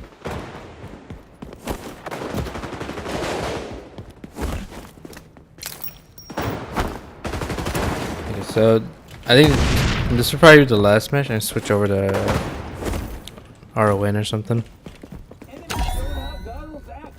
I was having a pretty good time with RTV, World of Warcraft. But it's just a demo, so it's I already essentially saw all I needed to see. Because there isn't really like a mission or anything to do. It's just you sort of just see what the you know, what's in store really.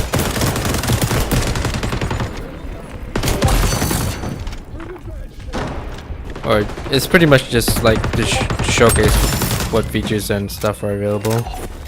There's, you know, there isn't something to grind for really.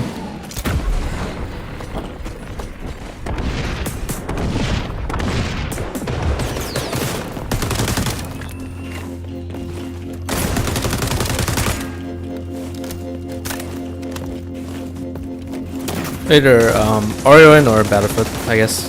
We'll see.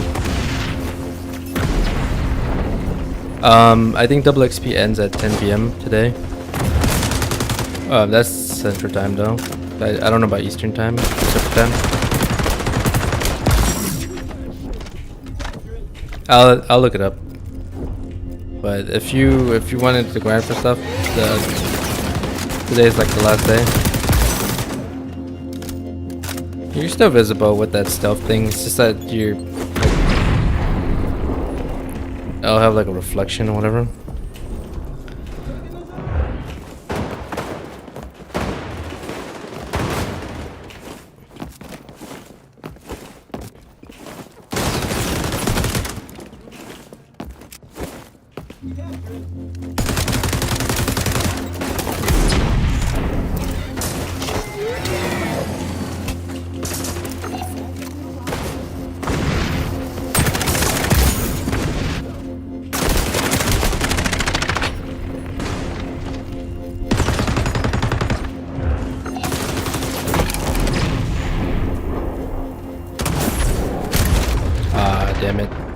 One tap. Get on that capture zone.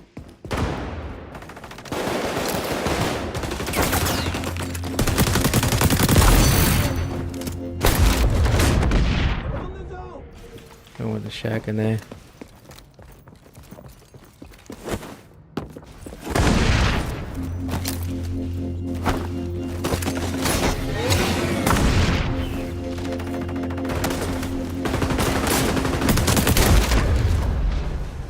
Okay. I should show whether you get killed by a headshot or not. That way I know it's like, is it one tapping to chest? Did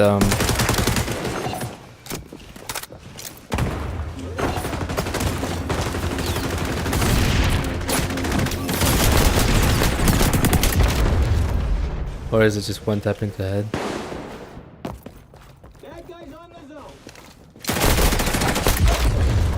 Ah, dang it.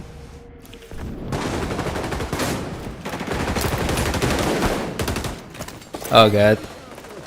I've had like in Battlefield it happens like if one guy starts sniping or using shotties, everyone will. It pretty much it's kind of like it's like a virus, you know. One guy starts it, then it spreads. It's hilarious, but it's like yeah, it happens.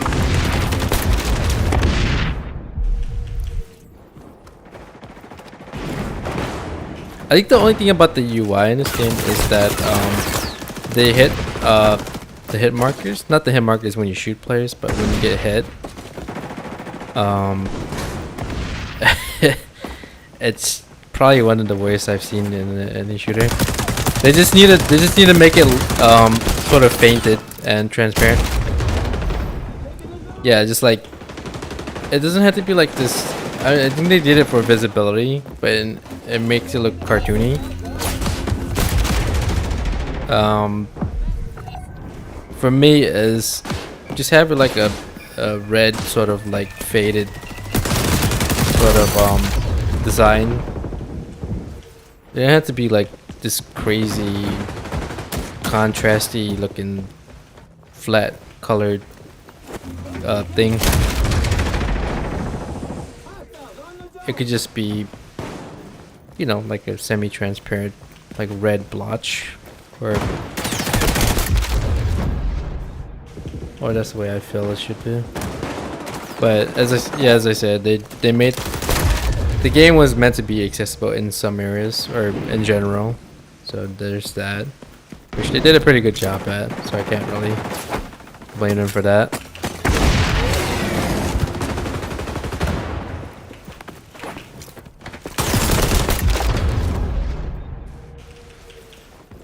But it just doesn't look too good. I think there's better ways to do it.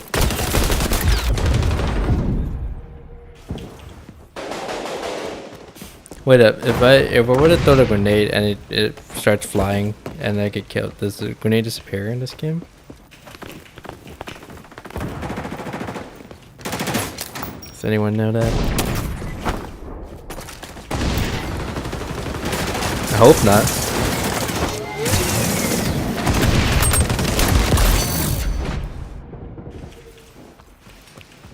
I hope not.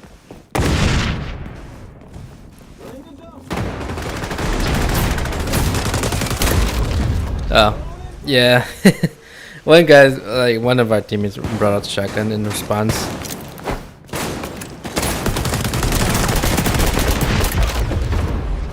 But their entire team is either sniping or shotgunning, which is legit. Like, I mean, if they gave it the option to do it in the game, people are gonna play it. So it's whatever, really. Plus, very few people even play shotgun. So it's fine. And surprisingly, the A12 is not as OP as I thought it would be. I thought it was gonna be like super imbalanced, but turns out it's so. I guess it's not that bad.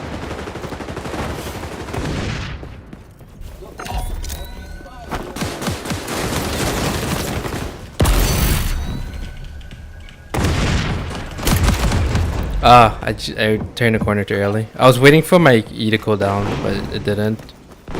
Deli.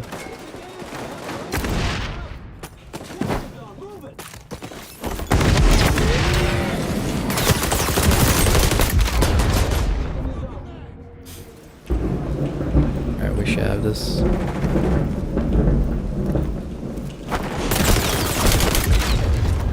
Anything to stall them. We got like a few seconds.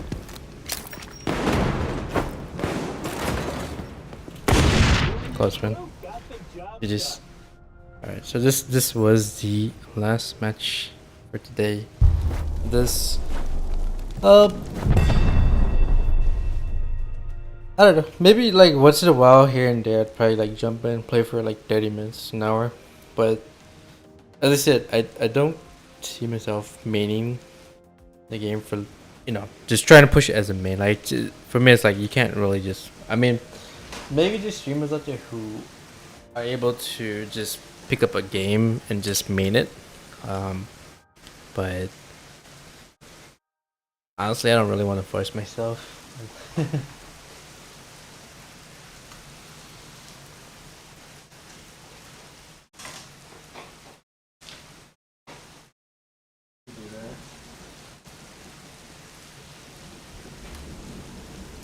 Let's turn on the lamp.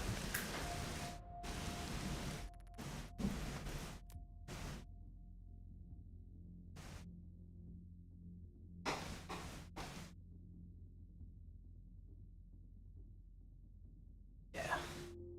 I guess my dilemma is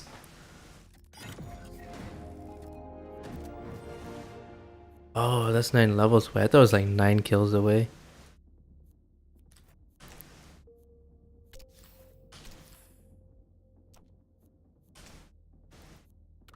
Alright, so here it shows it ends on 10 a.m. 10 p.m. Oh, until 9 a.m. PT Tuesday 5/28. So 10 a.m. tomorrow, or Pacific time. What's the let's see. Or 9:50 a.m. PT. Let's see what's 10 a.m. PST to CST. That's 12 p.m. tomorrow. Yeah, I thought that I was I'm like 9 kills away, but that's 9 levels away. Pistol grip.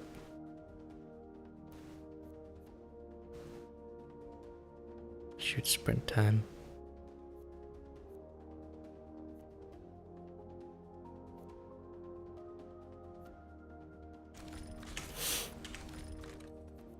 But yeah, I mean, if you enjoy it, just play it. You know, just try not to stress out too much about it. I guess TLDR or TLDW. I think I already, personally for me, right now I have 15 hours into the game. Yeah, I've evolved into a different playstyle as a person, or my taste for shooters when it comes to playstyle.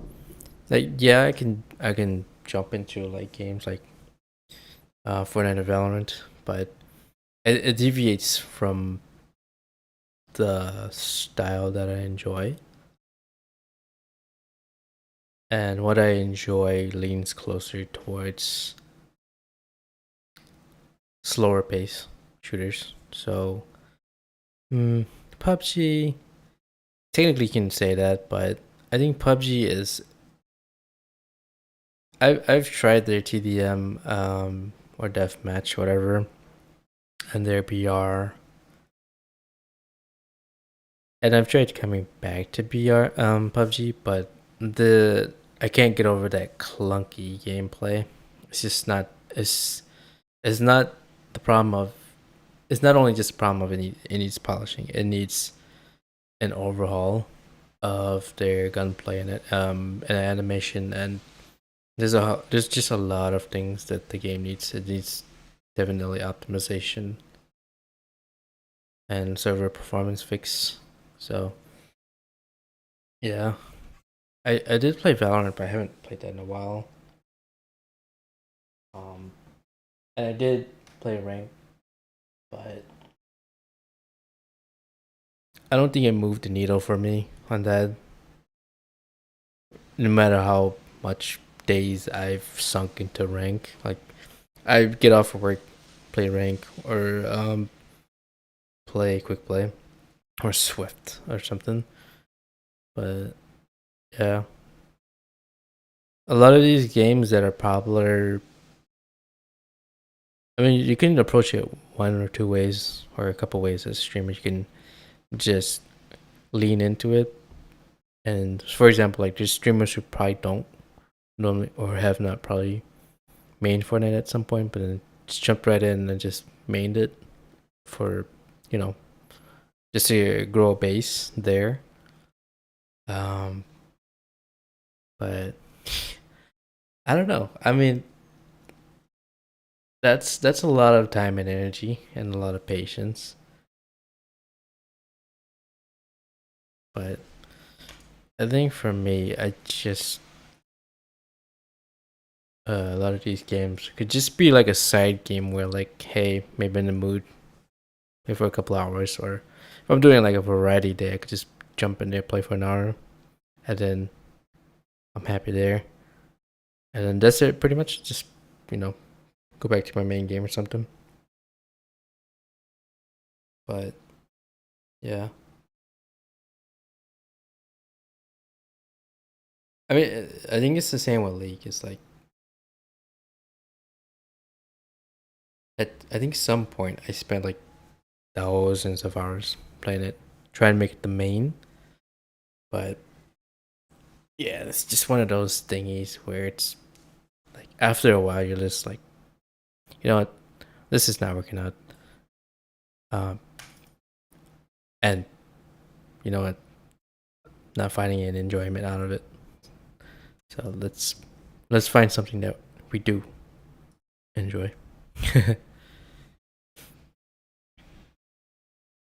That's the way I feel, I guess.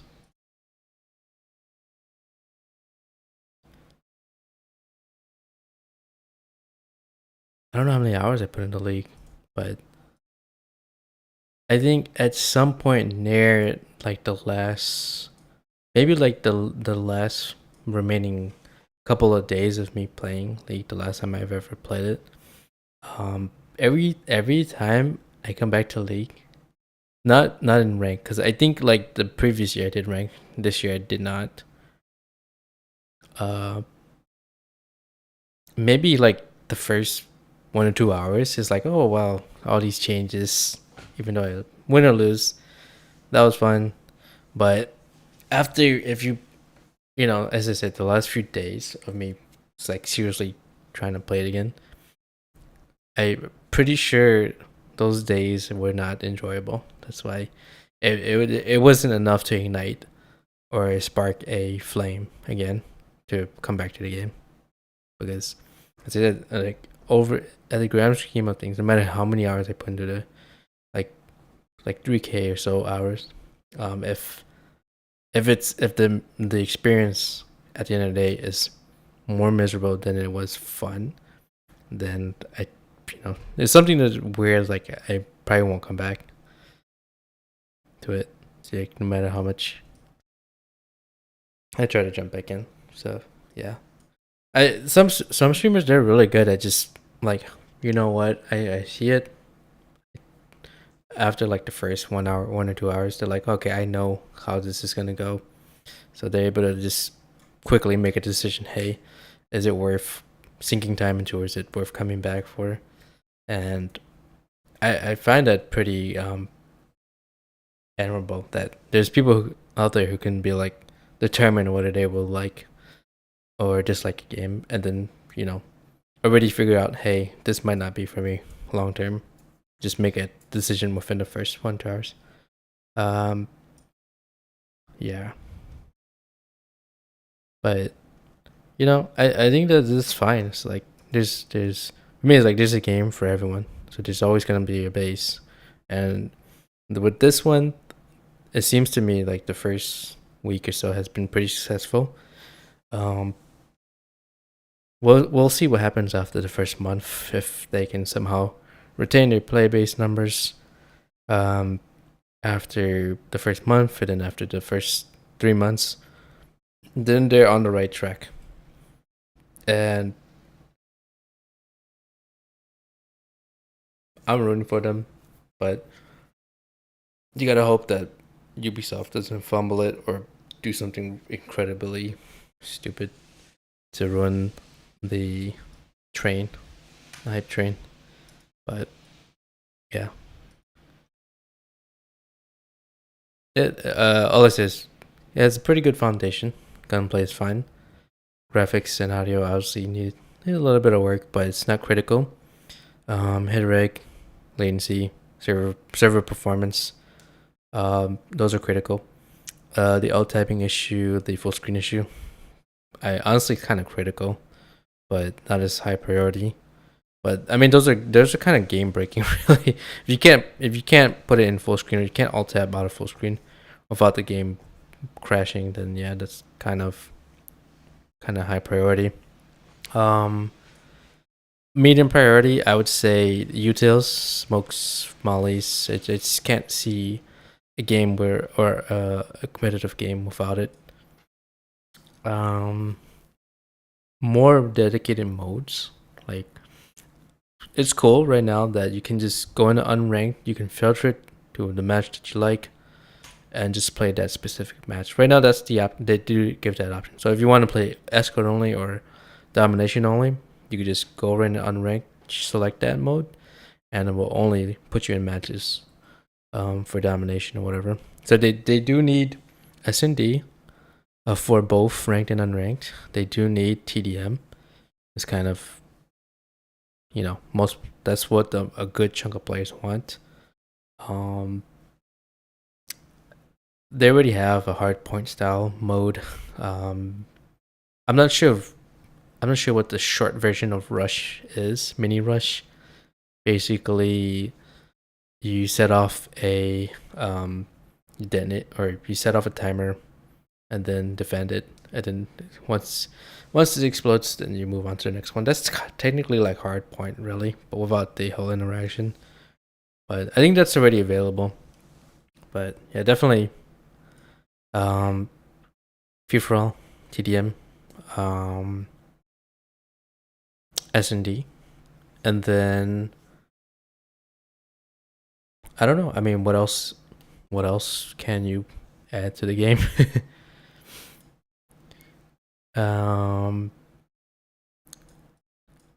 It wasn't built for large game modes like Conquest or anything. So there's definitely not going to be any vehicles or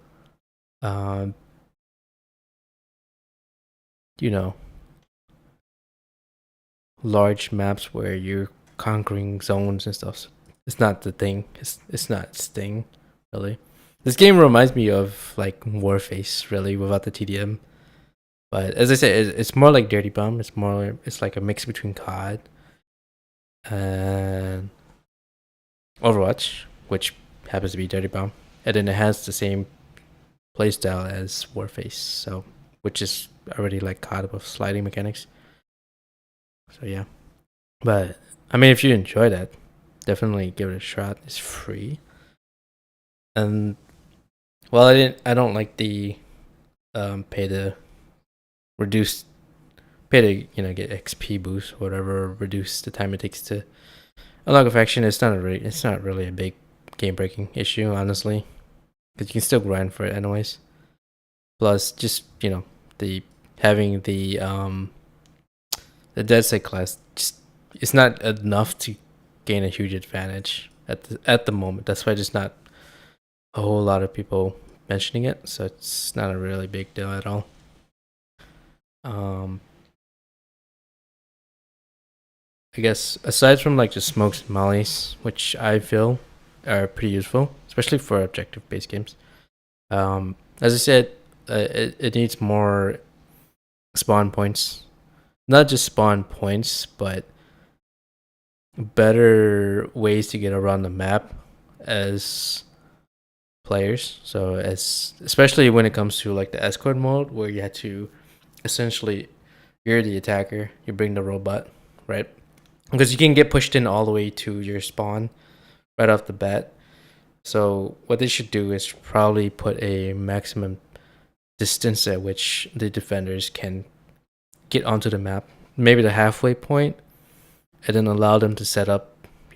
Once they're there, but not allow them to push all the way up until the spawn doors. Because without smokes, you can only rely on hoping that they don't peek at or angle on maybe one of the 3 doorways or something, or maybe if you have like the phantom guy, you're just hoping that the guy is actually shielding you, but he only has 1 shield for 30 seconds. So it's like, once that shield is down, then how do you break out? This might not be a huge issue with loyal players, but once you get into matches where they're clearly like, they're high elo, like gold level plat players, they're gonna get you at the doorway, and it's not gonna be a fun experience, ranked or unranked. So that's one of the things that's more of an as the mission issue or a map design issue for a specific mode. So it's not gonna be with everything, but I noticed that some of the other modes has a similar issue where you can push all the way to the enemy spawn and just camp that spawn. So that's got to be fixed. But I've yet to see a game perfect spawn points, and spawn protection. So that's kind of like on the bucket list of what needs to be fixed there. And what else? UI, obviously it could do better, but it's not a huge issue for me. Probably more guns and more attachment options, probably. It's fine. And then I would say, oh yeah, the last but not least, skill-based matchmaking, or just whatever their system of putting players against each other based off their MMR. As I said, it needs more fine tuning. There was too many matches where it was skewed heavily in one way or the other because one guy happens to be doing like 50 and 5 or something in the previous match. You get queued with him on your team, and an enemy team is just straight curb stomp, and then just like the guy is probably not doing hot in this match. It swings too much one way or the other. It's nothing new. It's the same issue in Battlefield. It's the same issue in Valorant, League, CS, Rainbow, COD. I've seen it a lot in COD where you're going like 30 and like, I don't know, like 10 or something, or 30 and 5, and then all of a sudden the next 5 matches they just put you against like some of the most toughest players. But the goal is to challenge you, to get you to go against other better players. But the main issue for me is that it's to the extreme. It's like it's never like a good in between, slightly better or a little more than slightly better. Like the other team is like 55% chance to win. It's more like they're throwing you in a match where you're 80 to 90% chance of losing, and then you got that maybe like 20% slice. So as I said, it's skewed too heavily one way or the other. Either you win hard or you lose hard. This game does it. It's a little bit more over the period of like 20 matches, so it's felt a little bit more balanced than some of the other games. But there's gonna be days where you can get like back to back, like stomp matches, and then you're kind of wondering like when is this experience gonna end? And for me, I was keeping track, and over the course of like 5 matches, finally maybe like by the 5th one is a little bit more evened out. And then the 6th one we won, but it was fairly even. Those are fine, but when one match was like a 600 point difference, and then the next match was another like 600 point difference, and then the third one is like it's still like 200 point difference, then you're wondering like when is this matchmaking gonna end? You know, why is it continuously the ratcheting up the difficulty, whatever? Or if it's meant to be loosening, like making it slightly more easier, it's taking way too long for it to happen. So it for me, it's like it gets exponentially hard, and then by the time it gets settles down, um, it it's rather slow. You know, I'd rather have it where it slowly ratchets it up, and then if you lose, it slowly brings you back down, rather than it escalates and then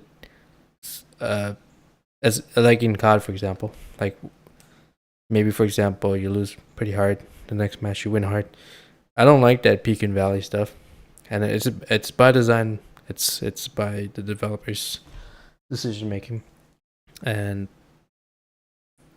I just hope that they smoothen that out and make the experience a more smoothed out experience for new and experienced players alike. But it's got to swing less, you know. It's got to be. It doesn't have to be predictable, but it just has to be. You know, it just cannot skew so like high and so low like that. It just can't be like.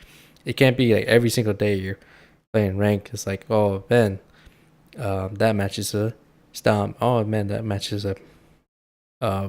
We just completely annihilate the enemy. The next match it's the same thing. It repeats like, you know, stomp, win, like crazy win, stomp, crazy win. It's like that's something that made it hard to enjoy for like, for example, Valorant or something. But yeah, they did sort of balance it out over time. But by the time they made that fix to prevent something like that, I mean, you know, they probably the player base probably bled out, or a lot of people,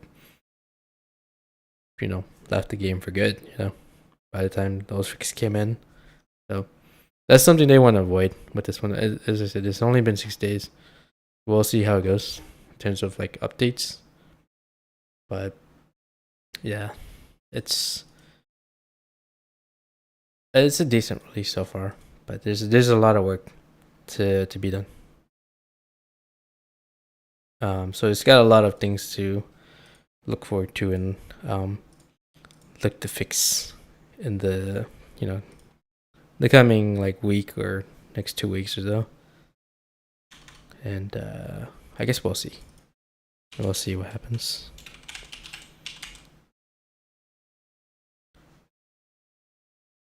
All right.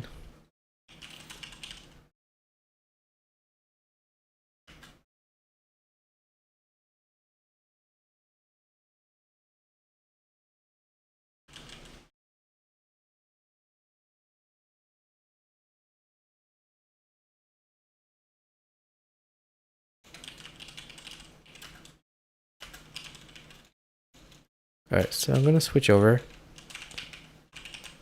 for a little bit and sort of just unwind, I guess, a little bit.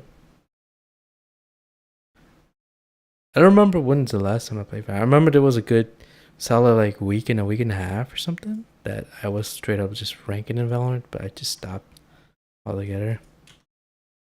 Same with League, but I think that was like maybe a year or two ago with League. I was just straight ranking, but I think after I hit I think one of the years, like the last year that I played rank, I think I hit like bronze and I just grinded all the way to silver, and then I just completely stopped playing altogether. So yeah.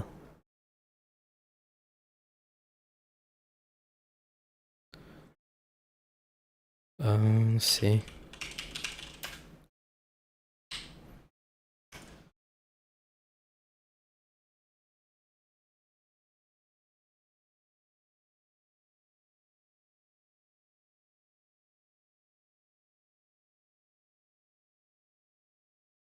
Well, I just hope. I mean, I hope that it's you know, with the coming season or whatever. I just hope to see. Oh, I just want to see what the changes are. Really, it looks like people are enjoying it and have been enjoying it during this weekend. So, yeah. make the most out of it. Well, you know, the first month is always the most player base. Let's just hope that the player base remains in the next few months afterwards, you know.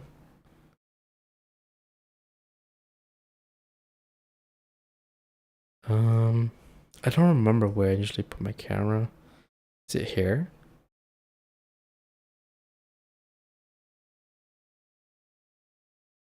I think it's there. Fine. Usually the gun is like right to left. So if I put it on the right side, it feels like it's kind of blocking it. But that looks to be fine.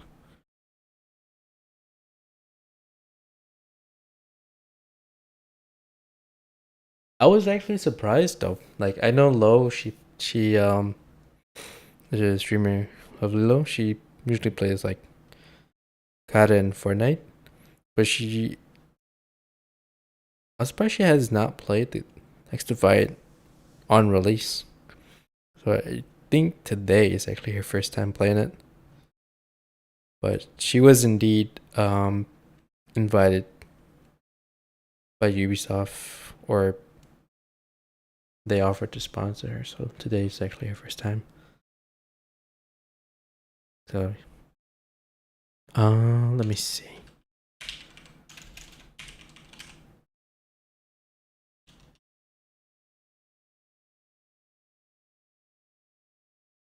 Yay.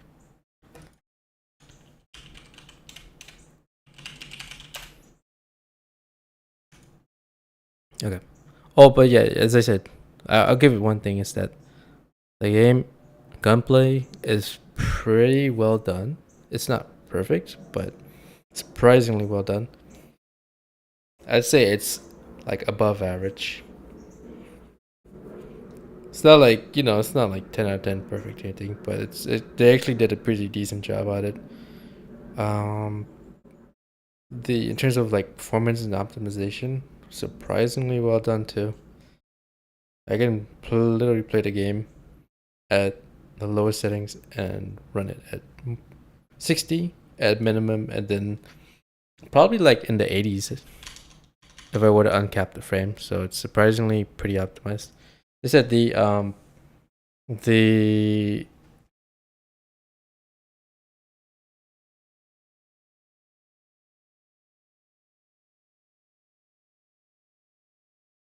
Snowdrop engine, I mean, maybe on the first, like when Division 1 was released, maybe it was rough, but it's come a long way. And I honestly, when I played the Division, it felt pretty smooth.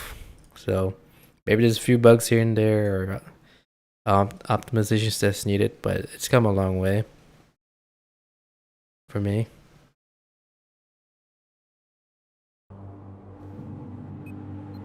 But it's surprisingly pretty optimized. I don't know. I mean, if I can run the game at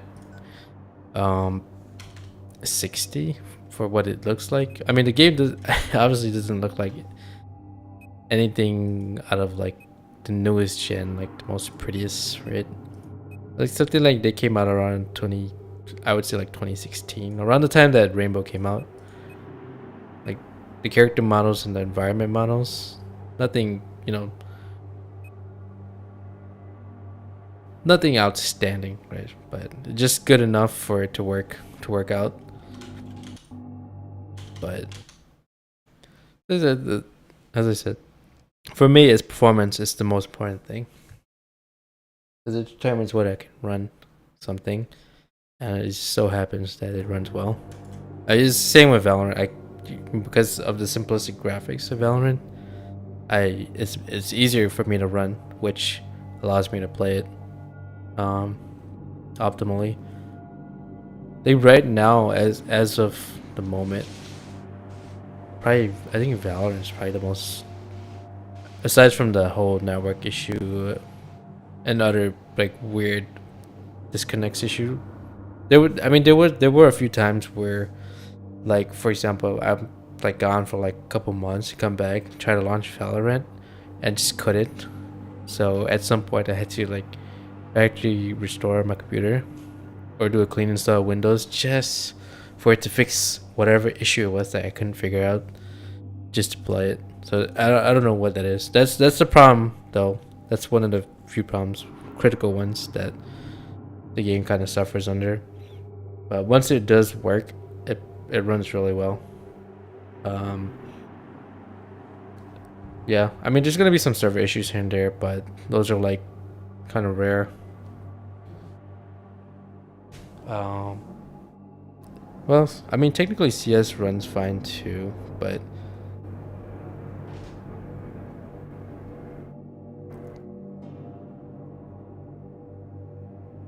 no. Actually, CS, I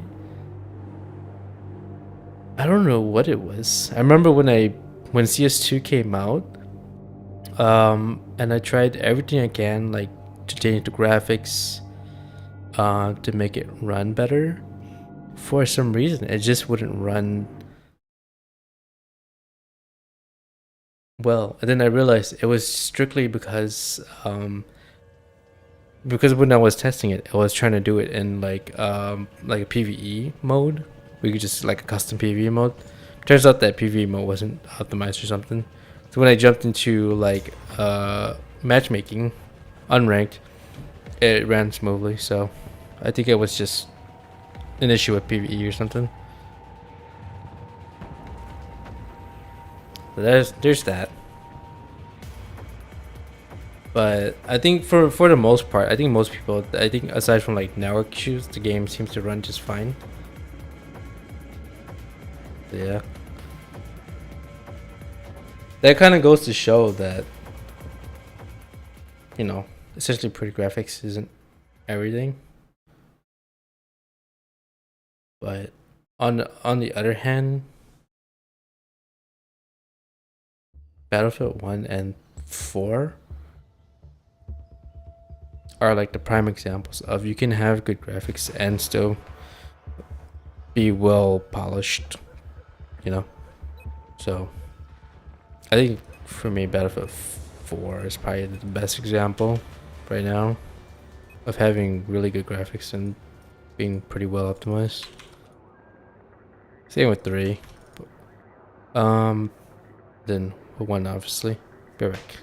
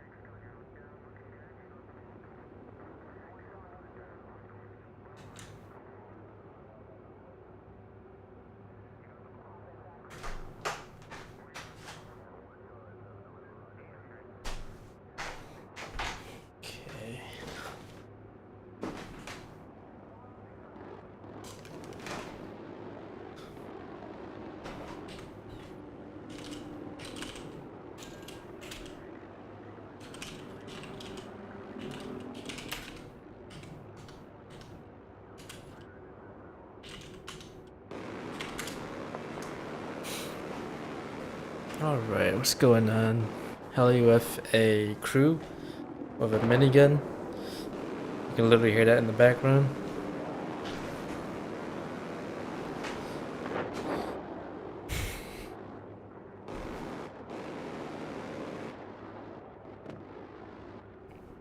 Trying to sort of get myself.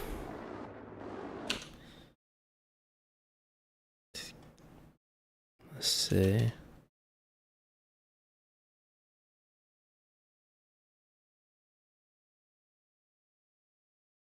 All right. This. I like. I'm constantly having to position myself, trying to get it right in front of the mic here, so that's always a struggle.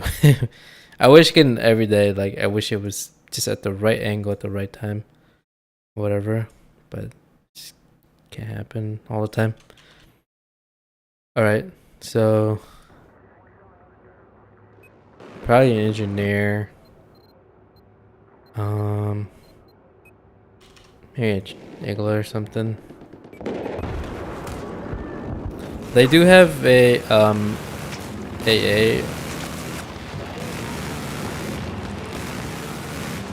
What is he doing? Objective Bravo has been neutralized. That's our AA. That's kind of not making use of it. I kind of wish that they did have a vote kick button in this game. Enemy sniper soldier in position. I can confirm objective Bravo is now ours.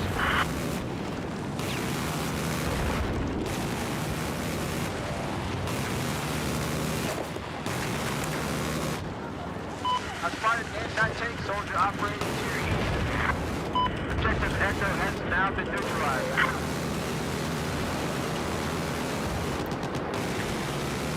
We now control Objective Echo. Enemy helicopter operating to the east of the current position.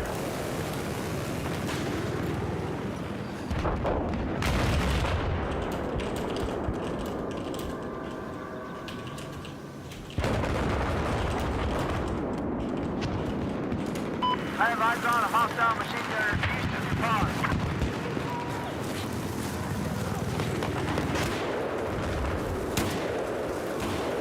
We just lost objective Bravo.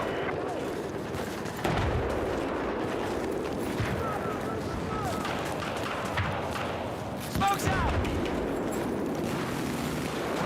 Come on! Oof. I'm huge on the Ace 23, but I just started trying it out. I don't remember if this is a guy sitting with a down in the corner, DAO 12, which is like a semi-auto. What you call it? It's like, think of it like Sega, but with more bullets and slower. But I guess we don't really need that. Let's go with the RPG. Oh, this is Ace 52, okay. That's like 32. I already got the magnifier. I think I could just go with the target detector. I think I have all the sights I need.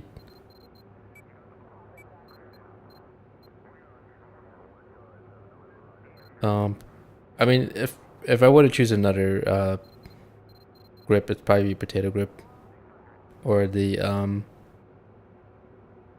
vertical grip, but right now I don't have that. Alright, so 32 for that one.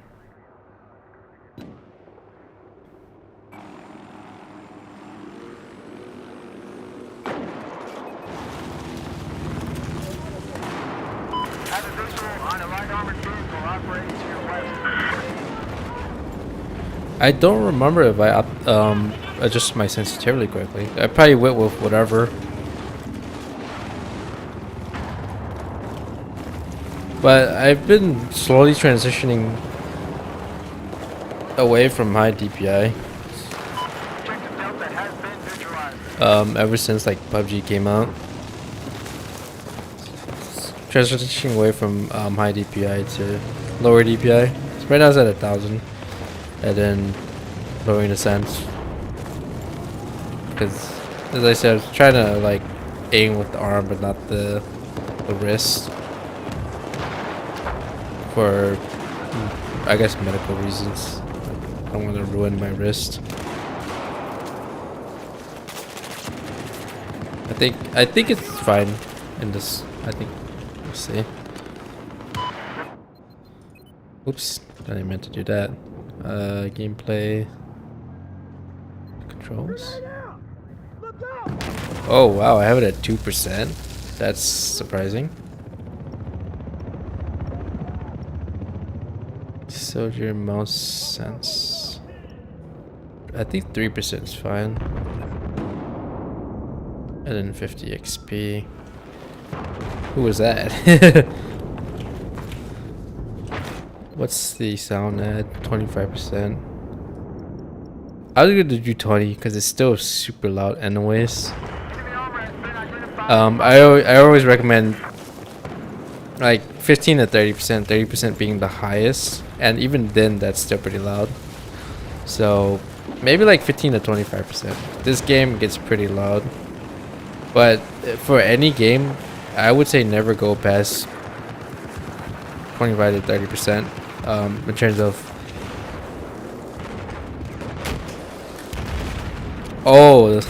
who's Heimer or ATACMs. Yeah, I would say don't go more than 25 to 30%. You'll just damage air. Never ever play any game, or especially any shooter games at 100%. You're just gonna destroy airs. Like even if you get like, yeah, there's a lot of games where sound really matters. Like, you know, like COD or whatever. You're playing Warzone and you want to hear everything, but you're gonna just make your tinnitus worse. I mean, you're pretty much on your way to damaging your air. It's like there's no way to avoid that. If you're playing at 100%, you just gotta lower the volume. I think for me, it's 25 is like the new maximum for me. Not that way. Come on, we need you over here. But I've played a lot of it. Oh, especially with Urgency. If you play that at 100%, you're just gonna go deaf. Urgency and Squad.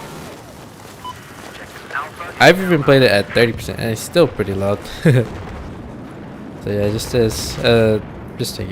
take care of your air, save it. Just lower the game volume, because the game devs are not gonna pay for your health insurance when you had to do surgery for your ear, or you know, buy the equipment to counter or to deal with hearing loss. You know, it's just. I mean, I think that goes for anything too, like movies. You don't want to put that at the max volume. That's why, like, or even concerts. Like, you go to concerts, I think you start damaging your ear within like 10 minutes. So if you're going there for like maybe like 5-6 hours, you're severely. I mean, if you're like a habitual concert goer, you probably would have damaged your ear severely by now. And once it's damaged, it's permanent.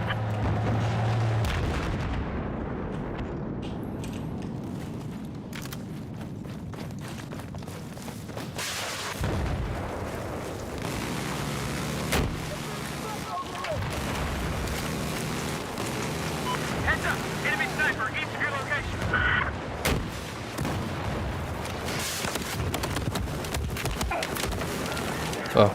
Oh, that's just an LAV. Okay, I thought it was an AA for some reason. Oh, but yeah, I think one of the days I was playing Insurgency on the max volume for like an hour. I should seriously should not have done that. That game is loud. It's incredibly loud. And once the A10 Warthog flies over, holy. I mean, it's cool, but it's incredibly loud.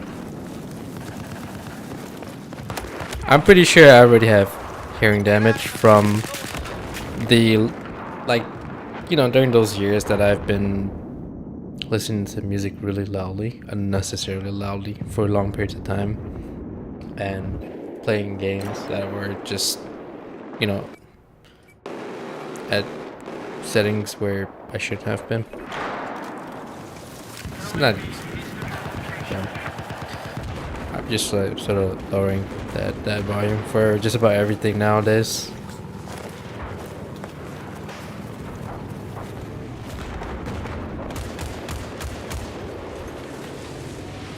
Log games also induce headache for me too, so that's one of the other reasons. So it's pretty much a comfort thing, or like I guess a health and medical, not medical, but a health reason, health and mental reason.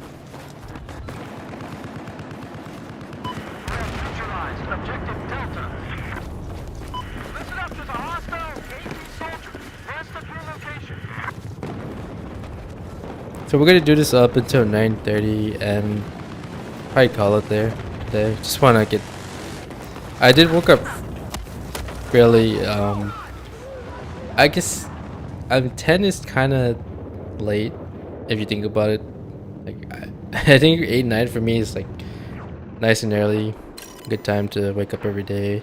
But I did slept in a little bit, so 10 is not bad, but it's just like. It's not ideal for me.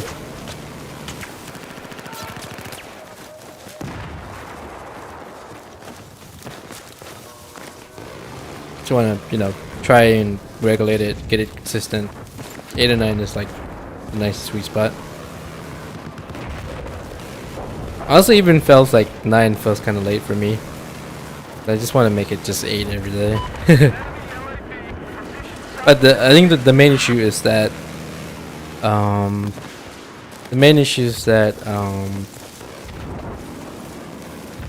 it's not me getting off early in time, it's more like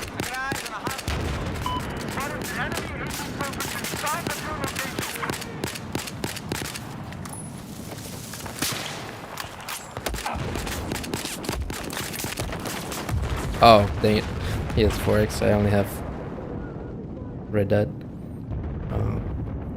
I think generally I've been getting off, well, I guess yesterday I got off kind of, well, pretty much way past my usual time. Usually I do like, I aim for like 10:30, but I think the other days I was like, one day was like 11 or something, the other one was midnight, so those are pretty late. But on the days that I did get off at like 10:30, I ended up laying in bed and then just reading Reddit or watching YouTube to like midnight or something. I think I just gotta, you know, just gotta put the phone away. Ouch.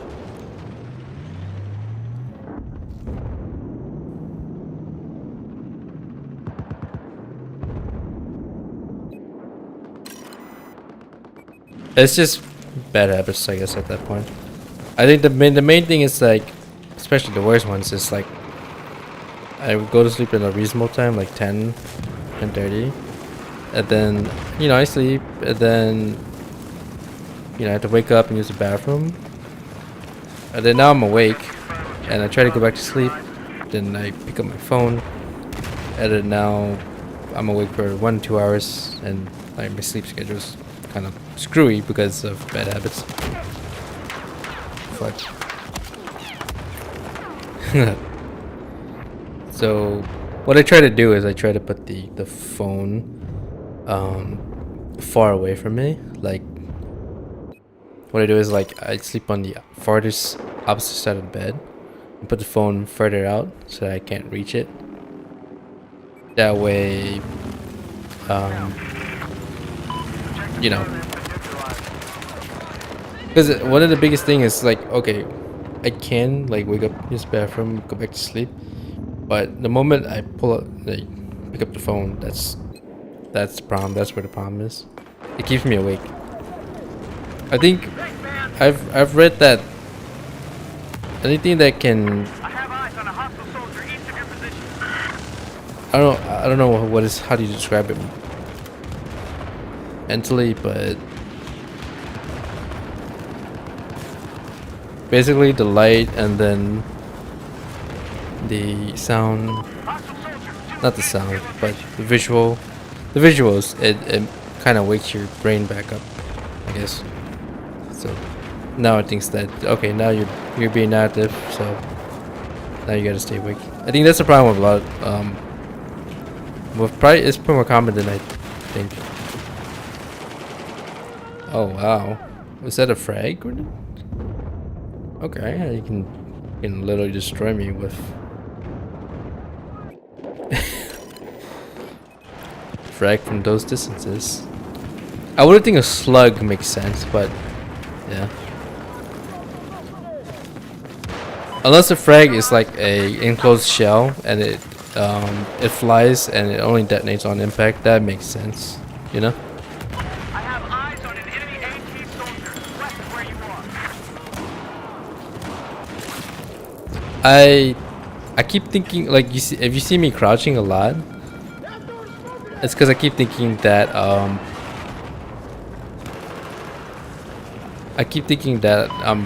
about to slide or something.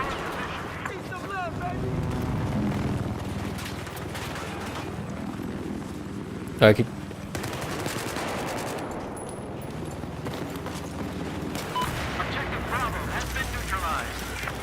keep thinking that I'm about to slide. Playing so much X Defiant. Oh, Jesus. Let me put that on toggle though. I think I've been putting things on toggle because of finger fatigue.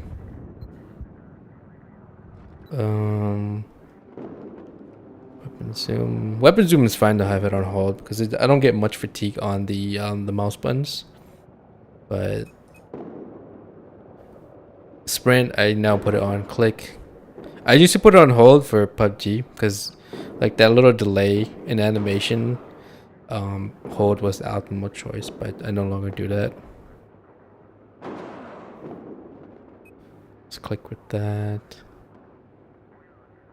I think key bindings, I would have to change it. Let's see. Crouch. Oh, it is on toggle. That's okay. All right. For some reason, it. Let me try it again. Okay, it's toggle. It was on the whole time. Yeah, I mean, I've started like adjusting games to be more comfortable now. Like I no longer care about like the competitive min-max nature of things. You know, the most optimized way to play. For me, it's just like what's comfortable. And while hold is optimal, it's not comfortable over long periods of time. I just get like my pinky gets sore, my wrist gets sore. I gotta take care of it.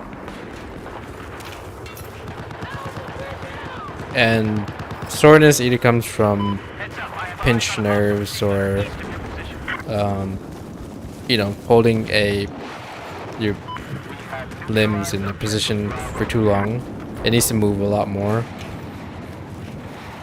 Or doing too much movement in, you know, a certain way that is not very ergonomic, causing your, you know, your muscles to strain or your joints to sort of like rub against each other and sort of cause pain. So yeah, this is, you know, just watch out.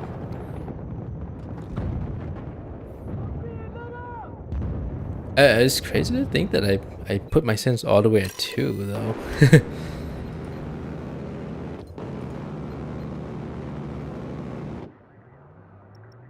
I think 10 is fine here.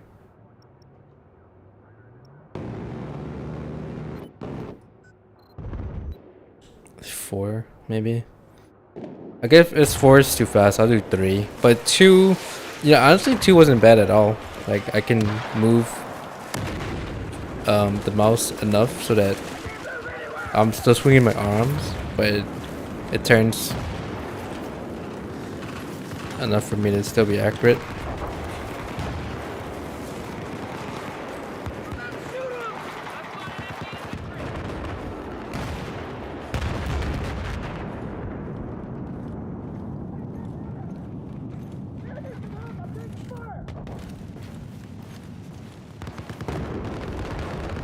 There's an enemy AT soldier east of your location.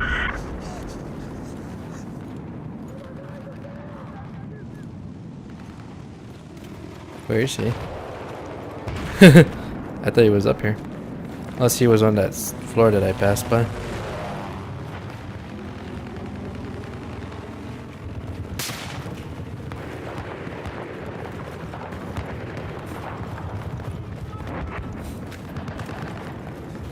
have light armor operating to your south.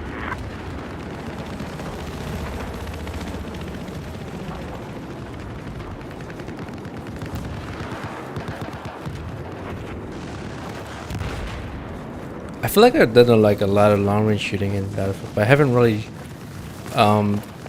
spent a lot of time in like, you know, quick sniping. Maybe I could try that. Objective Alpha has been neutralized. Like pop him if I missed and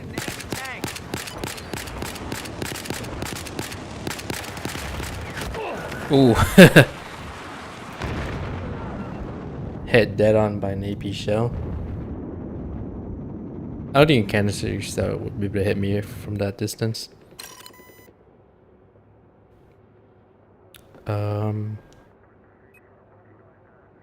Recon. What's a good middle ground? Like, I don't want something OP.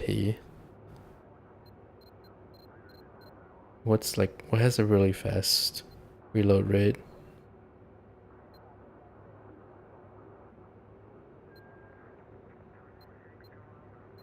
I mean, the goal used to be like the highest range, but it's no longer. Even the L115 too. Like this game has some really iconic rifles. Oh yeah, they definitely. This one had the range was maxed out at some point. It's still a really good gun. I mean, the trajectory of flight path is still pretty flat, so it's good for long range sniping. That's why it's the go-to. So sometimes, I mean, not sometimes. Sometimes, well, the charts don't even give the full picture. You'd have to actually look on the website to figure out, you know, what gun is actually considered really good in this game. And I think that despite the nerf, this one still has the ideal setup for long range shooting. L115 and the M98B are also like the next best choices as well.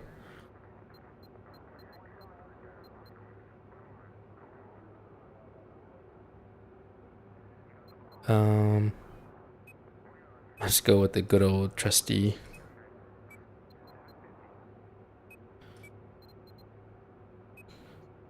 This one is like, it's a bullpup. It's kind of funny, so I think it is decent enough for quick shooting. I'm not gonna go for a long range. I'm just gonna go for like medium range and just be a nuisance.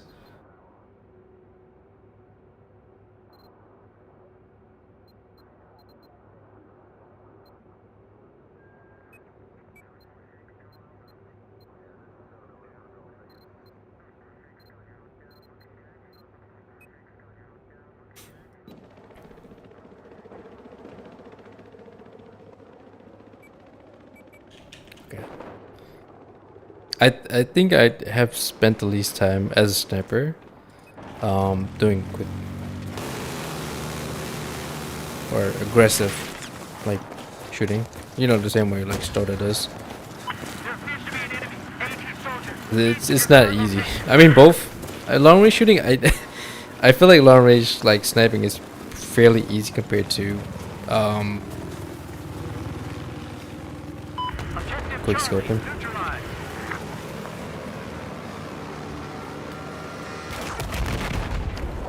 What the heck?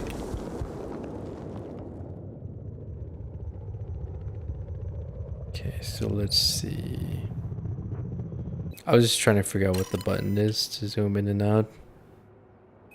This looks like it's. I set it for the mouse button here.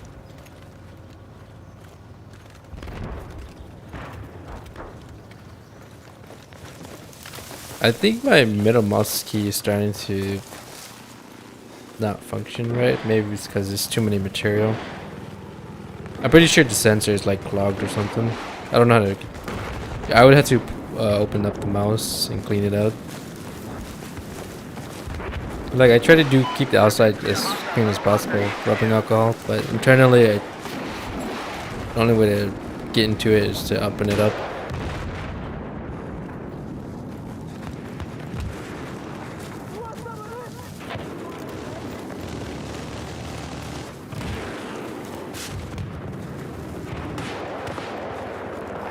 Should I go with a 4X? I mean, if I want to get up close, I don't want to stand in the back. I actually want to get in there.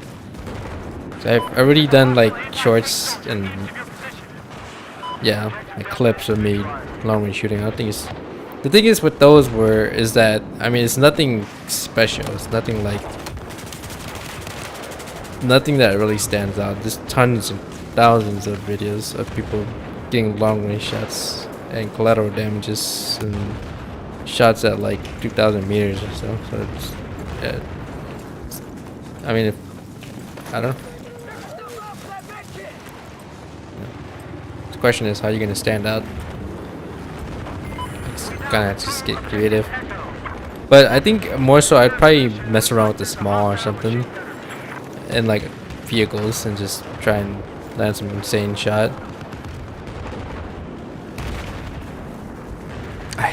I keep trying to slide.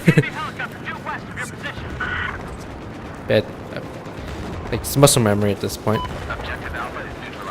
Like you see me like crouching for no reason, it's because I keep thinking I'm about to slide.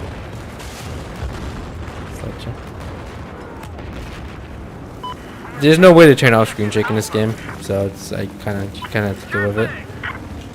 There's an enemy soldier located to your east.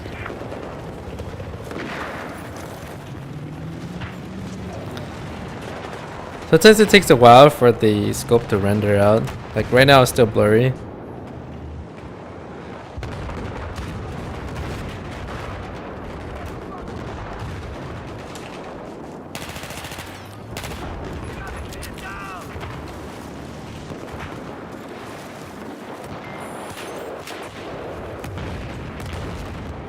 North of your current pause is near the chopper operating from there.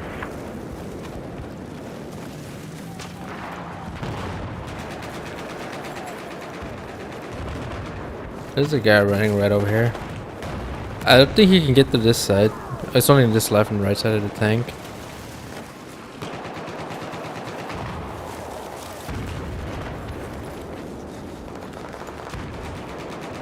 Oh, that's someone on the rooftop or something.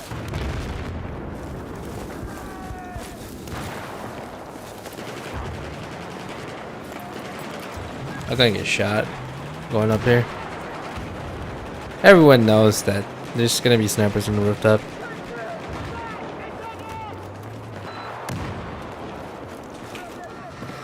Ooh, shit. Holy shit. I got hit by a UCAV once. Already. Located south of your location.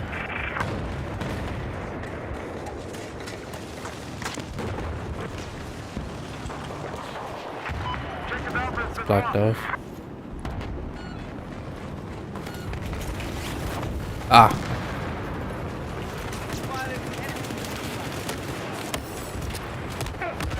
T-17. Oh, you know what? I don't know what the new code name for the pistols that the army is adopting under U.S. military, but I think it's like M7 or something. M8.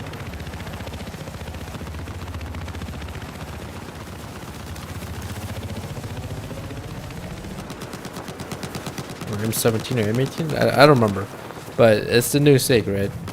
The runner-up to it was the G19. The only reason they lost to SIG was because SIG they just offered a lower price per gun, and that's how they won the contract. But we could have had a G19.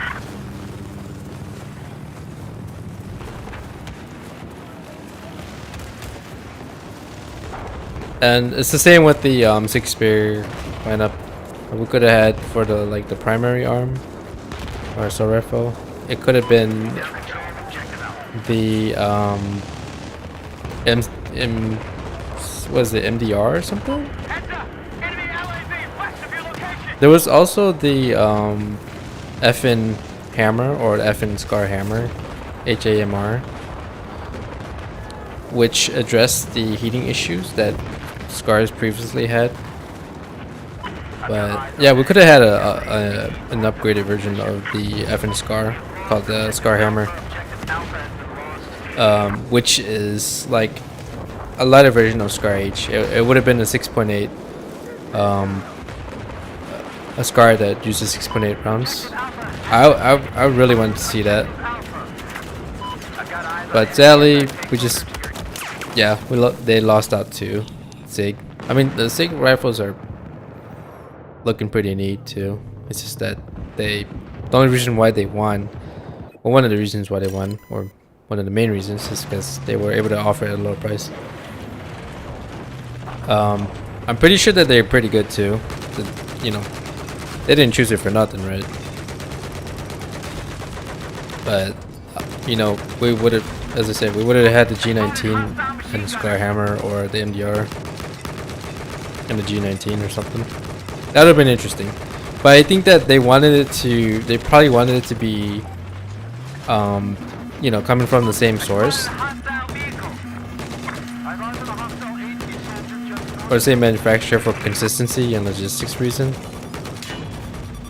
So it kind of makes sense that they want consistency across like LMG, assault rifles, carbines, and pistols. So they're all from SIG. I think the LMG is called like the XM250, but yeah, that's from SIG too. I don't remember what round it runs. I thought it was a 308. I don't remember.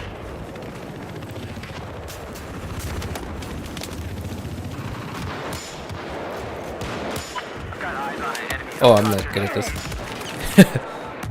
I'm gonna do the ACOG or something, or if I can get a 6.6, that'd be a little bit more easier to work with. Do I have a 6.6? I don't.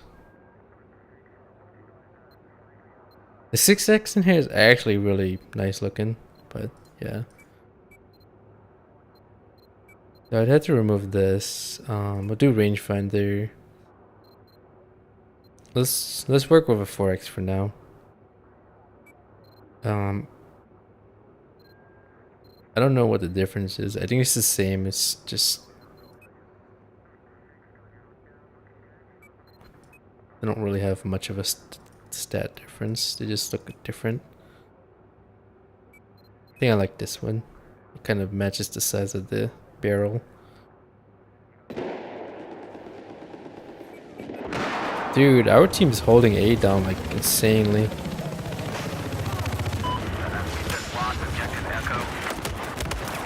I was not prepared for that. I should have kept it on D and try and just no scoop that thing.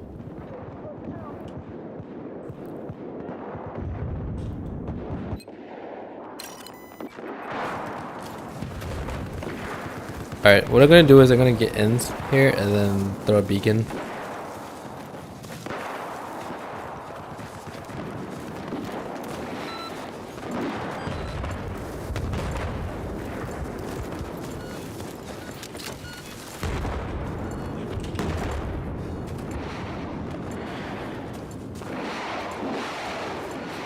Yeah, this is one of the games. Well, there's just probably like a few times where, like, you know, there would be like a player that's just 100-0 on like a jet or heli.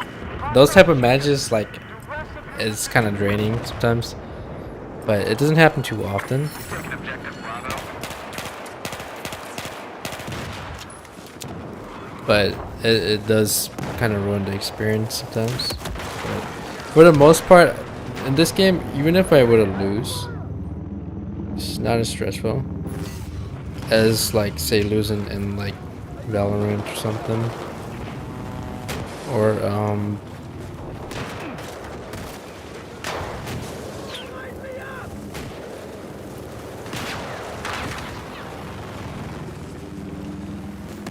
League, or I guess more recently X-Defiant.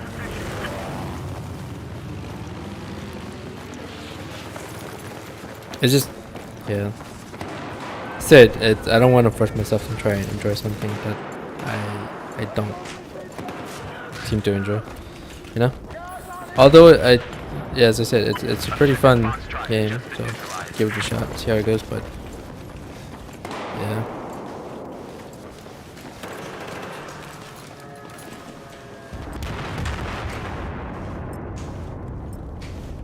Objective Delta has now been taken.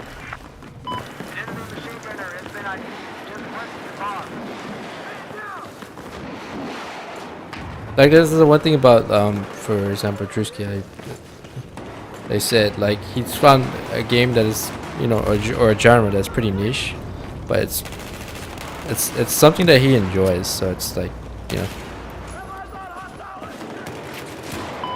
Objective Charlie is now neutralized. You could, I mean, you could easily just play a game that's popular just to try and boost your channel views, but instead he plays what he enjoys and just found a community within that, you know, niche genre.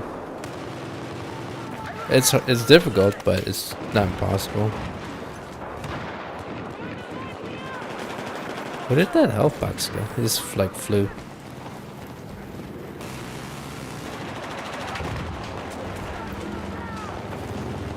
I should probably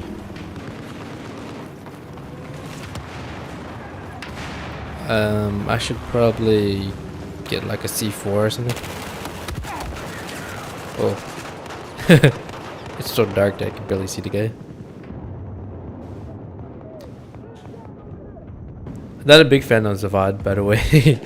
I just hope that the next map will be something a little bit more funner. I think this map is just too cluttery. That's the thing. Too much clutter, too much obstruction. It feels kind of, I don't know where it's claustrophobic.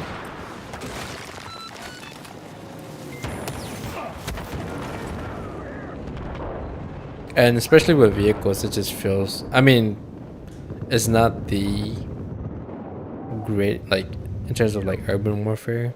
I think Seriously does a really good job at that. By far, probably amongst all the other shooters, it's probably done that the best so far, and make, you know, show you how difficult it is.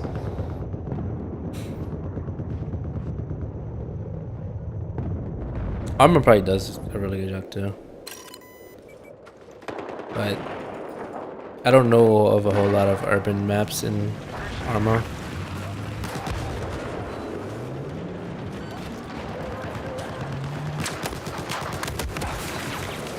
I wanted to spook him.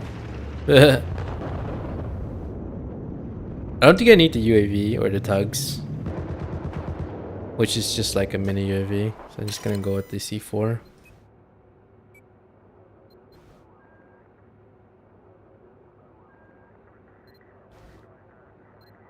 Okay, I think that's fine. I think 3 is usually adequate.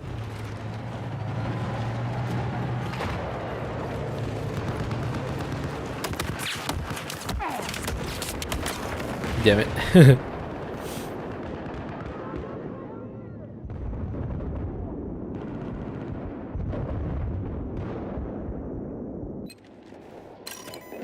I think we broke through, actually.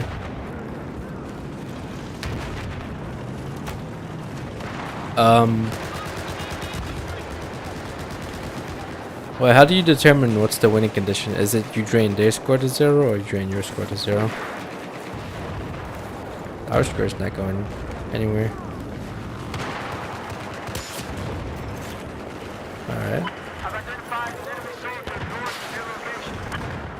This game they were so close to getting the ACOG down, but the bottom T portion of it is supposed to glow. I mean, it looks nice in here too, honestly, but if you look at BattleBit or even PUBG, they did a pretty good job getting the design down.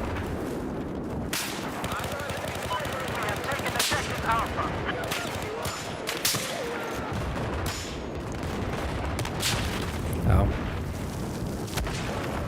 Where am I being hit by? Oh. So I think anything below 6x will not cause a scope blend. There appears to be an enemy machine gunner located to your west.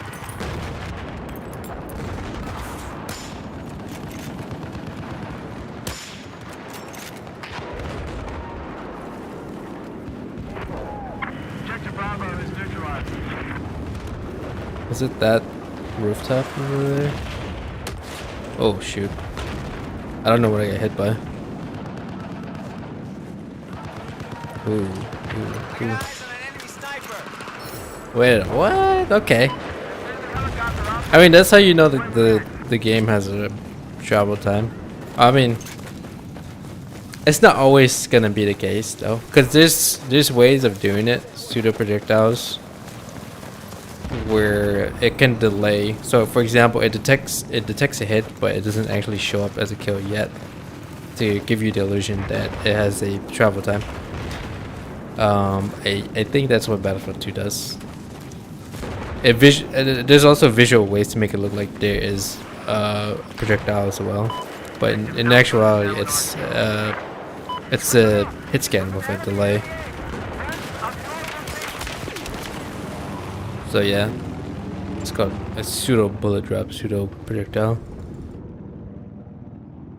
But with 3 and 4, it's full on projectile. I think I need to look back. I need to Google it again, because it could be that maybe the latest update, or like an expansion, they could have transitioned to projectile. I don't know. But I know the vanilla BF2, it was pseudo projectile.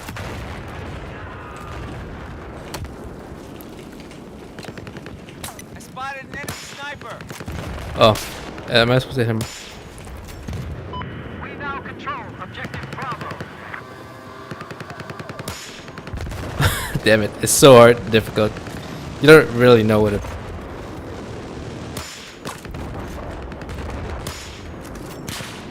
Sniper spotted. Am I getting a hit on him?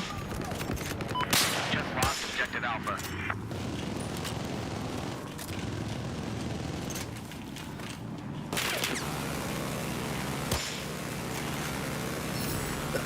Somebody got him with a USAF. Objective Charlie is under our control. It is what it is, though.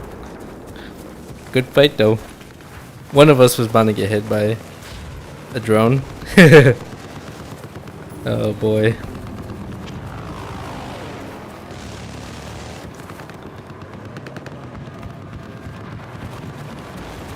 Okay. Let's get in there. We just lost objective Charlie. Whoa, whoa, whoa. Jeez, chill out, son. Alright, I gotta get in there. This match is almost done.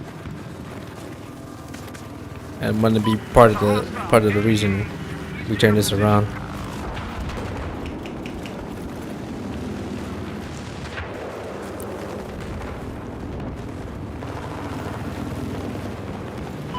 have taken objective Alpha. I did try to play Battlefield 3 at some point, but it was a ghost town.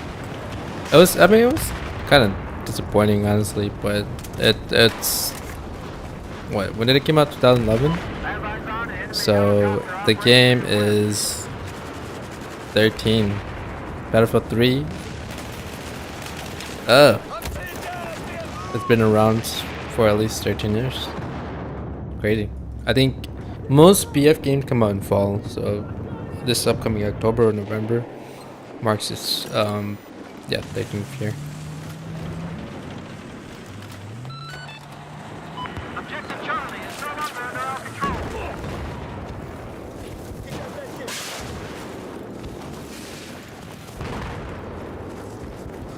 I spotted a soldier armed with AT located west. The one thing I do like about BF in general is that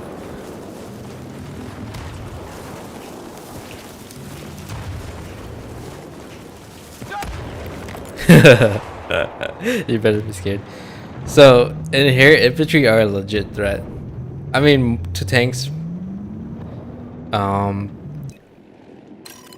think in the new one, hopefully they bring a little bit more power to infantry in terms of aircrafts. But I mean, they're a legit threat all around. My hope is that with the new battlefield that they buff the Stinger so that it has better range. I've spotted a hostile. And the Iglis. They should just be the exact same range, obviously. The only reason why the Stinger they lowered the range is because it's, you know, it's fire and forget.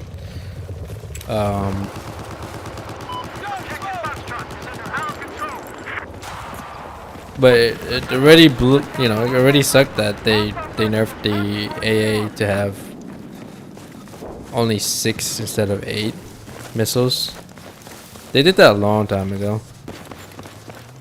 But yeah, the Stinger in actuality, even the Javelin, their range is not that low. Plus the Javelin is way stronger than it is depicted in the game. Heads up, enemy vehicle west of Way stronger. We're talking like 1 is probably enough to disable a tank completely. In this game it takes like, I don't know, like 4 or something. 2 to disable it and then another 2 to kill it or something. It's just a lot of games they nerf these weapons kind of a little bit too hard. There's an enemy HE soldier north of your current location.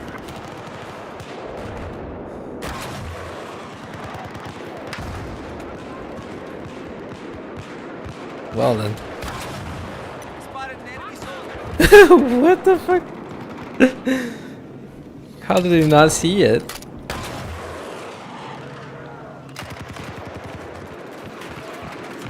Aww. It was a good lock. Whoever did that.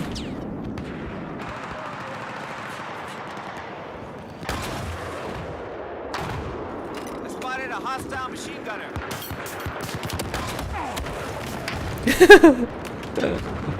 This is actually funny. How did they not see as it flies at cruising like speed?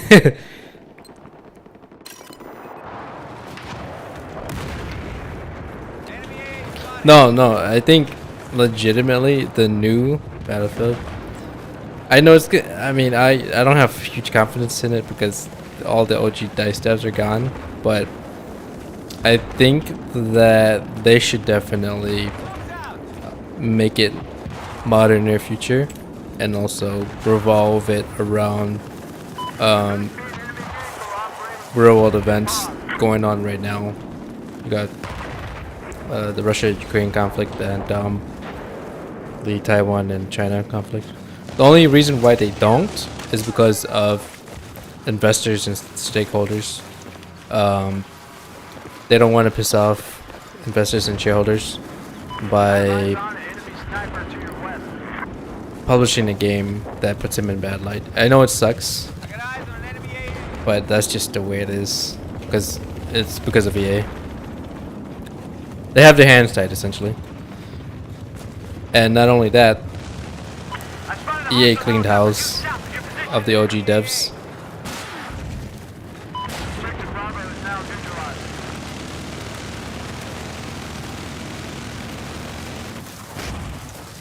I set the C4. Hey, come back. We got a battle to win. What are you doing? Hey. Savior. I spotted a hostile LAV east of your location.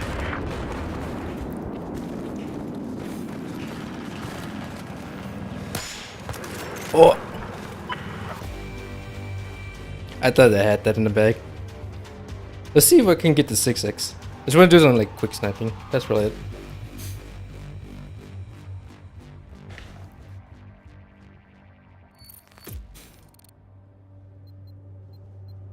Yeah, ooh.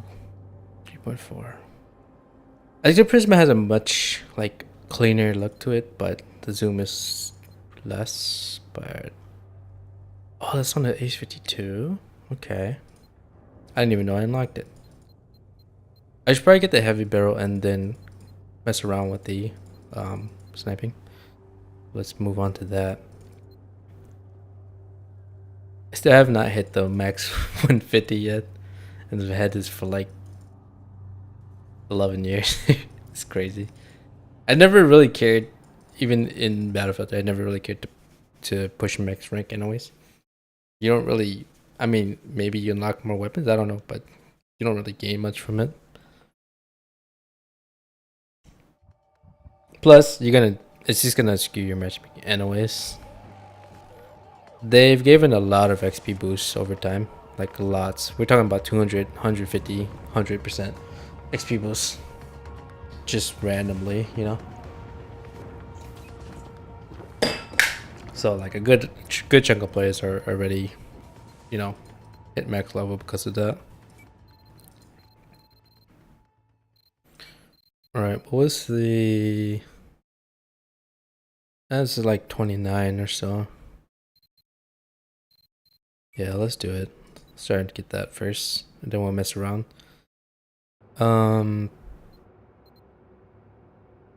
Should I get the law or small? Like I really wanted to do some trick shots with the small.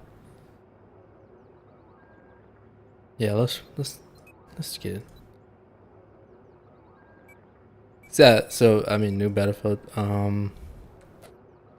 I would say buff, give players more, or give infantries more tools to take down aircrafts, and buff some of the anti or man pads, or the mobile and anti-air weaponry. So I feel like from all the way from 2 to 4, to even 2042, it feels like they just never really restored power back to the infantry. Like infantry is like probably the biggest part of the game, right? At least for me, tanks are fair enough to fight against, even good ones. But when it comes to like dealing with jets or whatever, it's really difficult. And I hope that they look into providing power back to those,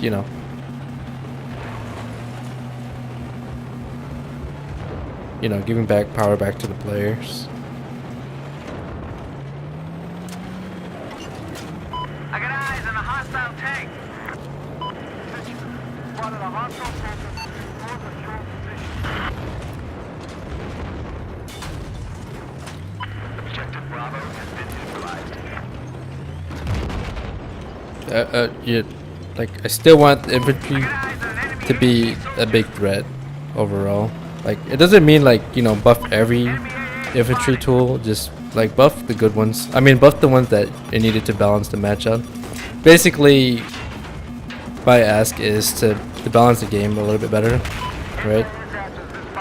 Even in javelins, like I feel like javelin was nerfed pretty hard and needed a little bit more buff. And it shouldn't take like let me show you how long it takes to get a kill on it. 'Cause in reality, these things can hit tanks for just one hit, fully annihilate a tank, or Russian tanks. I mean, it's the kryptonite for Russian tanks, that's for sure. Hey, look, it's a pilot, Objective Charlie now neutralized. paratrooper. I'm pretty sure. I mean, I think the Abrams would be fine against the javelin. Maybe it'd probably do some big damage to it. But when it comes to like any of the Russian tanks, they cannot stand a chance against javelins. That's just the reality. as seen during the Ukraine conflicts.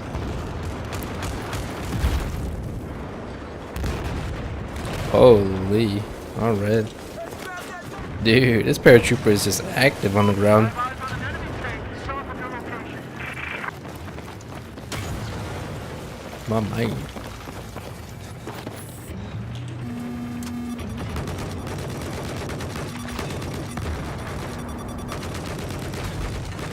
Hey, they need a ride. Holy shit. Enemy vehicle located east of your location. I think also the new Battlefield, there's gonna be a lot more emphasis on drone warfare too. It's proven itself to be really useful to Battlefield. Javelins, drone warfare. Probably more artillery style gameplay.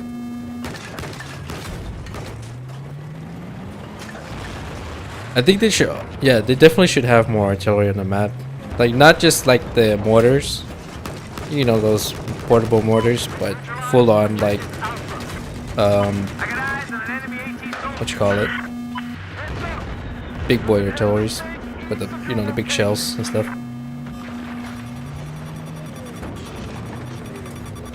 Like, it should be able to do quite a lot of damage, but obviously it takes like 2 people to man it, right? To reload it and stuff. They have that in BF1 though, so that's pretty cool.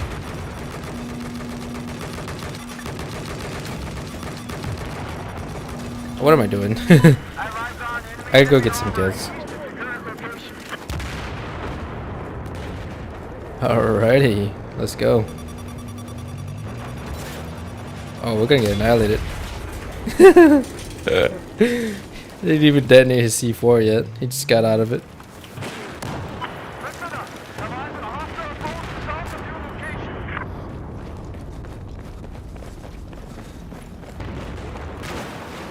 Holy shit.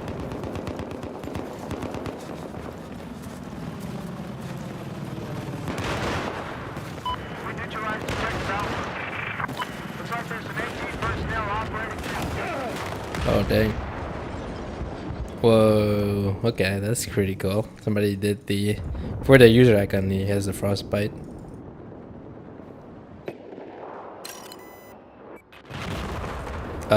Logo.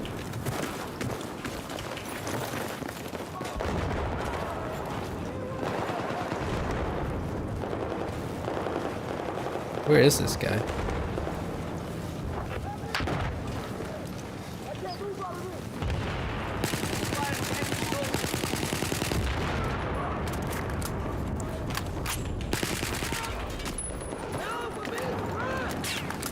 This is the perfect, oh shoot, oh shoot.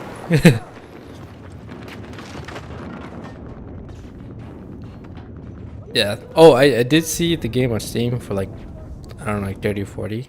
Don't buy it at that price. Never, ever, ever. The game is like 11 years old. Battlefield 3, 13 years old. Those games are, in my opinion, you can literally get them on sale for $5. So wait until the summer sale happens.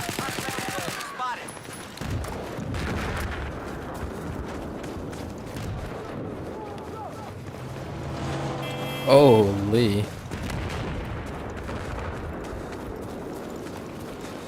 Oh. Yeah.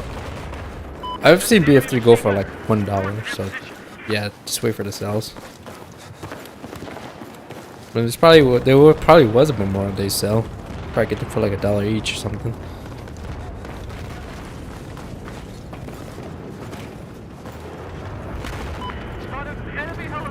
But still, it still holds up to this day. Both of them. Also one too. I think one came out in I think it was 2016. I don't remember. But yeah, as I said, it still holds up till this day. It still feels like a proper sandbox military shooter.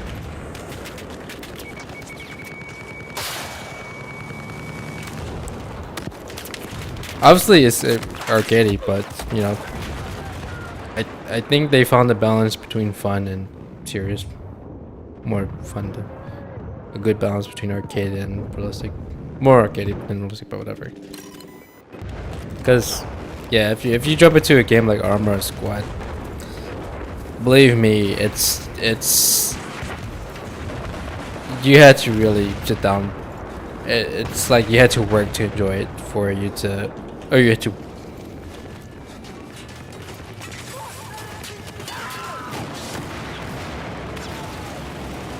It's one of those games where it's like, in order for you to enjoy it, you had to get used to getting destroyed. You had to literally accept that the game is stressful, and you had to enjoy that stress. And that's a very niche percentage, or like fairly small percent of the overall FPS community. I guess the word is serious fun.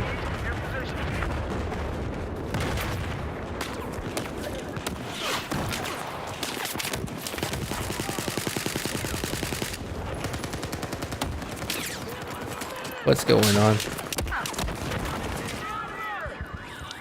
I think more so, from what I have seen, most times it involves playing in like groups.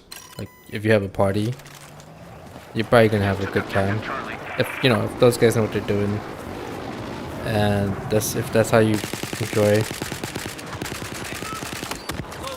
playing, yeah, you're gonna have a good time. It's not boring. It's just that it takes a certain type of player to really enjoy those type of games. Even if I have played those, Milsim games, it's not for everyone, essentially.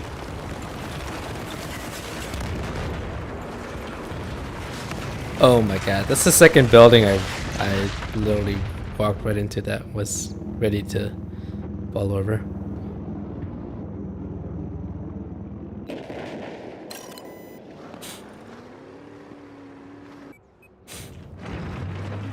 I need a new Battlefield. I just want full-on physics-based destruction. No pre-scripted or scripted destruction. No, predetermined.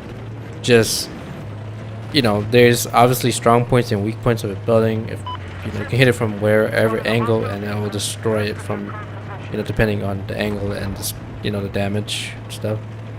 It's full-on physics-based destruction. I don't think that's impossible. I know that it might be hard to pull off because of the server side, whatever, but just limit it to 64 players, and then focus on optimizing.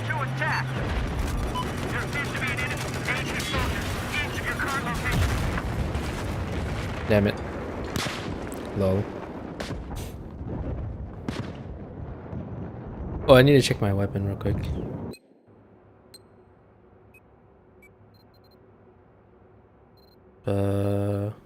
24, I think. I mean, if we can have games that have RTX, yeah, we definitely can have games of physics-based destruction. Come on now.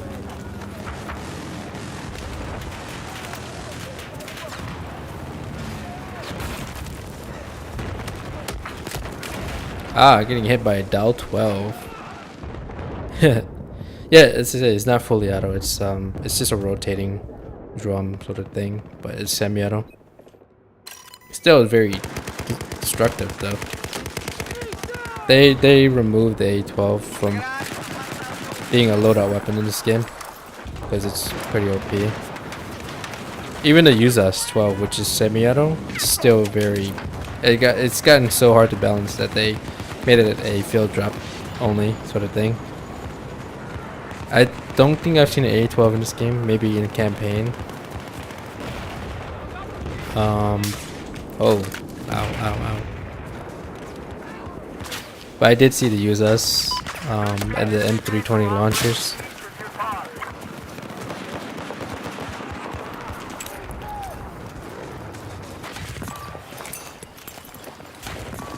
Trying to pull back a little bit. Objective Charlie is lost.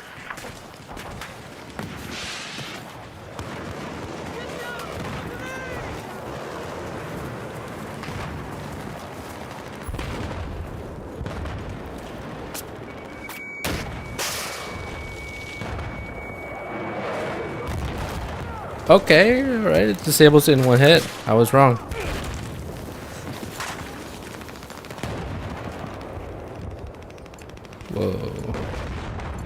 Whoa. This is like a 40x zoom, that's why it's like Spotted an enemy vehicle zoomed in all the way.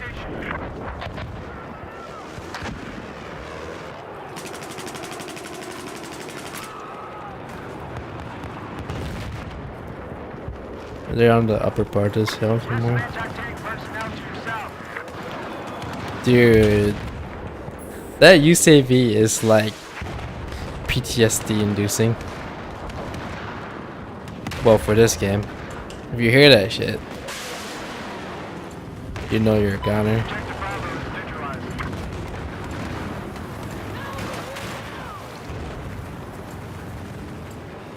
Attention, spotted an enemy LAV.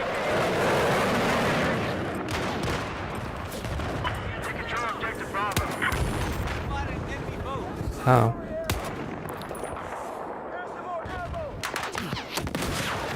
Oh. What the heck, PCIe Express Gamer?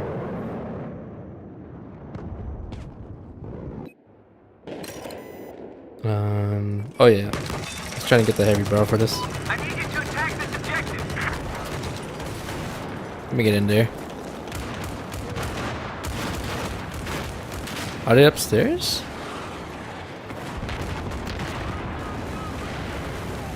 No.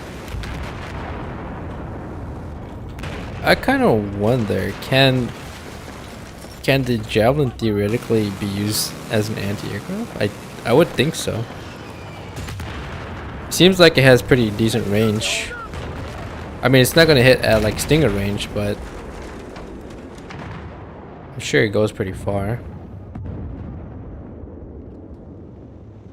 I mean, look at the size of the missile or the javelin rocket.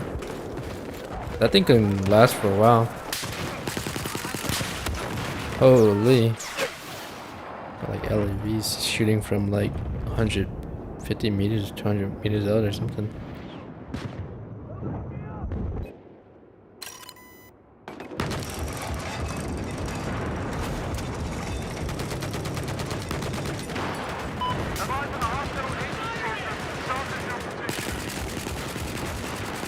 But how were we not able to hit him? That's weird. Yeah, I thought he was being protected by some invisible wall or something, but I was just missing. Lol. Chopper, enemy chopper.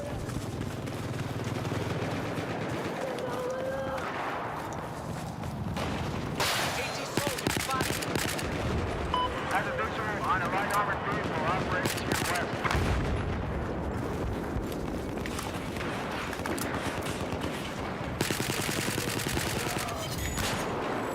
Guys doing?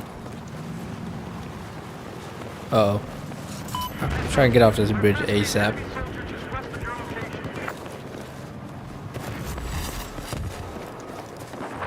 Go back there.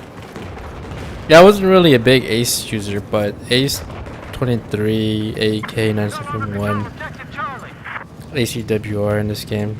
So probably some of the best weapons in the game. AK-74 for Battlefield 3.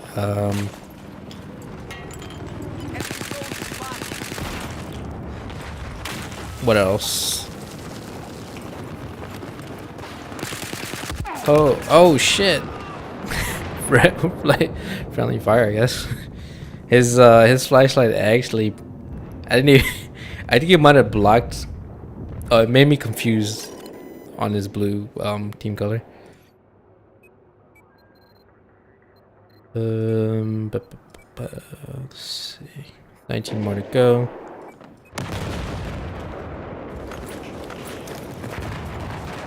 Enemy LAV spotted.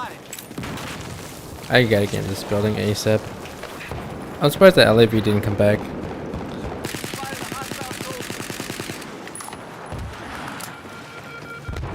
Yeah, see, the thing is, in this game,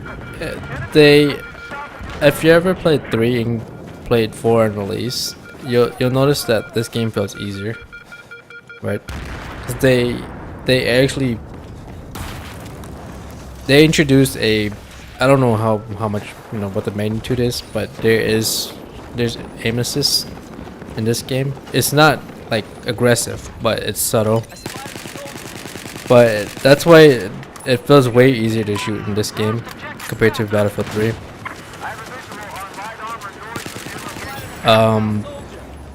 That's the reason why I mentioned that when I was trying to play like games like Valorant or PUBG or CS, I'm not used to it because even in COD, it assists you so much on aim that you don't even have to pull down.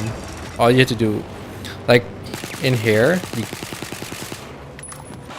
all you have to do is, if you hold it and you stop, it centers. You do it again, and then it just centers it back. It does it for you, and that's one of the reasons why I said I had a hard time trying to get into games where it doesn't do that for you. An enemy sniper east of your position. So Valorant does have stuff like that, but when you're when you're spraying, what you ideally want to do is you want to control it yourself. And CS is less, it doesn't really hold your hands there. Spotted a hostile tank. You had to that's why a lot of CS players they're so used to it that as it's entering a spray pattern, they're able to control it and move it enough so that it forms a perfect, or it hits on target. That's where I am trying to unlearn the way I've been playing COD and Battlefield and try to relearn shooting mechanics, because I think if you transition from CS to PUBG, I think it's a little bit more transition is a little bit better, because that one has a spray pattern as well. Same with Rainbow. They transition from like RNG, some weird like random spray pattern system, to an actual full-on spray pattern system.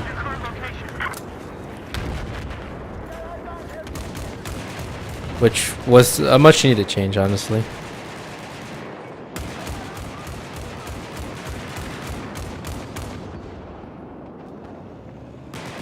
Does this thing have night vision on here? No.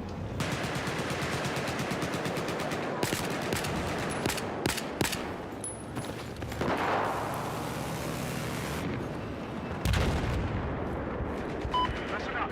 I've eyes on an enemy vehicle south of your position.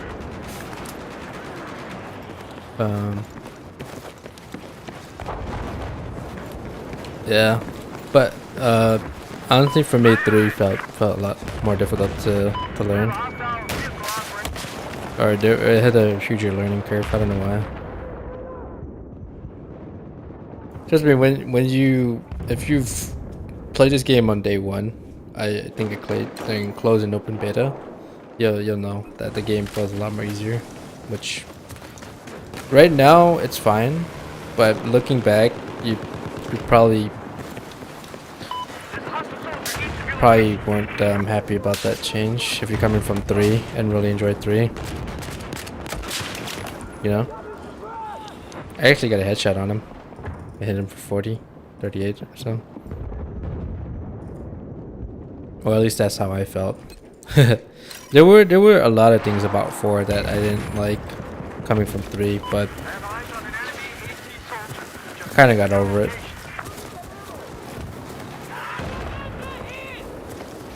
Because at the end of the day, I've played more hours in 4 than 3.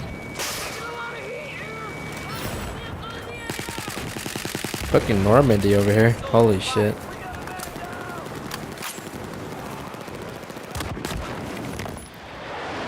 Damn, I just saw him on the radar. 2 taps.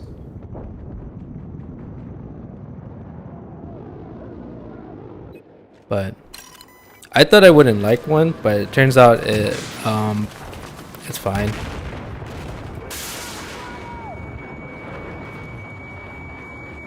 Oh, it missed.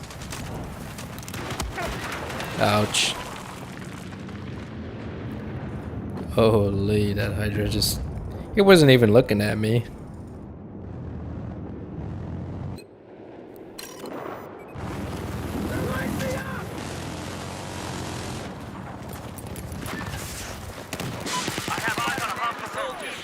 Why did they...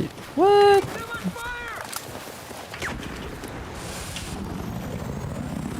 Oh my god, they just gave us a little bird. I hope he's good. You got this, buddy. She's trying to shine.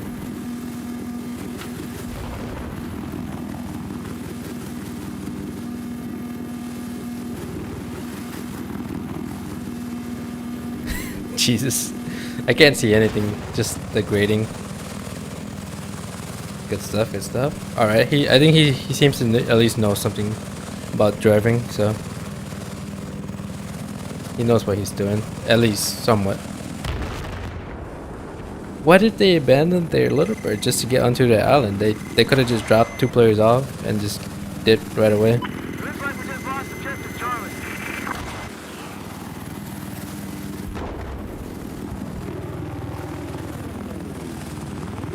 Looks like we got a hostile machine gunner east of your current position. There we go.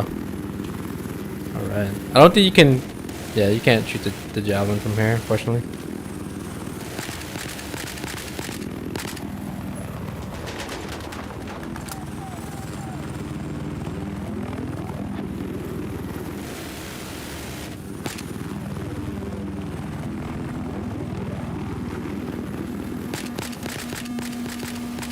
Looks like we got some enemy aircraft operating to your east. Right. That dude is just like juking, holy shit. Oh no. That's gone. Alright, not good. Dude, there's a fucking little bird. Or Viper right above us. Well, that was fun while it lasted, I guess. What was I talking about? Oh yeah, I was talking about Sandbox Military. As I said, Squadron Armor or Armor Forger number 3. They have their audience. It might not. It's I think for the general like FPS player base, it might not be for them. It's more for like a very niche amount of people like strategizing.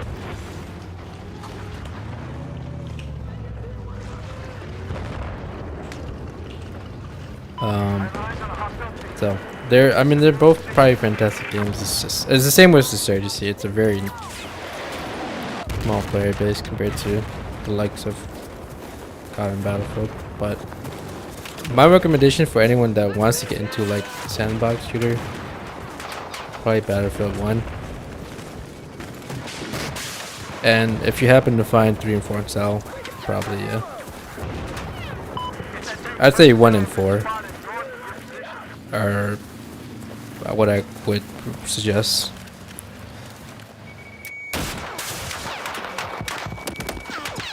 And then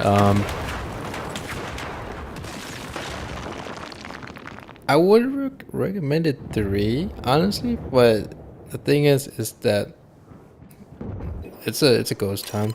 Like there's barely much players on. Maybe in EU you'll find some players, but in NA you're gonna have a hard time finding servers. I think it might be the same issue with BF1 too. It took me 45 minutes to find the server because it's run out of players. I think maybe if you do battle bid, you have a better chance because all the BF guys are over there now. Kind of sad. I mean, Well, good for Battlebit, but sad for BF fans.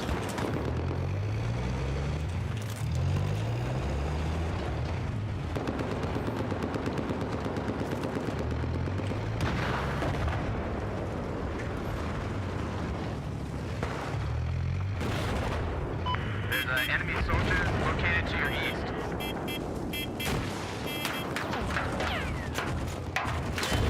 Whoa! It was like staring down a tank. Alright, let's go. Let's go help the team. This match is like almost done.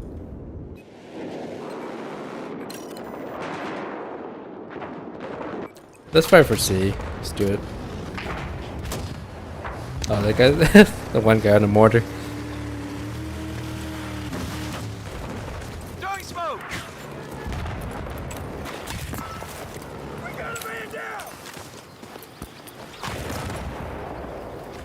Hostile vehicle operating north of your position. I mean, where are they standing at?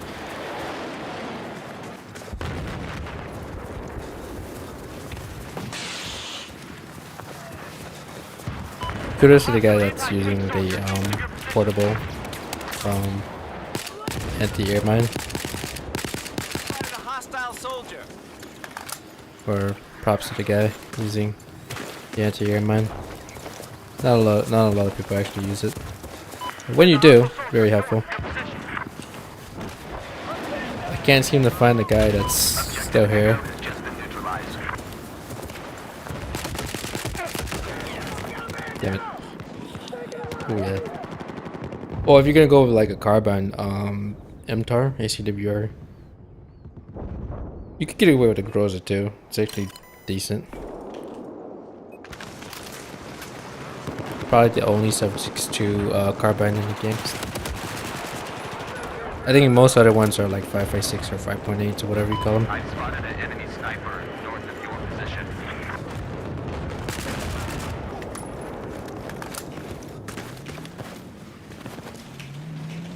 I think this game does not have SPMM whatsoever, even in HC. So you get matched up with all sorts of players. Just south of your location. But I think one of the things that I hope going into the future is that there's just better balancing options. Because I've seen a lot of issues in BF2, the BF4, the 1 servers where server balance is an issue. Yeah. You don't necessarily have to introduce SPMM, but find better ways to balance teams, I guess. You still have good players and new players, but make sure that they're being assigned to the right team. So it's kind of even. I have eyes on a hostile soldier south of where you are.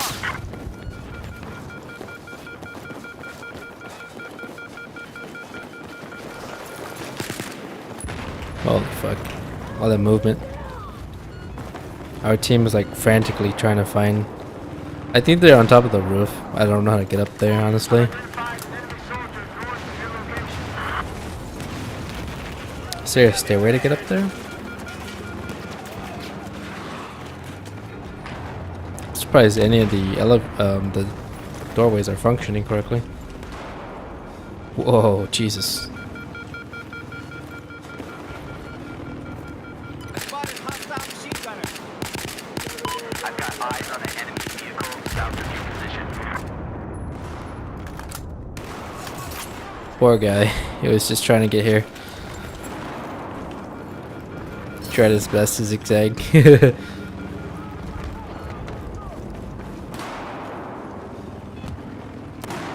Oh, the Groza Ace-32 are the only 2 carbines I know that uses 7.62 rounds. Objective Charlie. I mean, I'm really looking forward to shooters now introducing the 6.8 compatible rifles to the game, given the new SIG lineup, MCX lineup. That's exciting. Hostile vehicle. Get eyes on hostile LAV. Get eyes on Oh, that's so cool. I remember Jack Frags mentioned that you can, you know, redesignate your target.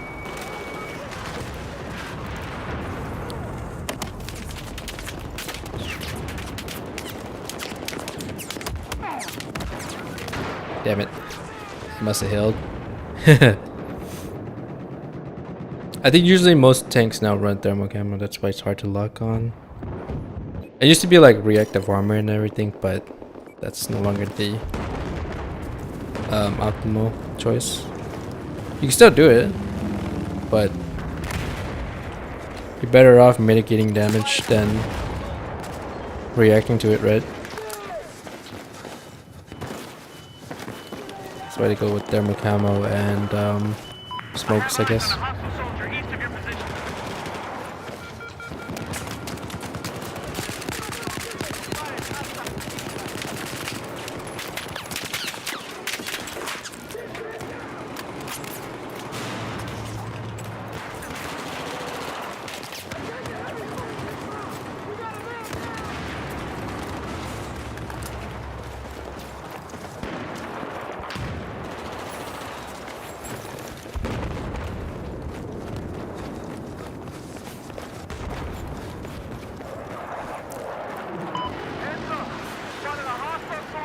Everyone's rushing to E.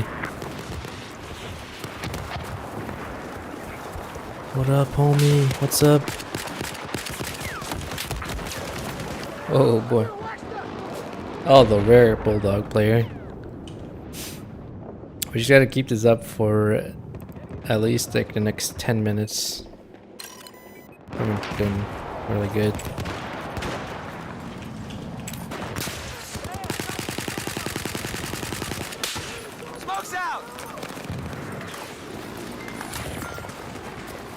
No, the ace 50, the ace lineup is pretty good. 21, 23, 52. I don't. Yeah, a little bit more slower pace than the AK, but it does a really good job. Submachine guns.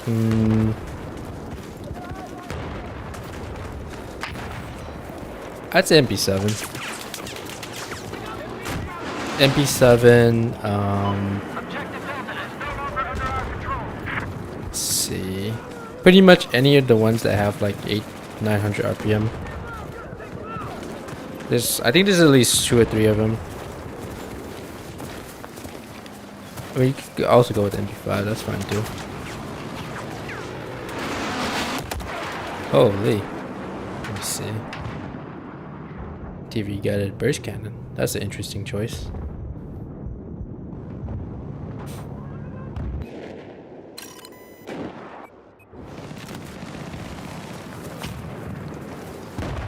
But does a A10, does it run 30 mils or 30 millimeters or 25 millimeters?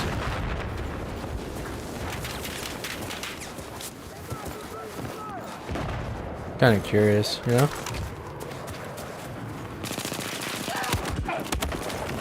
I just wanted to try. Or I think maybe I can look at it here. Maybe. So go to here. First shot recoil. I'm pretty sure it's here. Scout heli, attack heli. Oh, it does. Okay, the GAU. I don't remember what GAU stands for. Okay, that makes sense. I know that the F-16 uses 25 millimeters. I think if you look here. Oh, but they're capable of using 30 millimeters. Okay, but most of them probably use 25s. That makes sense. Okay.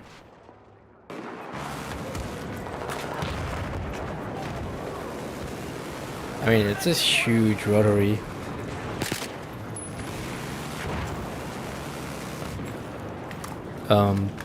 You know, rotary weapon, so it kind of makes sense.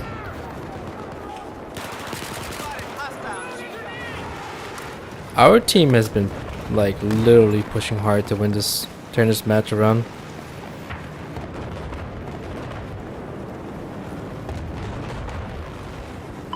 Lost objective It's Alpha. one hell of a match, honestly. Heads up, enemy soldier west of your position.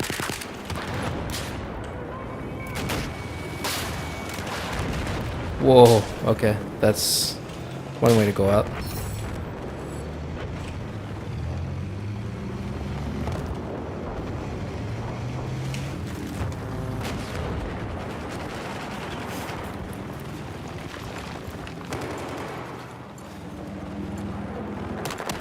Oh, no. Oh. Objective Delta. Gotta hold off for a few more seconds.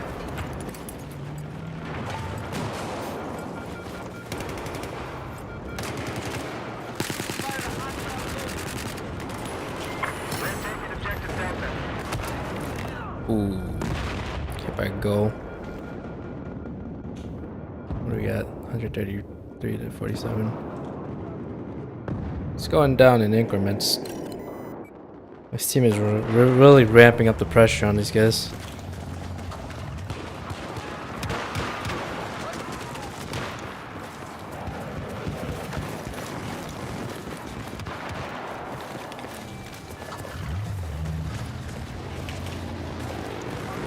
Wish I can push it.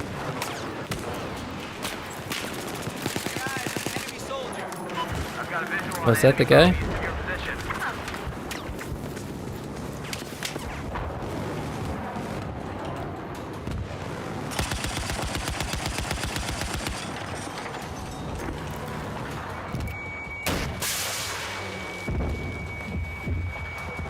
Oh, lost 10 line inside of it. Holy moly. That was actually a pretty close match midway through, but yeah, this team, they turned it around. Crazy stuff.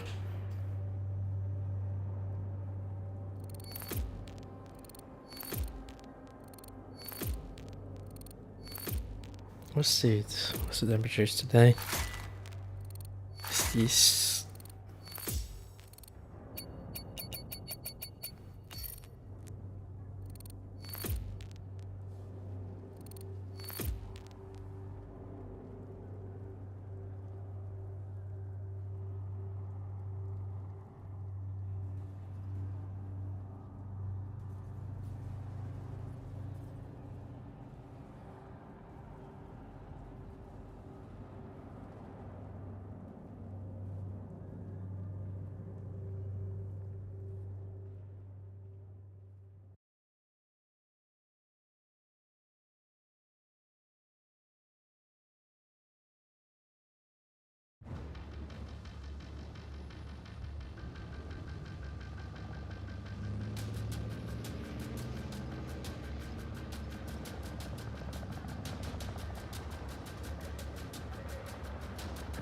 Um,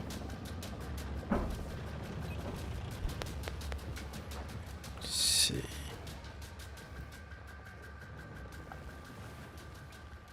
One second.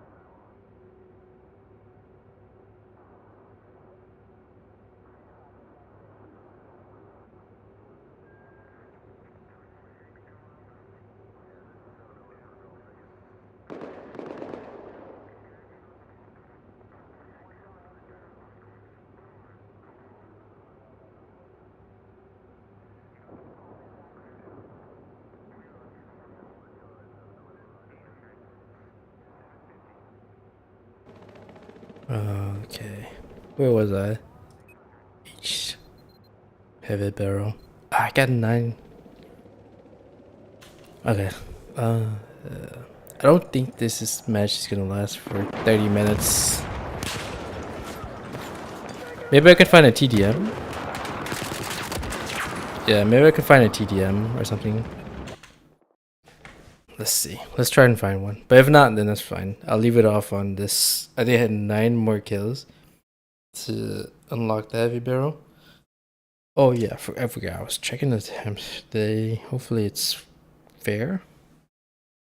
So tomorrow it's supposed to be Tuesday. And it's gonna be 54 to 68 all men and then 68 max.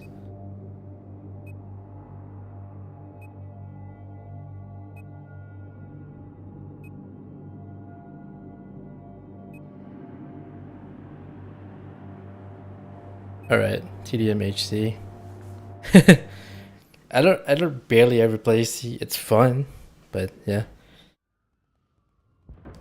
It's small amount of players actually play C. What's this? I got a message from John.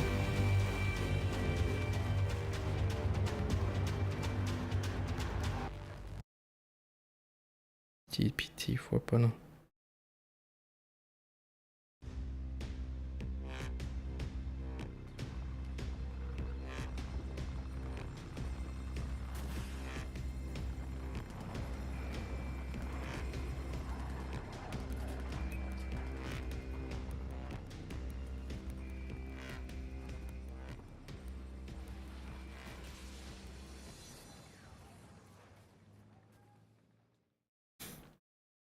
All right.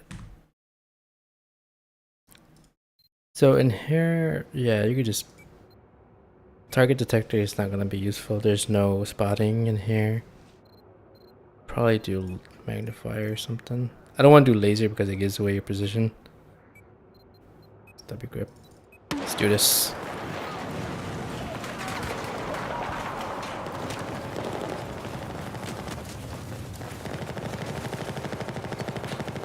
There's friendly fire in here, so you gotta be careful.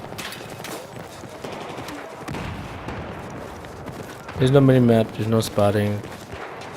I don't even think there's a hit marker either.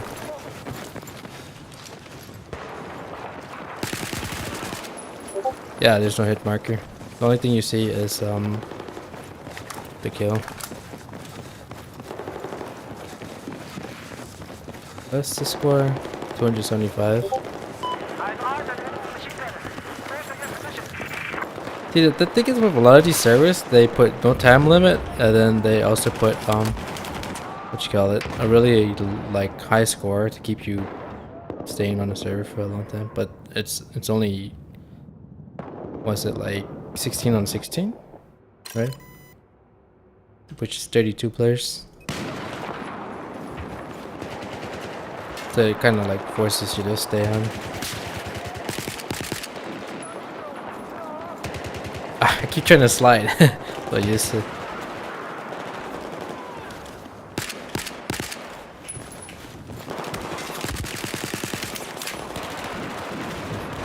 Also, health recovery is reduced.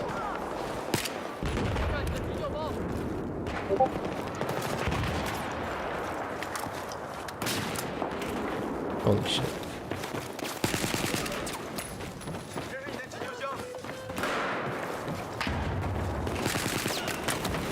Oh, I think in here, weapon with the higher RPM is probably the ideal weapon. I guess the more bullets you could lay out, the better. Because everything here does so much damage.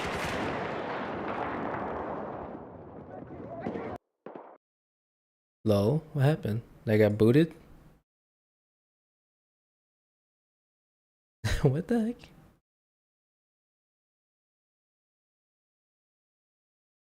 Server disconnect? I've been kicked by admin? Why? Hold up.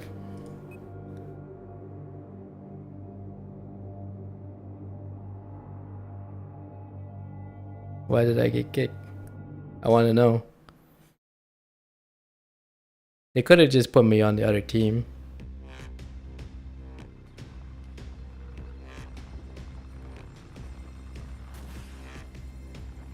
Yeah, I didn't think. No, I didn't do any friendly fire or anything. Maybe there's a weapon like minimum requirement or something. I don't know. I don't know what the rules are.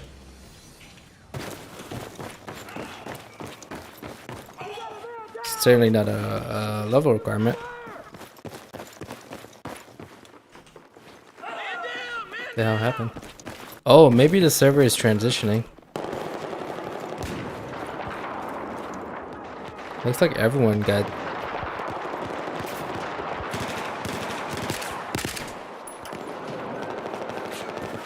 What? What was that?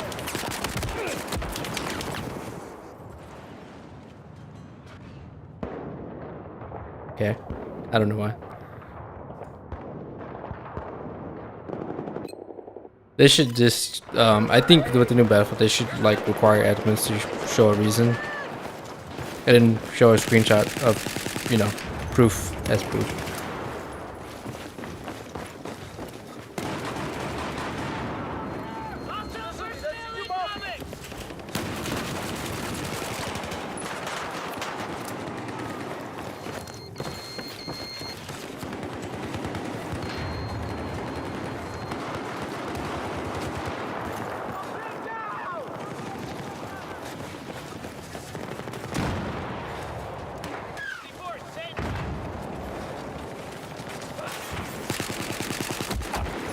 Oof.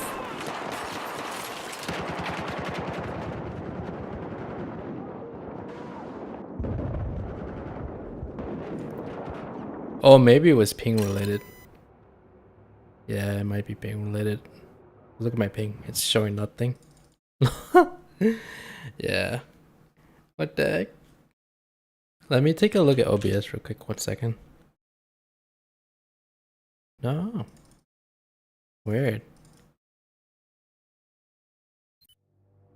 You've been kicked by admin.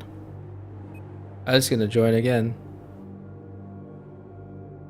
Let's see. I'm gonna favorite it. This way it's easier to get in there. What is this? It only shows 2 players. No, that's not it. There we go. I was gonna keep joining. Do you actually get the, if they boot you, do you still earn the those kills? Like for example, if I get 1 or 2 kills, does it count?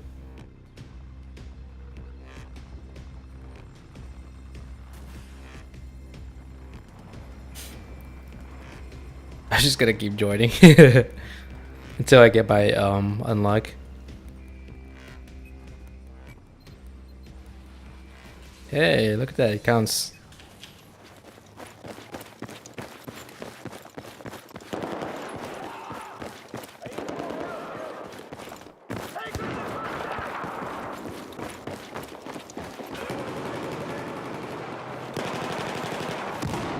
I think it might be ping related. Like it doesn't even show my ping.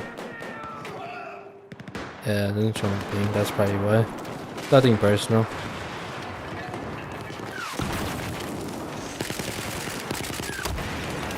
Oof. I thought his name is Steven Cobra. Yeah. Steven Copen.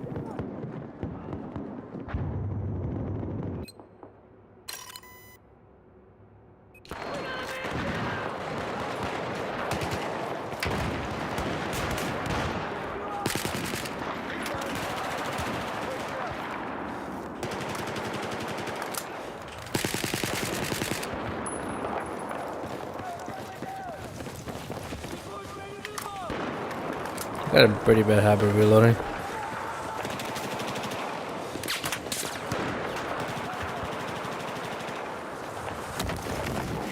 I guess that's one way to.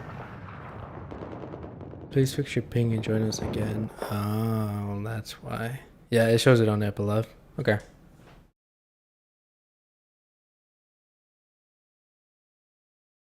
It shows it right there in the chat. I didn't even notice that. Maybe I had it hidden at some point. I'm gonna do it again. This is hilarious.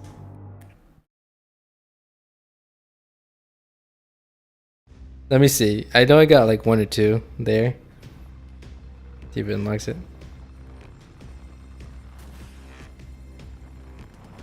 I mean, I hope the new one, like, just gotta be in like Frostbite 4 and like complete overhaul. Not overhaul. Could just be a huge improvement over BF1. I don't know. Matter. But I just hope it's a better, you know, a better version of the current, the latest engine in 2042. I don't know how they managed to make 2042 worse looking on the same engine as 1, or even an updated version of 1.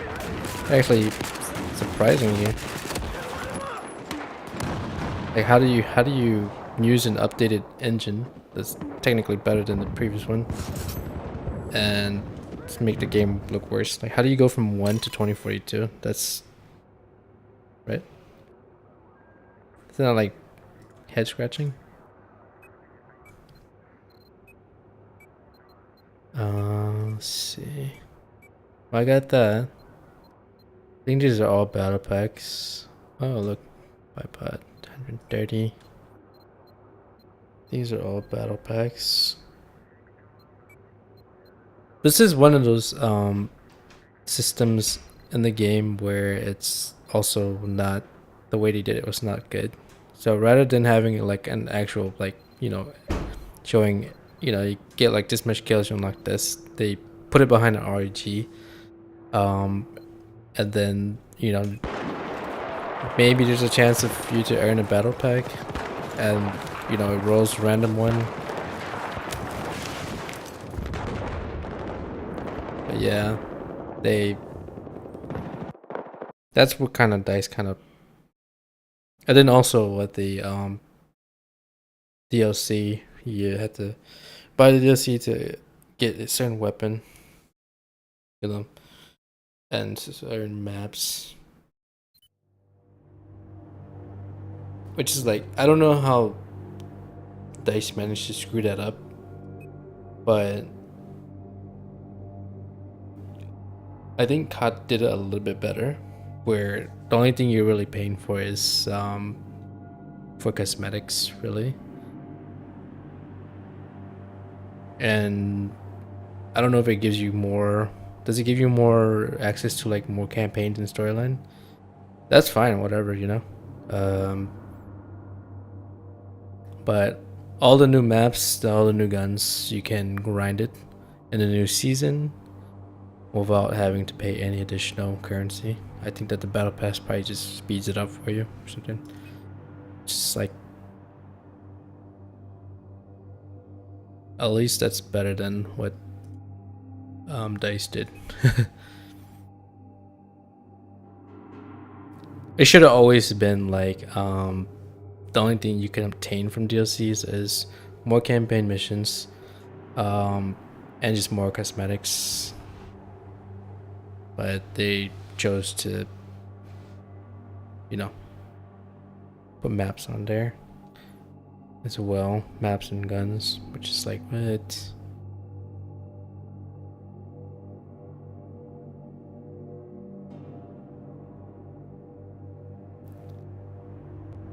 But I guess the dilemma is, if you don't put enough content on the DLCs, then no one's gonna buy it. That's probably why.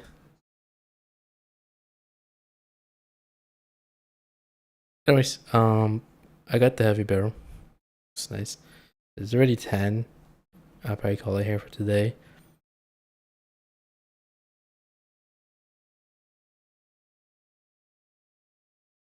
As far as what I will play during the week, it's up in the air, really.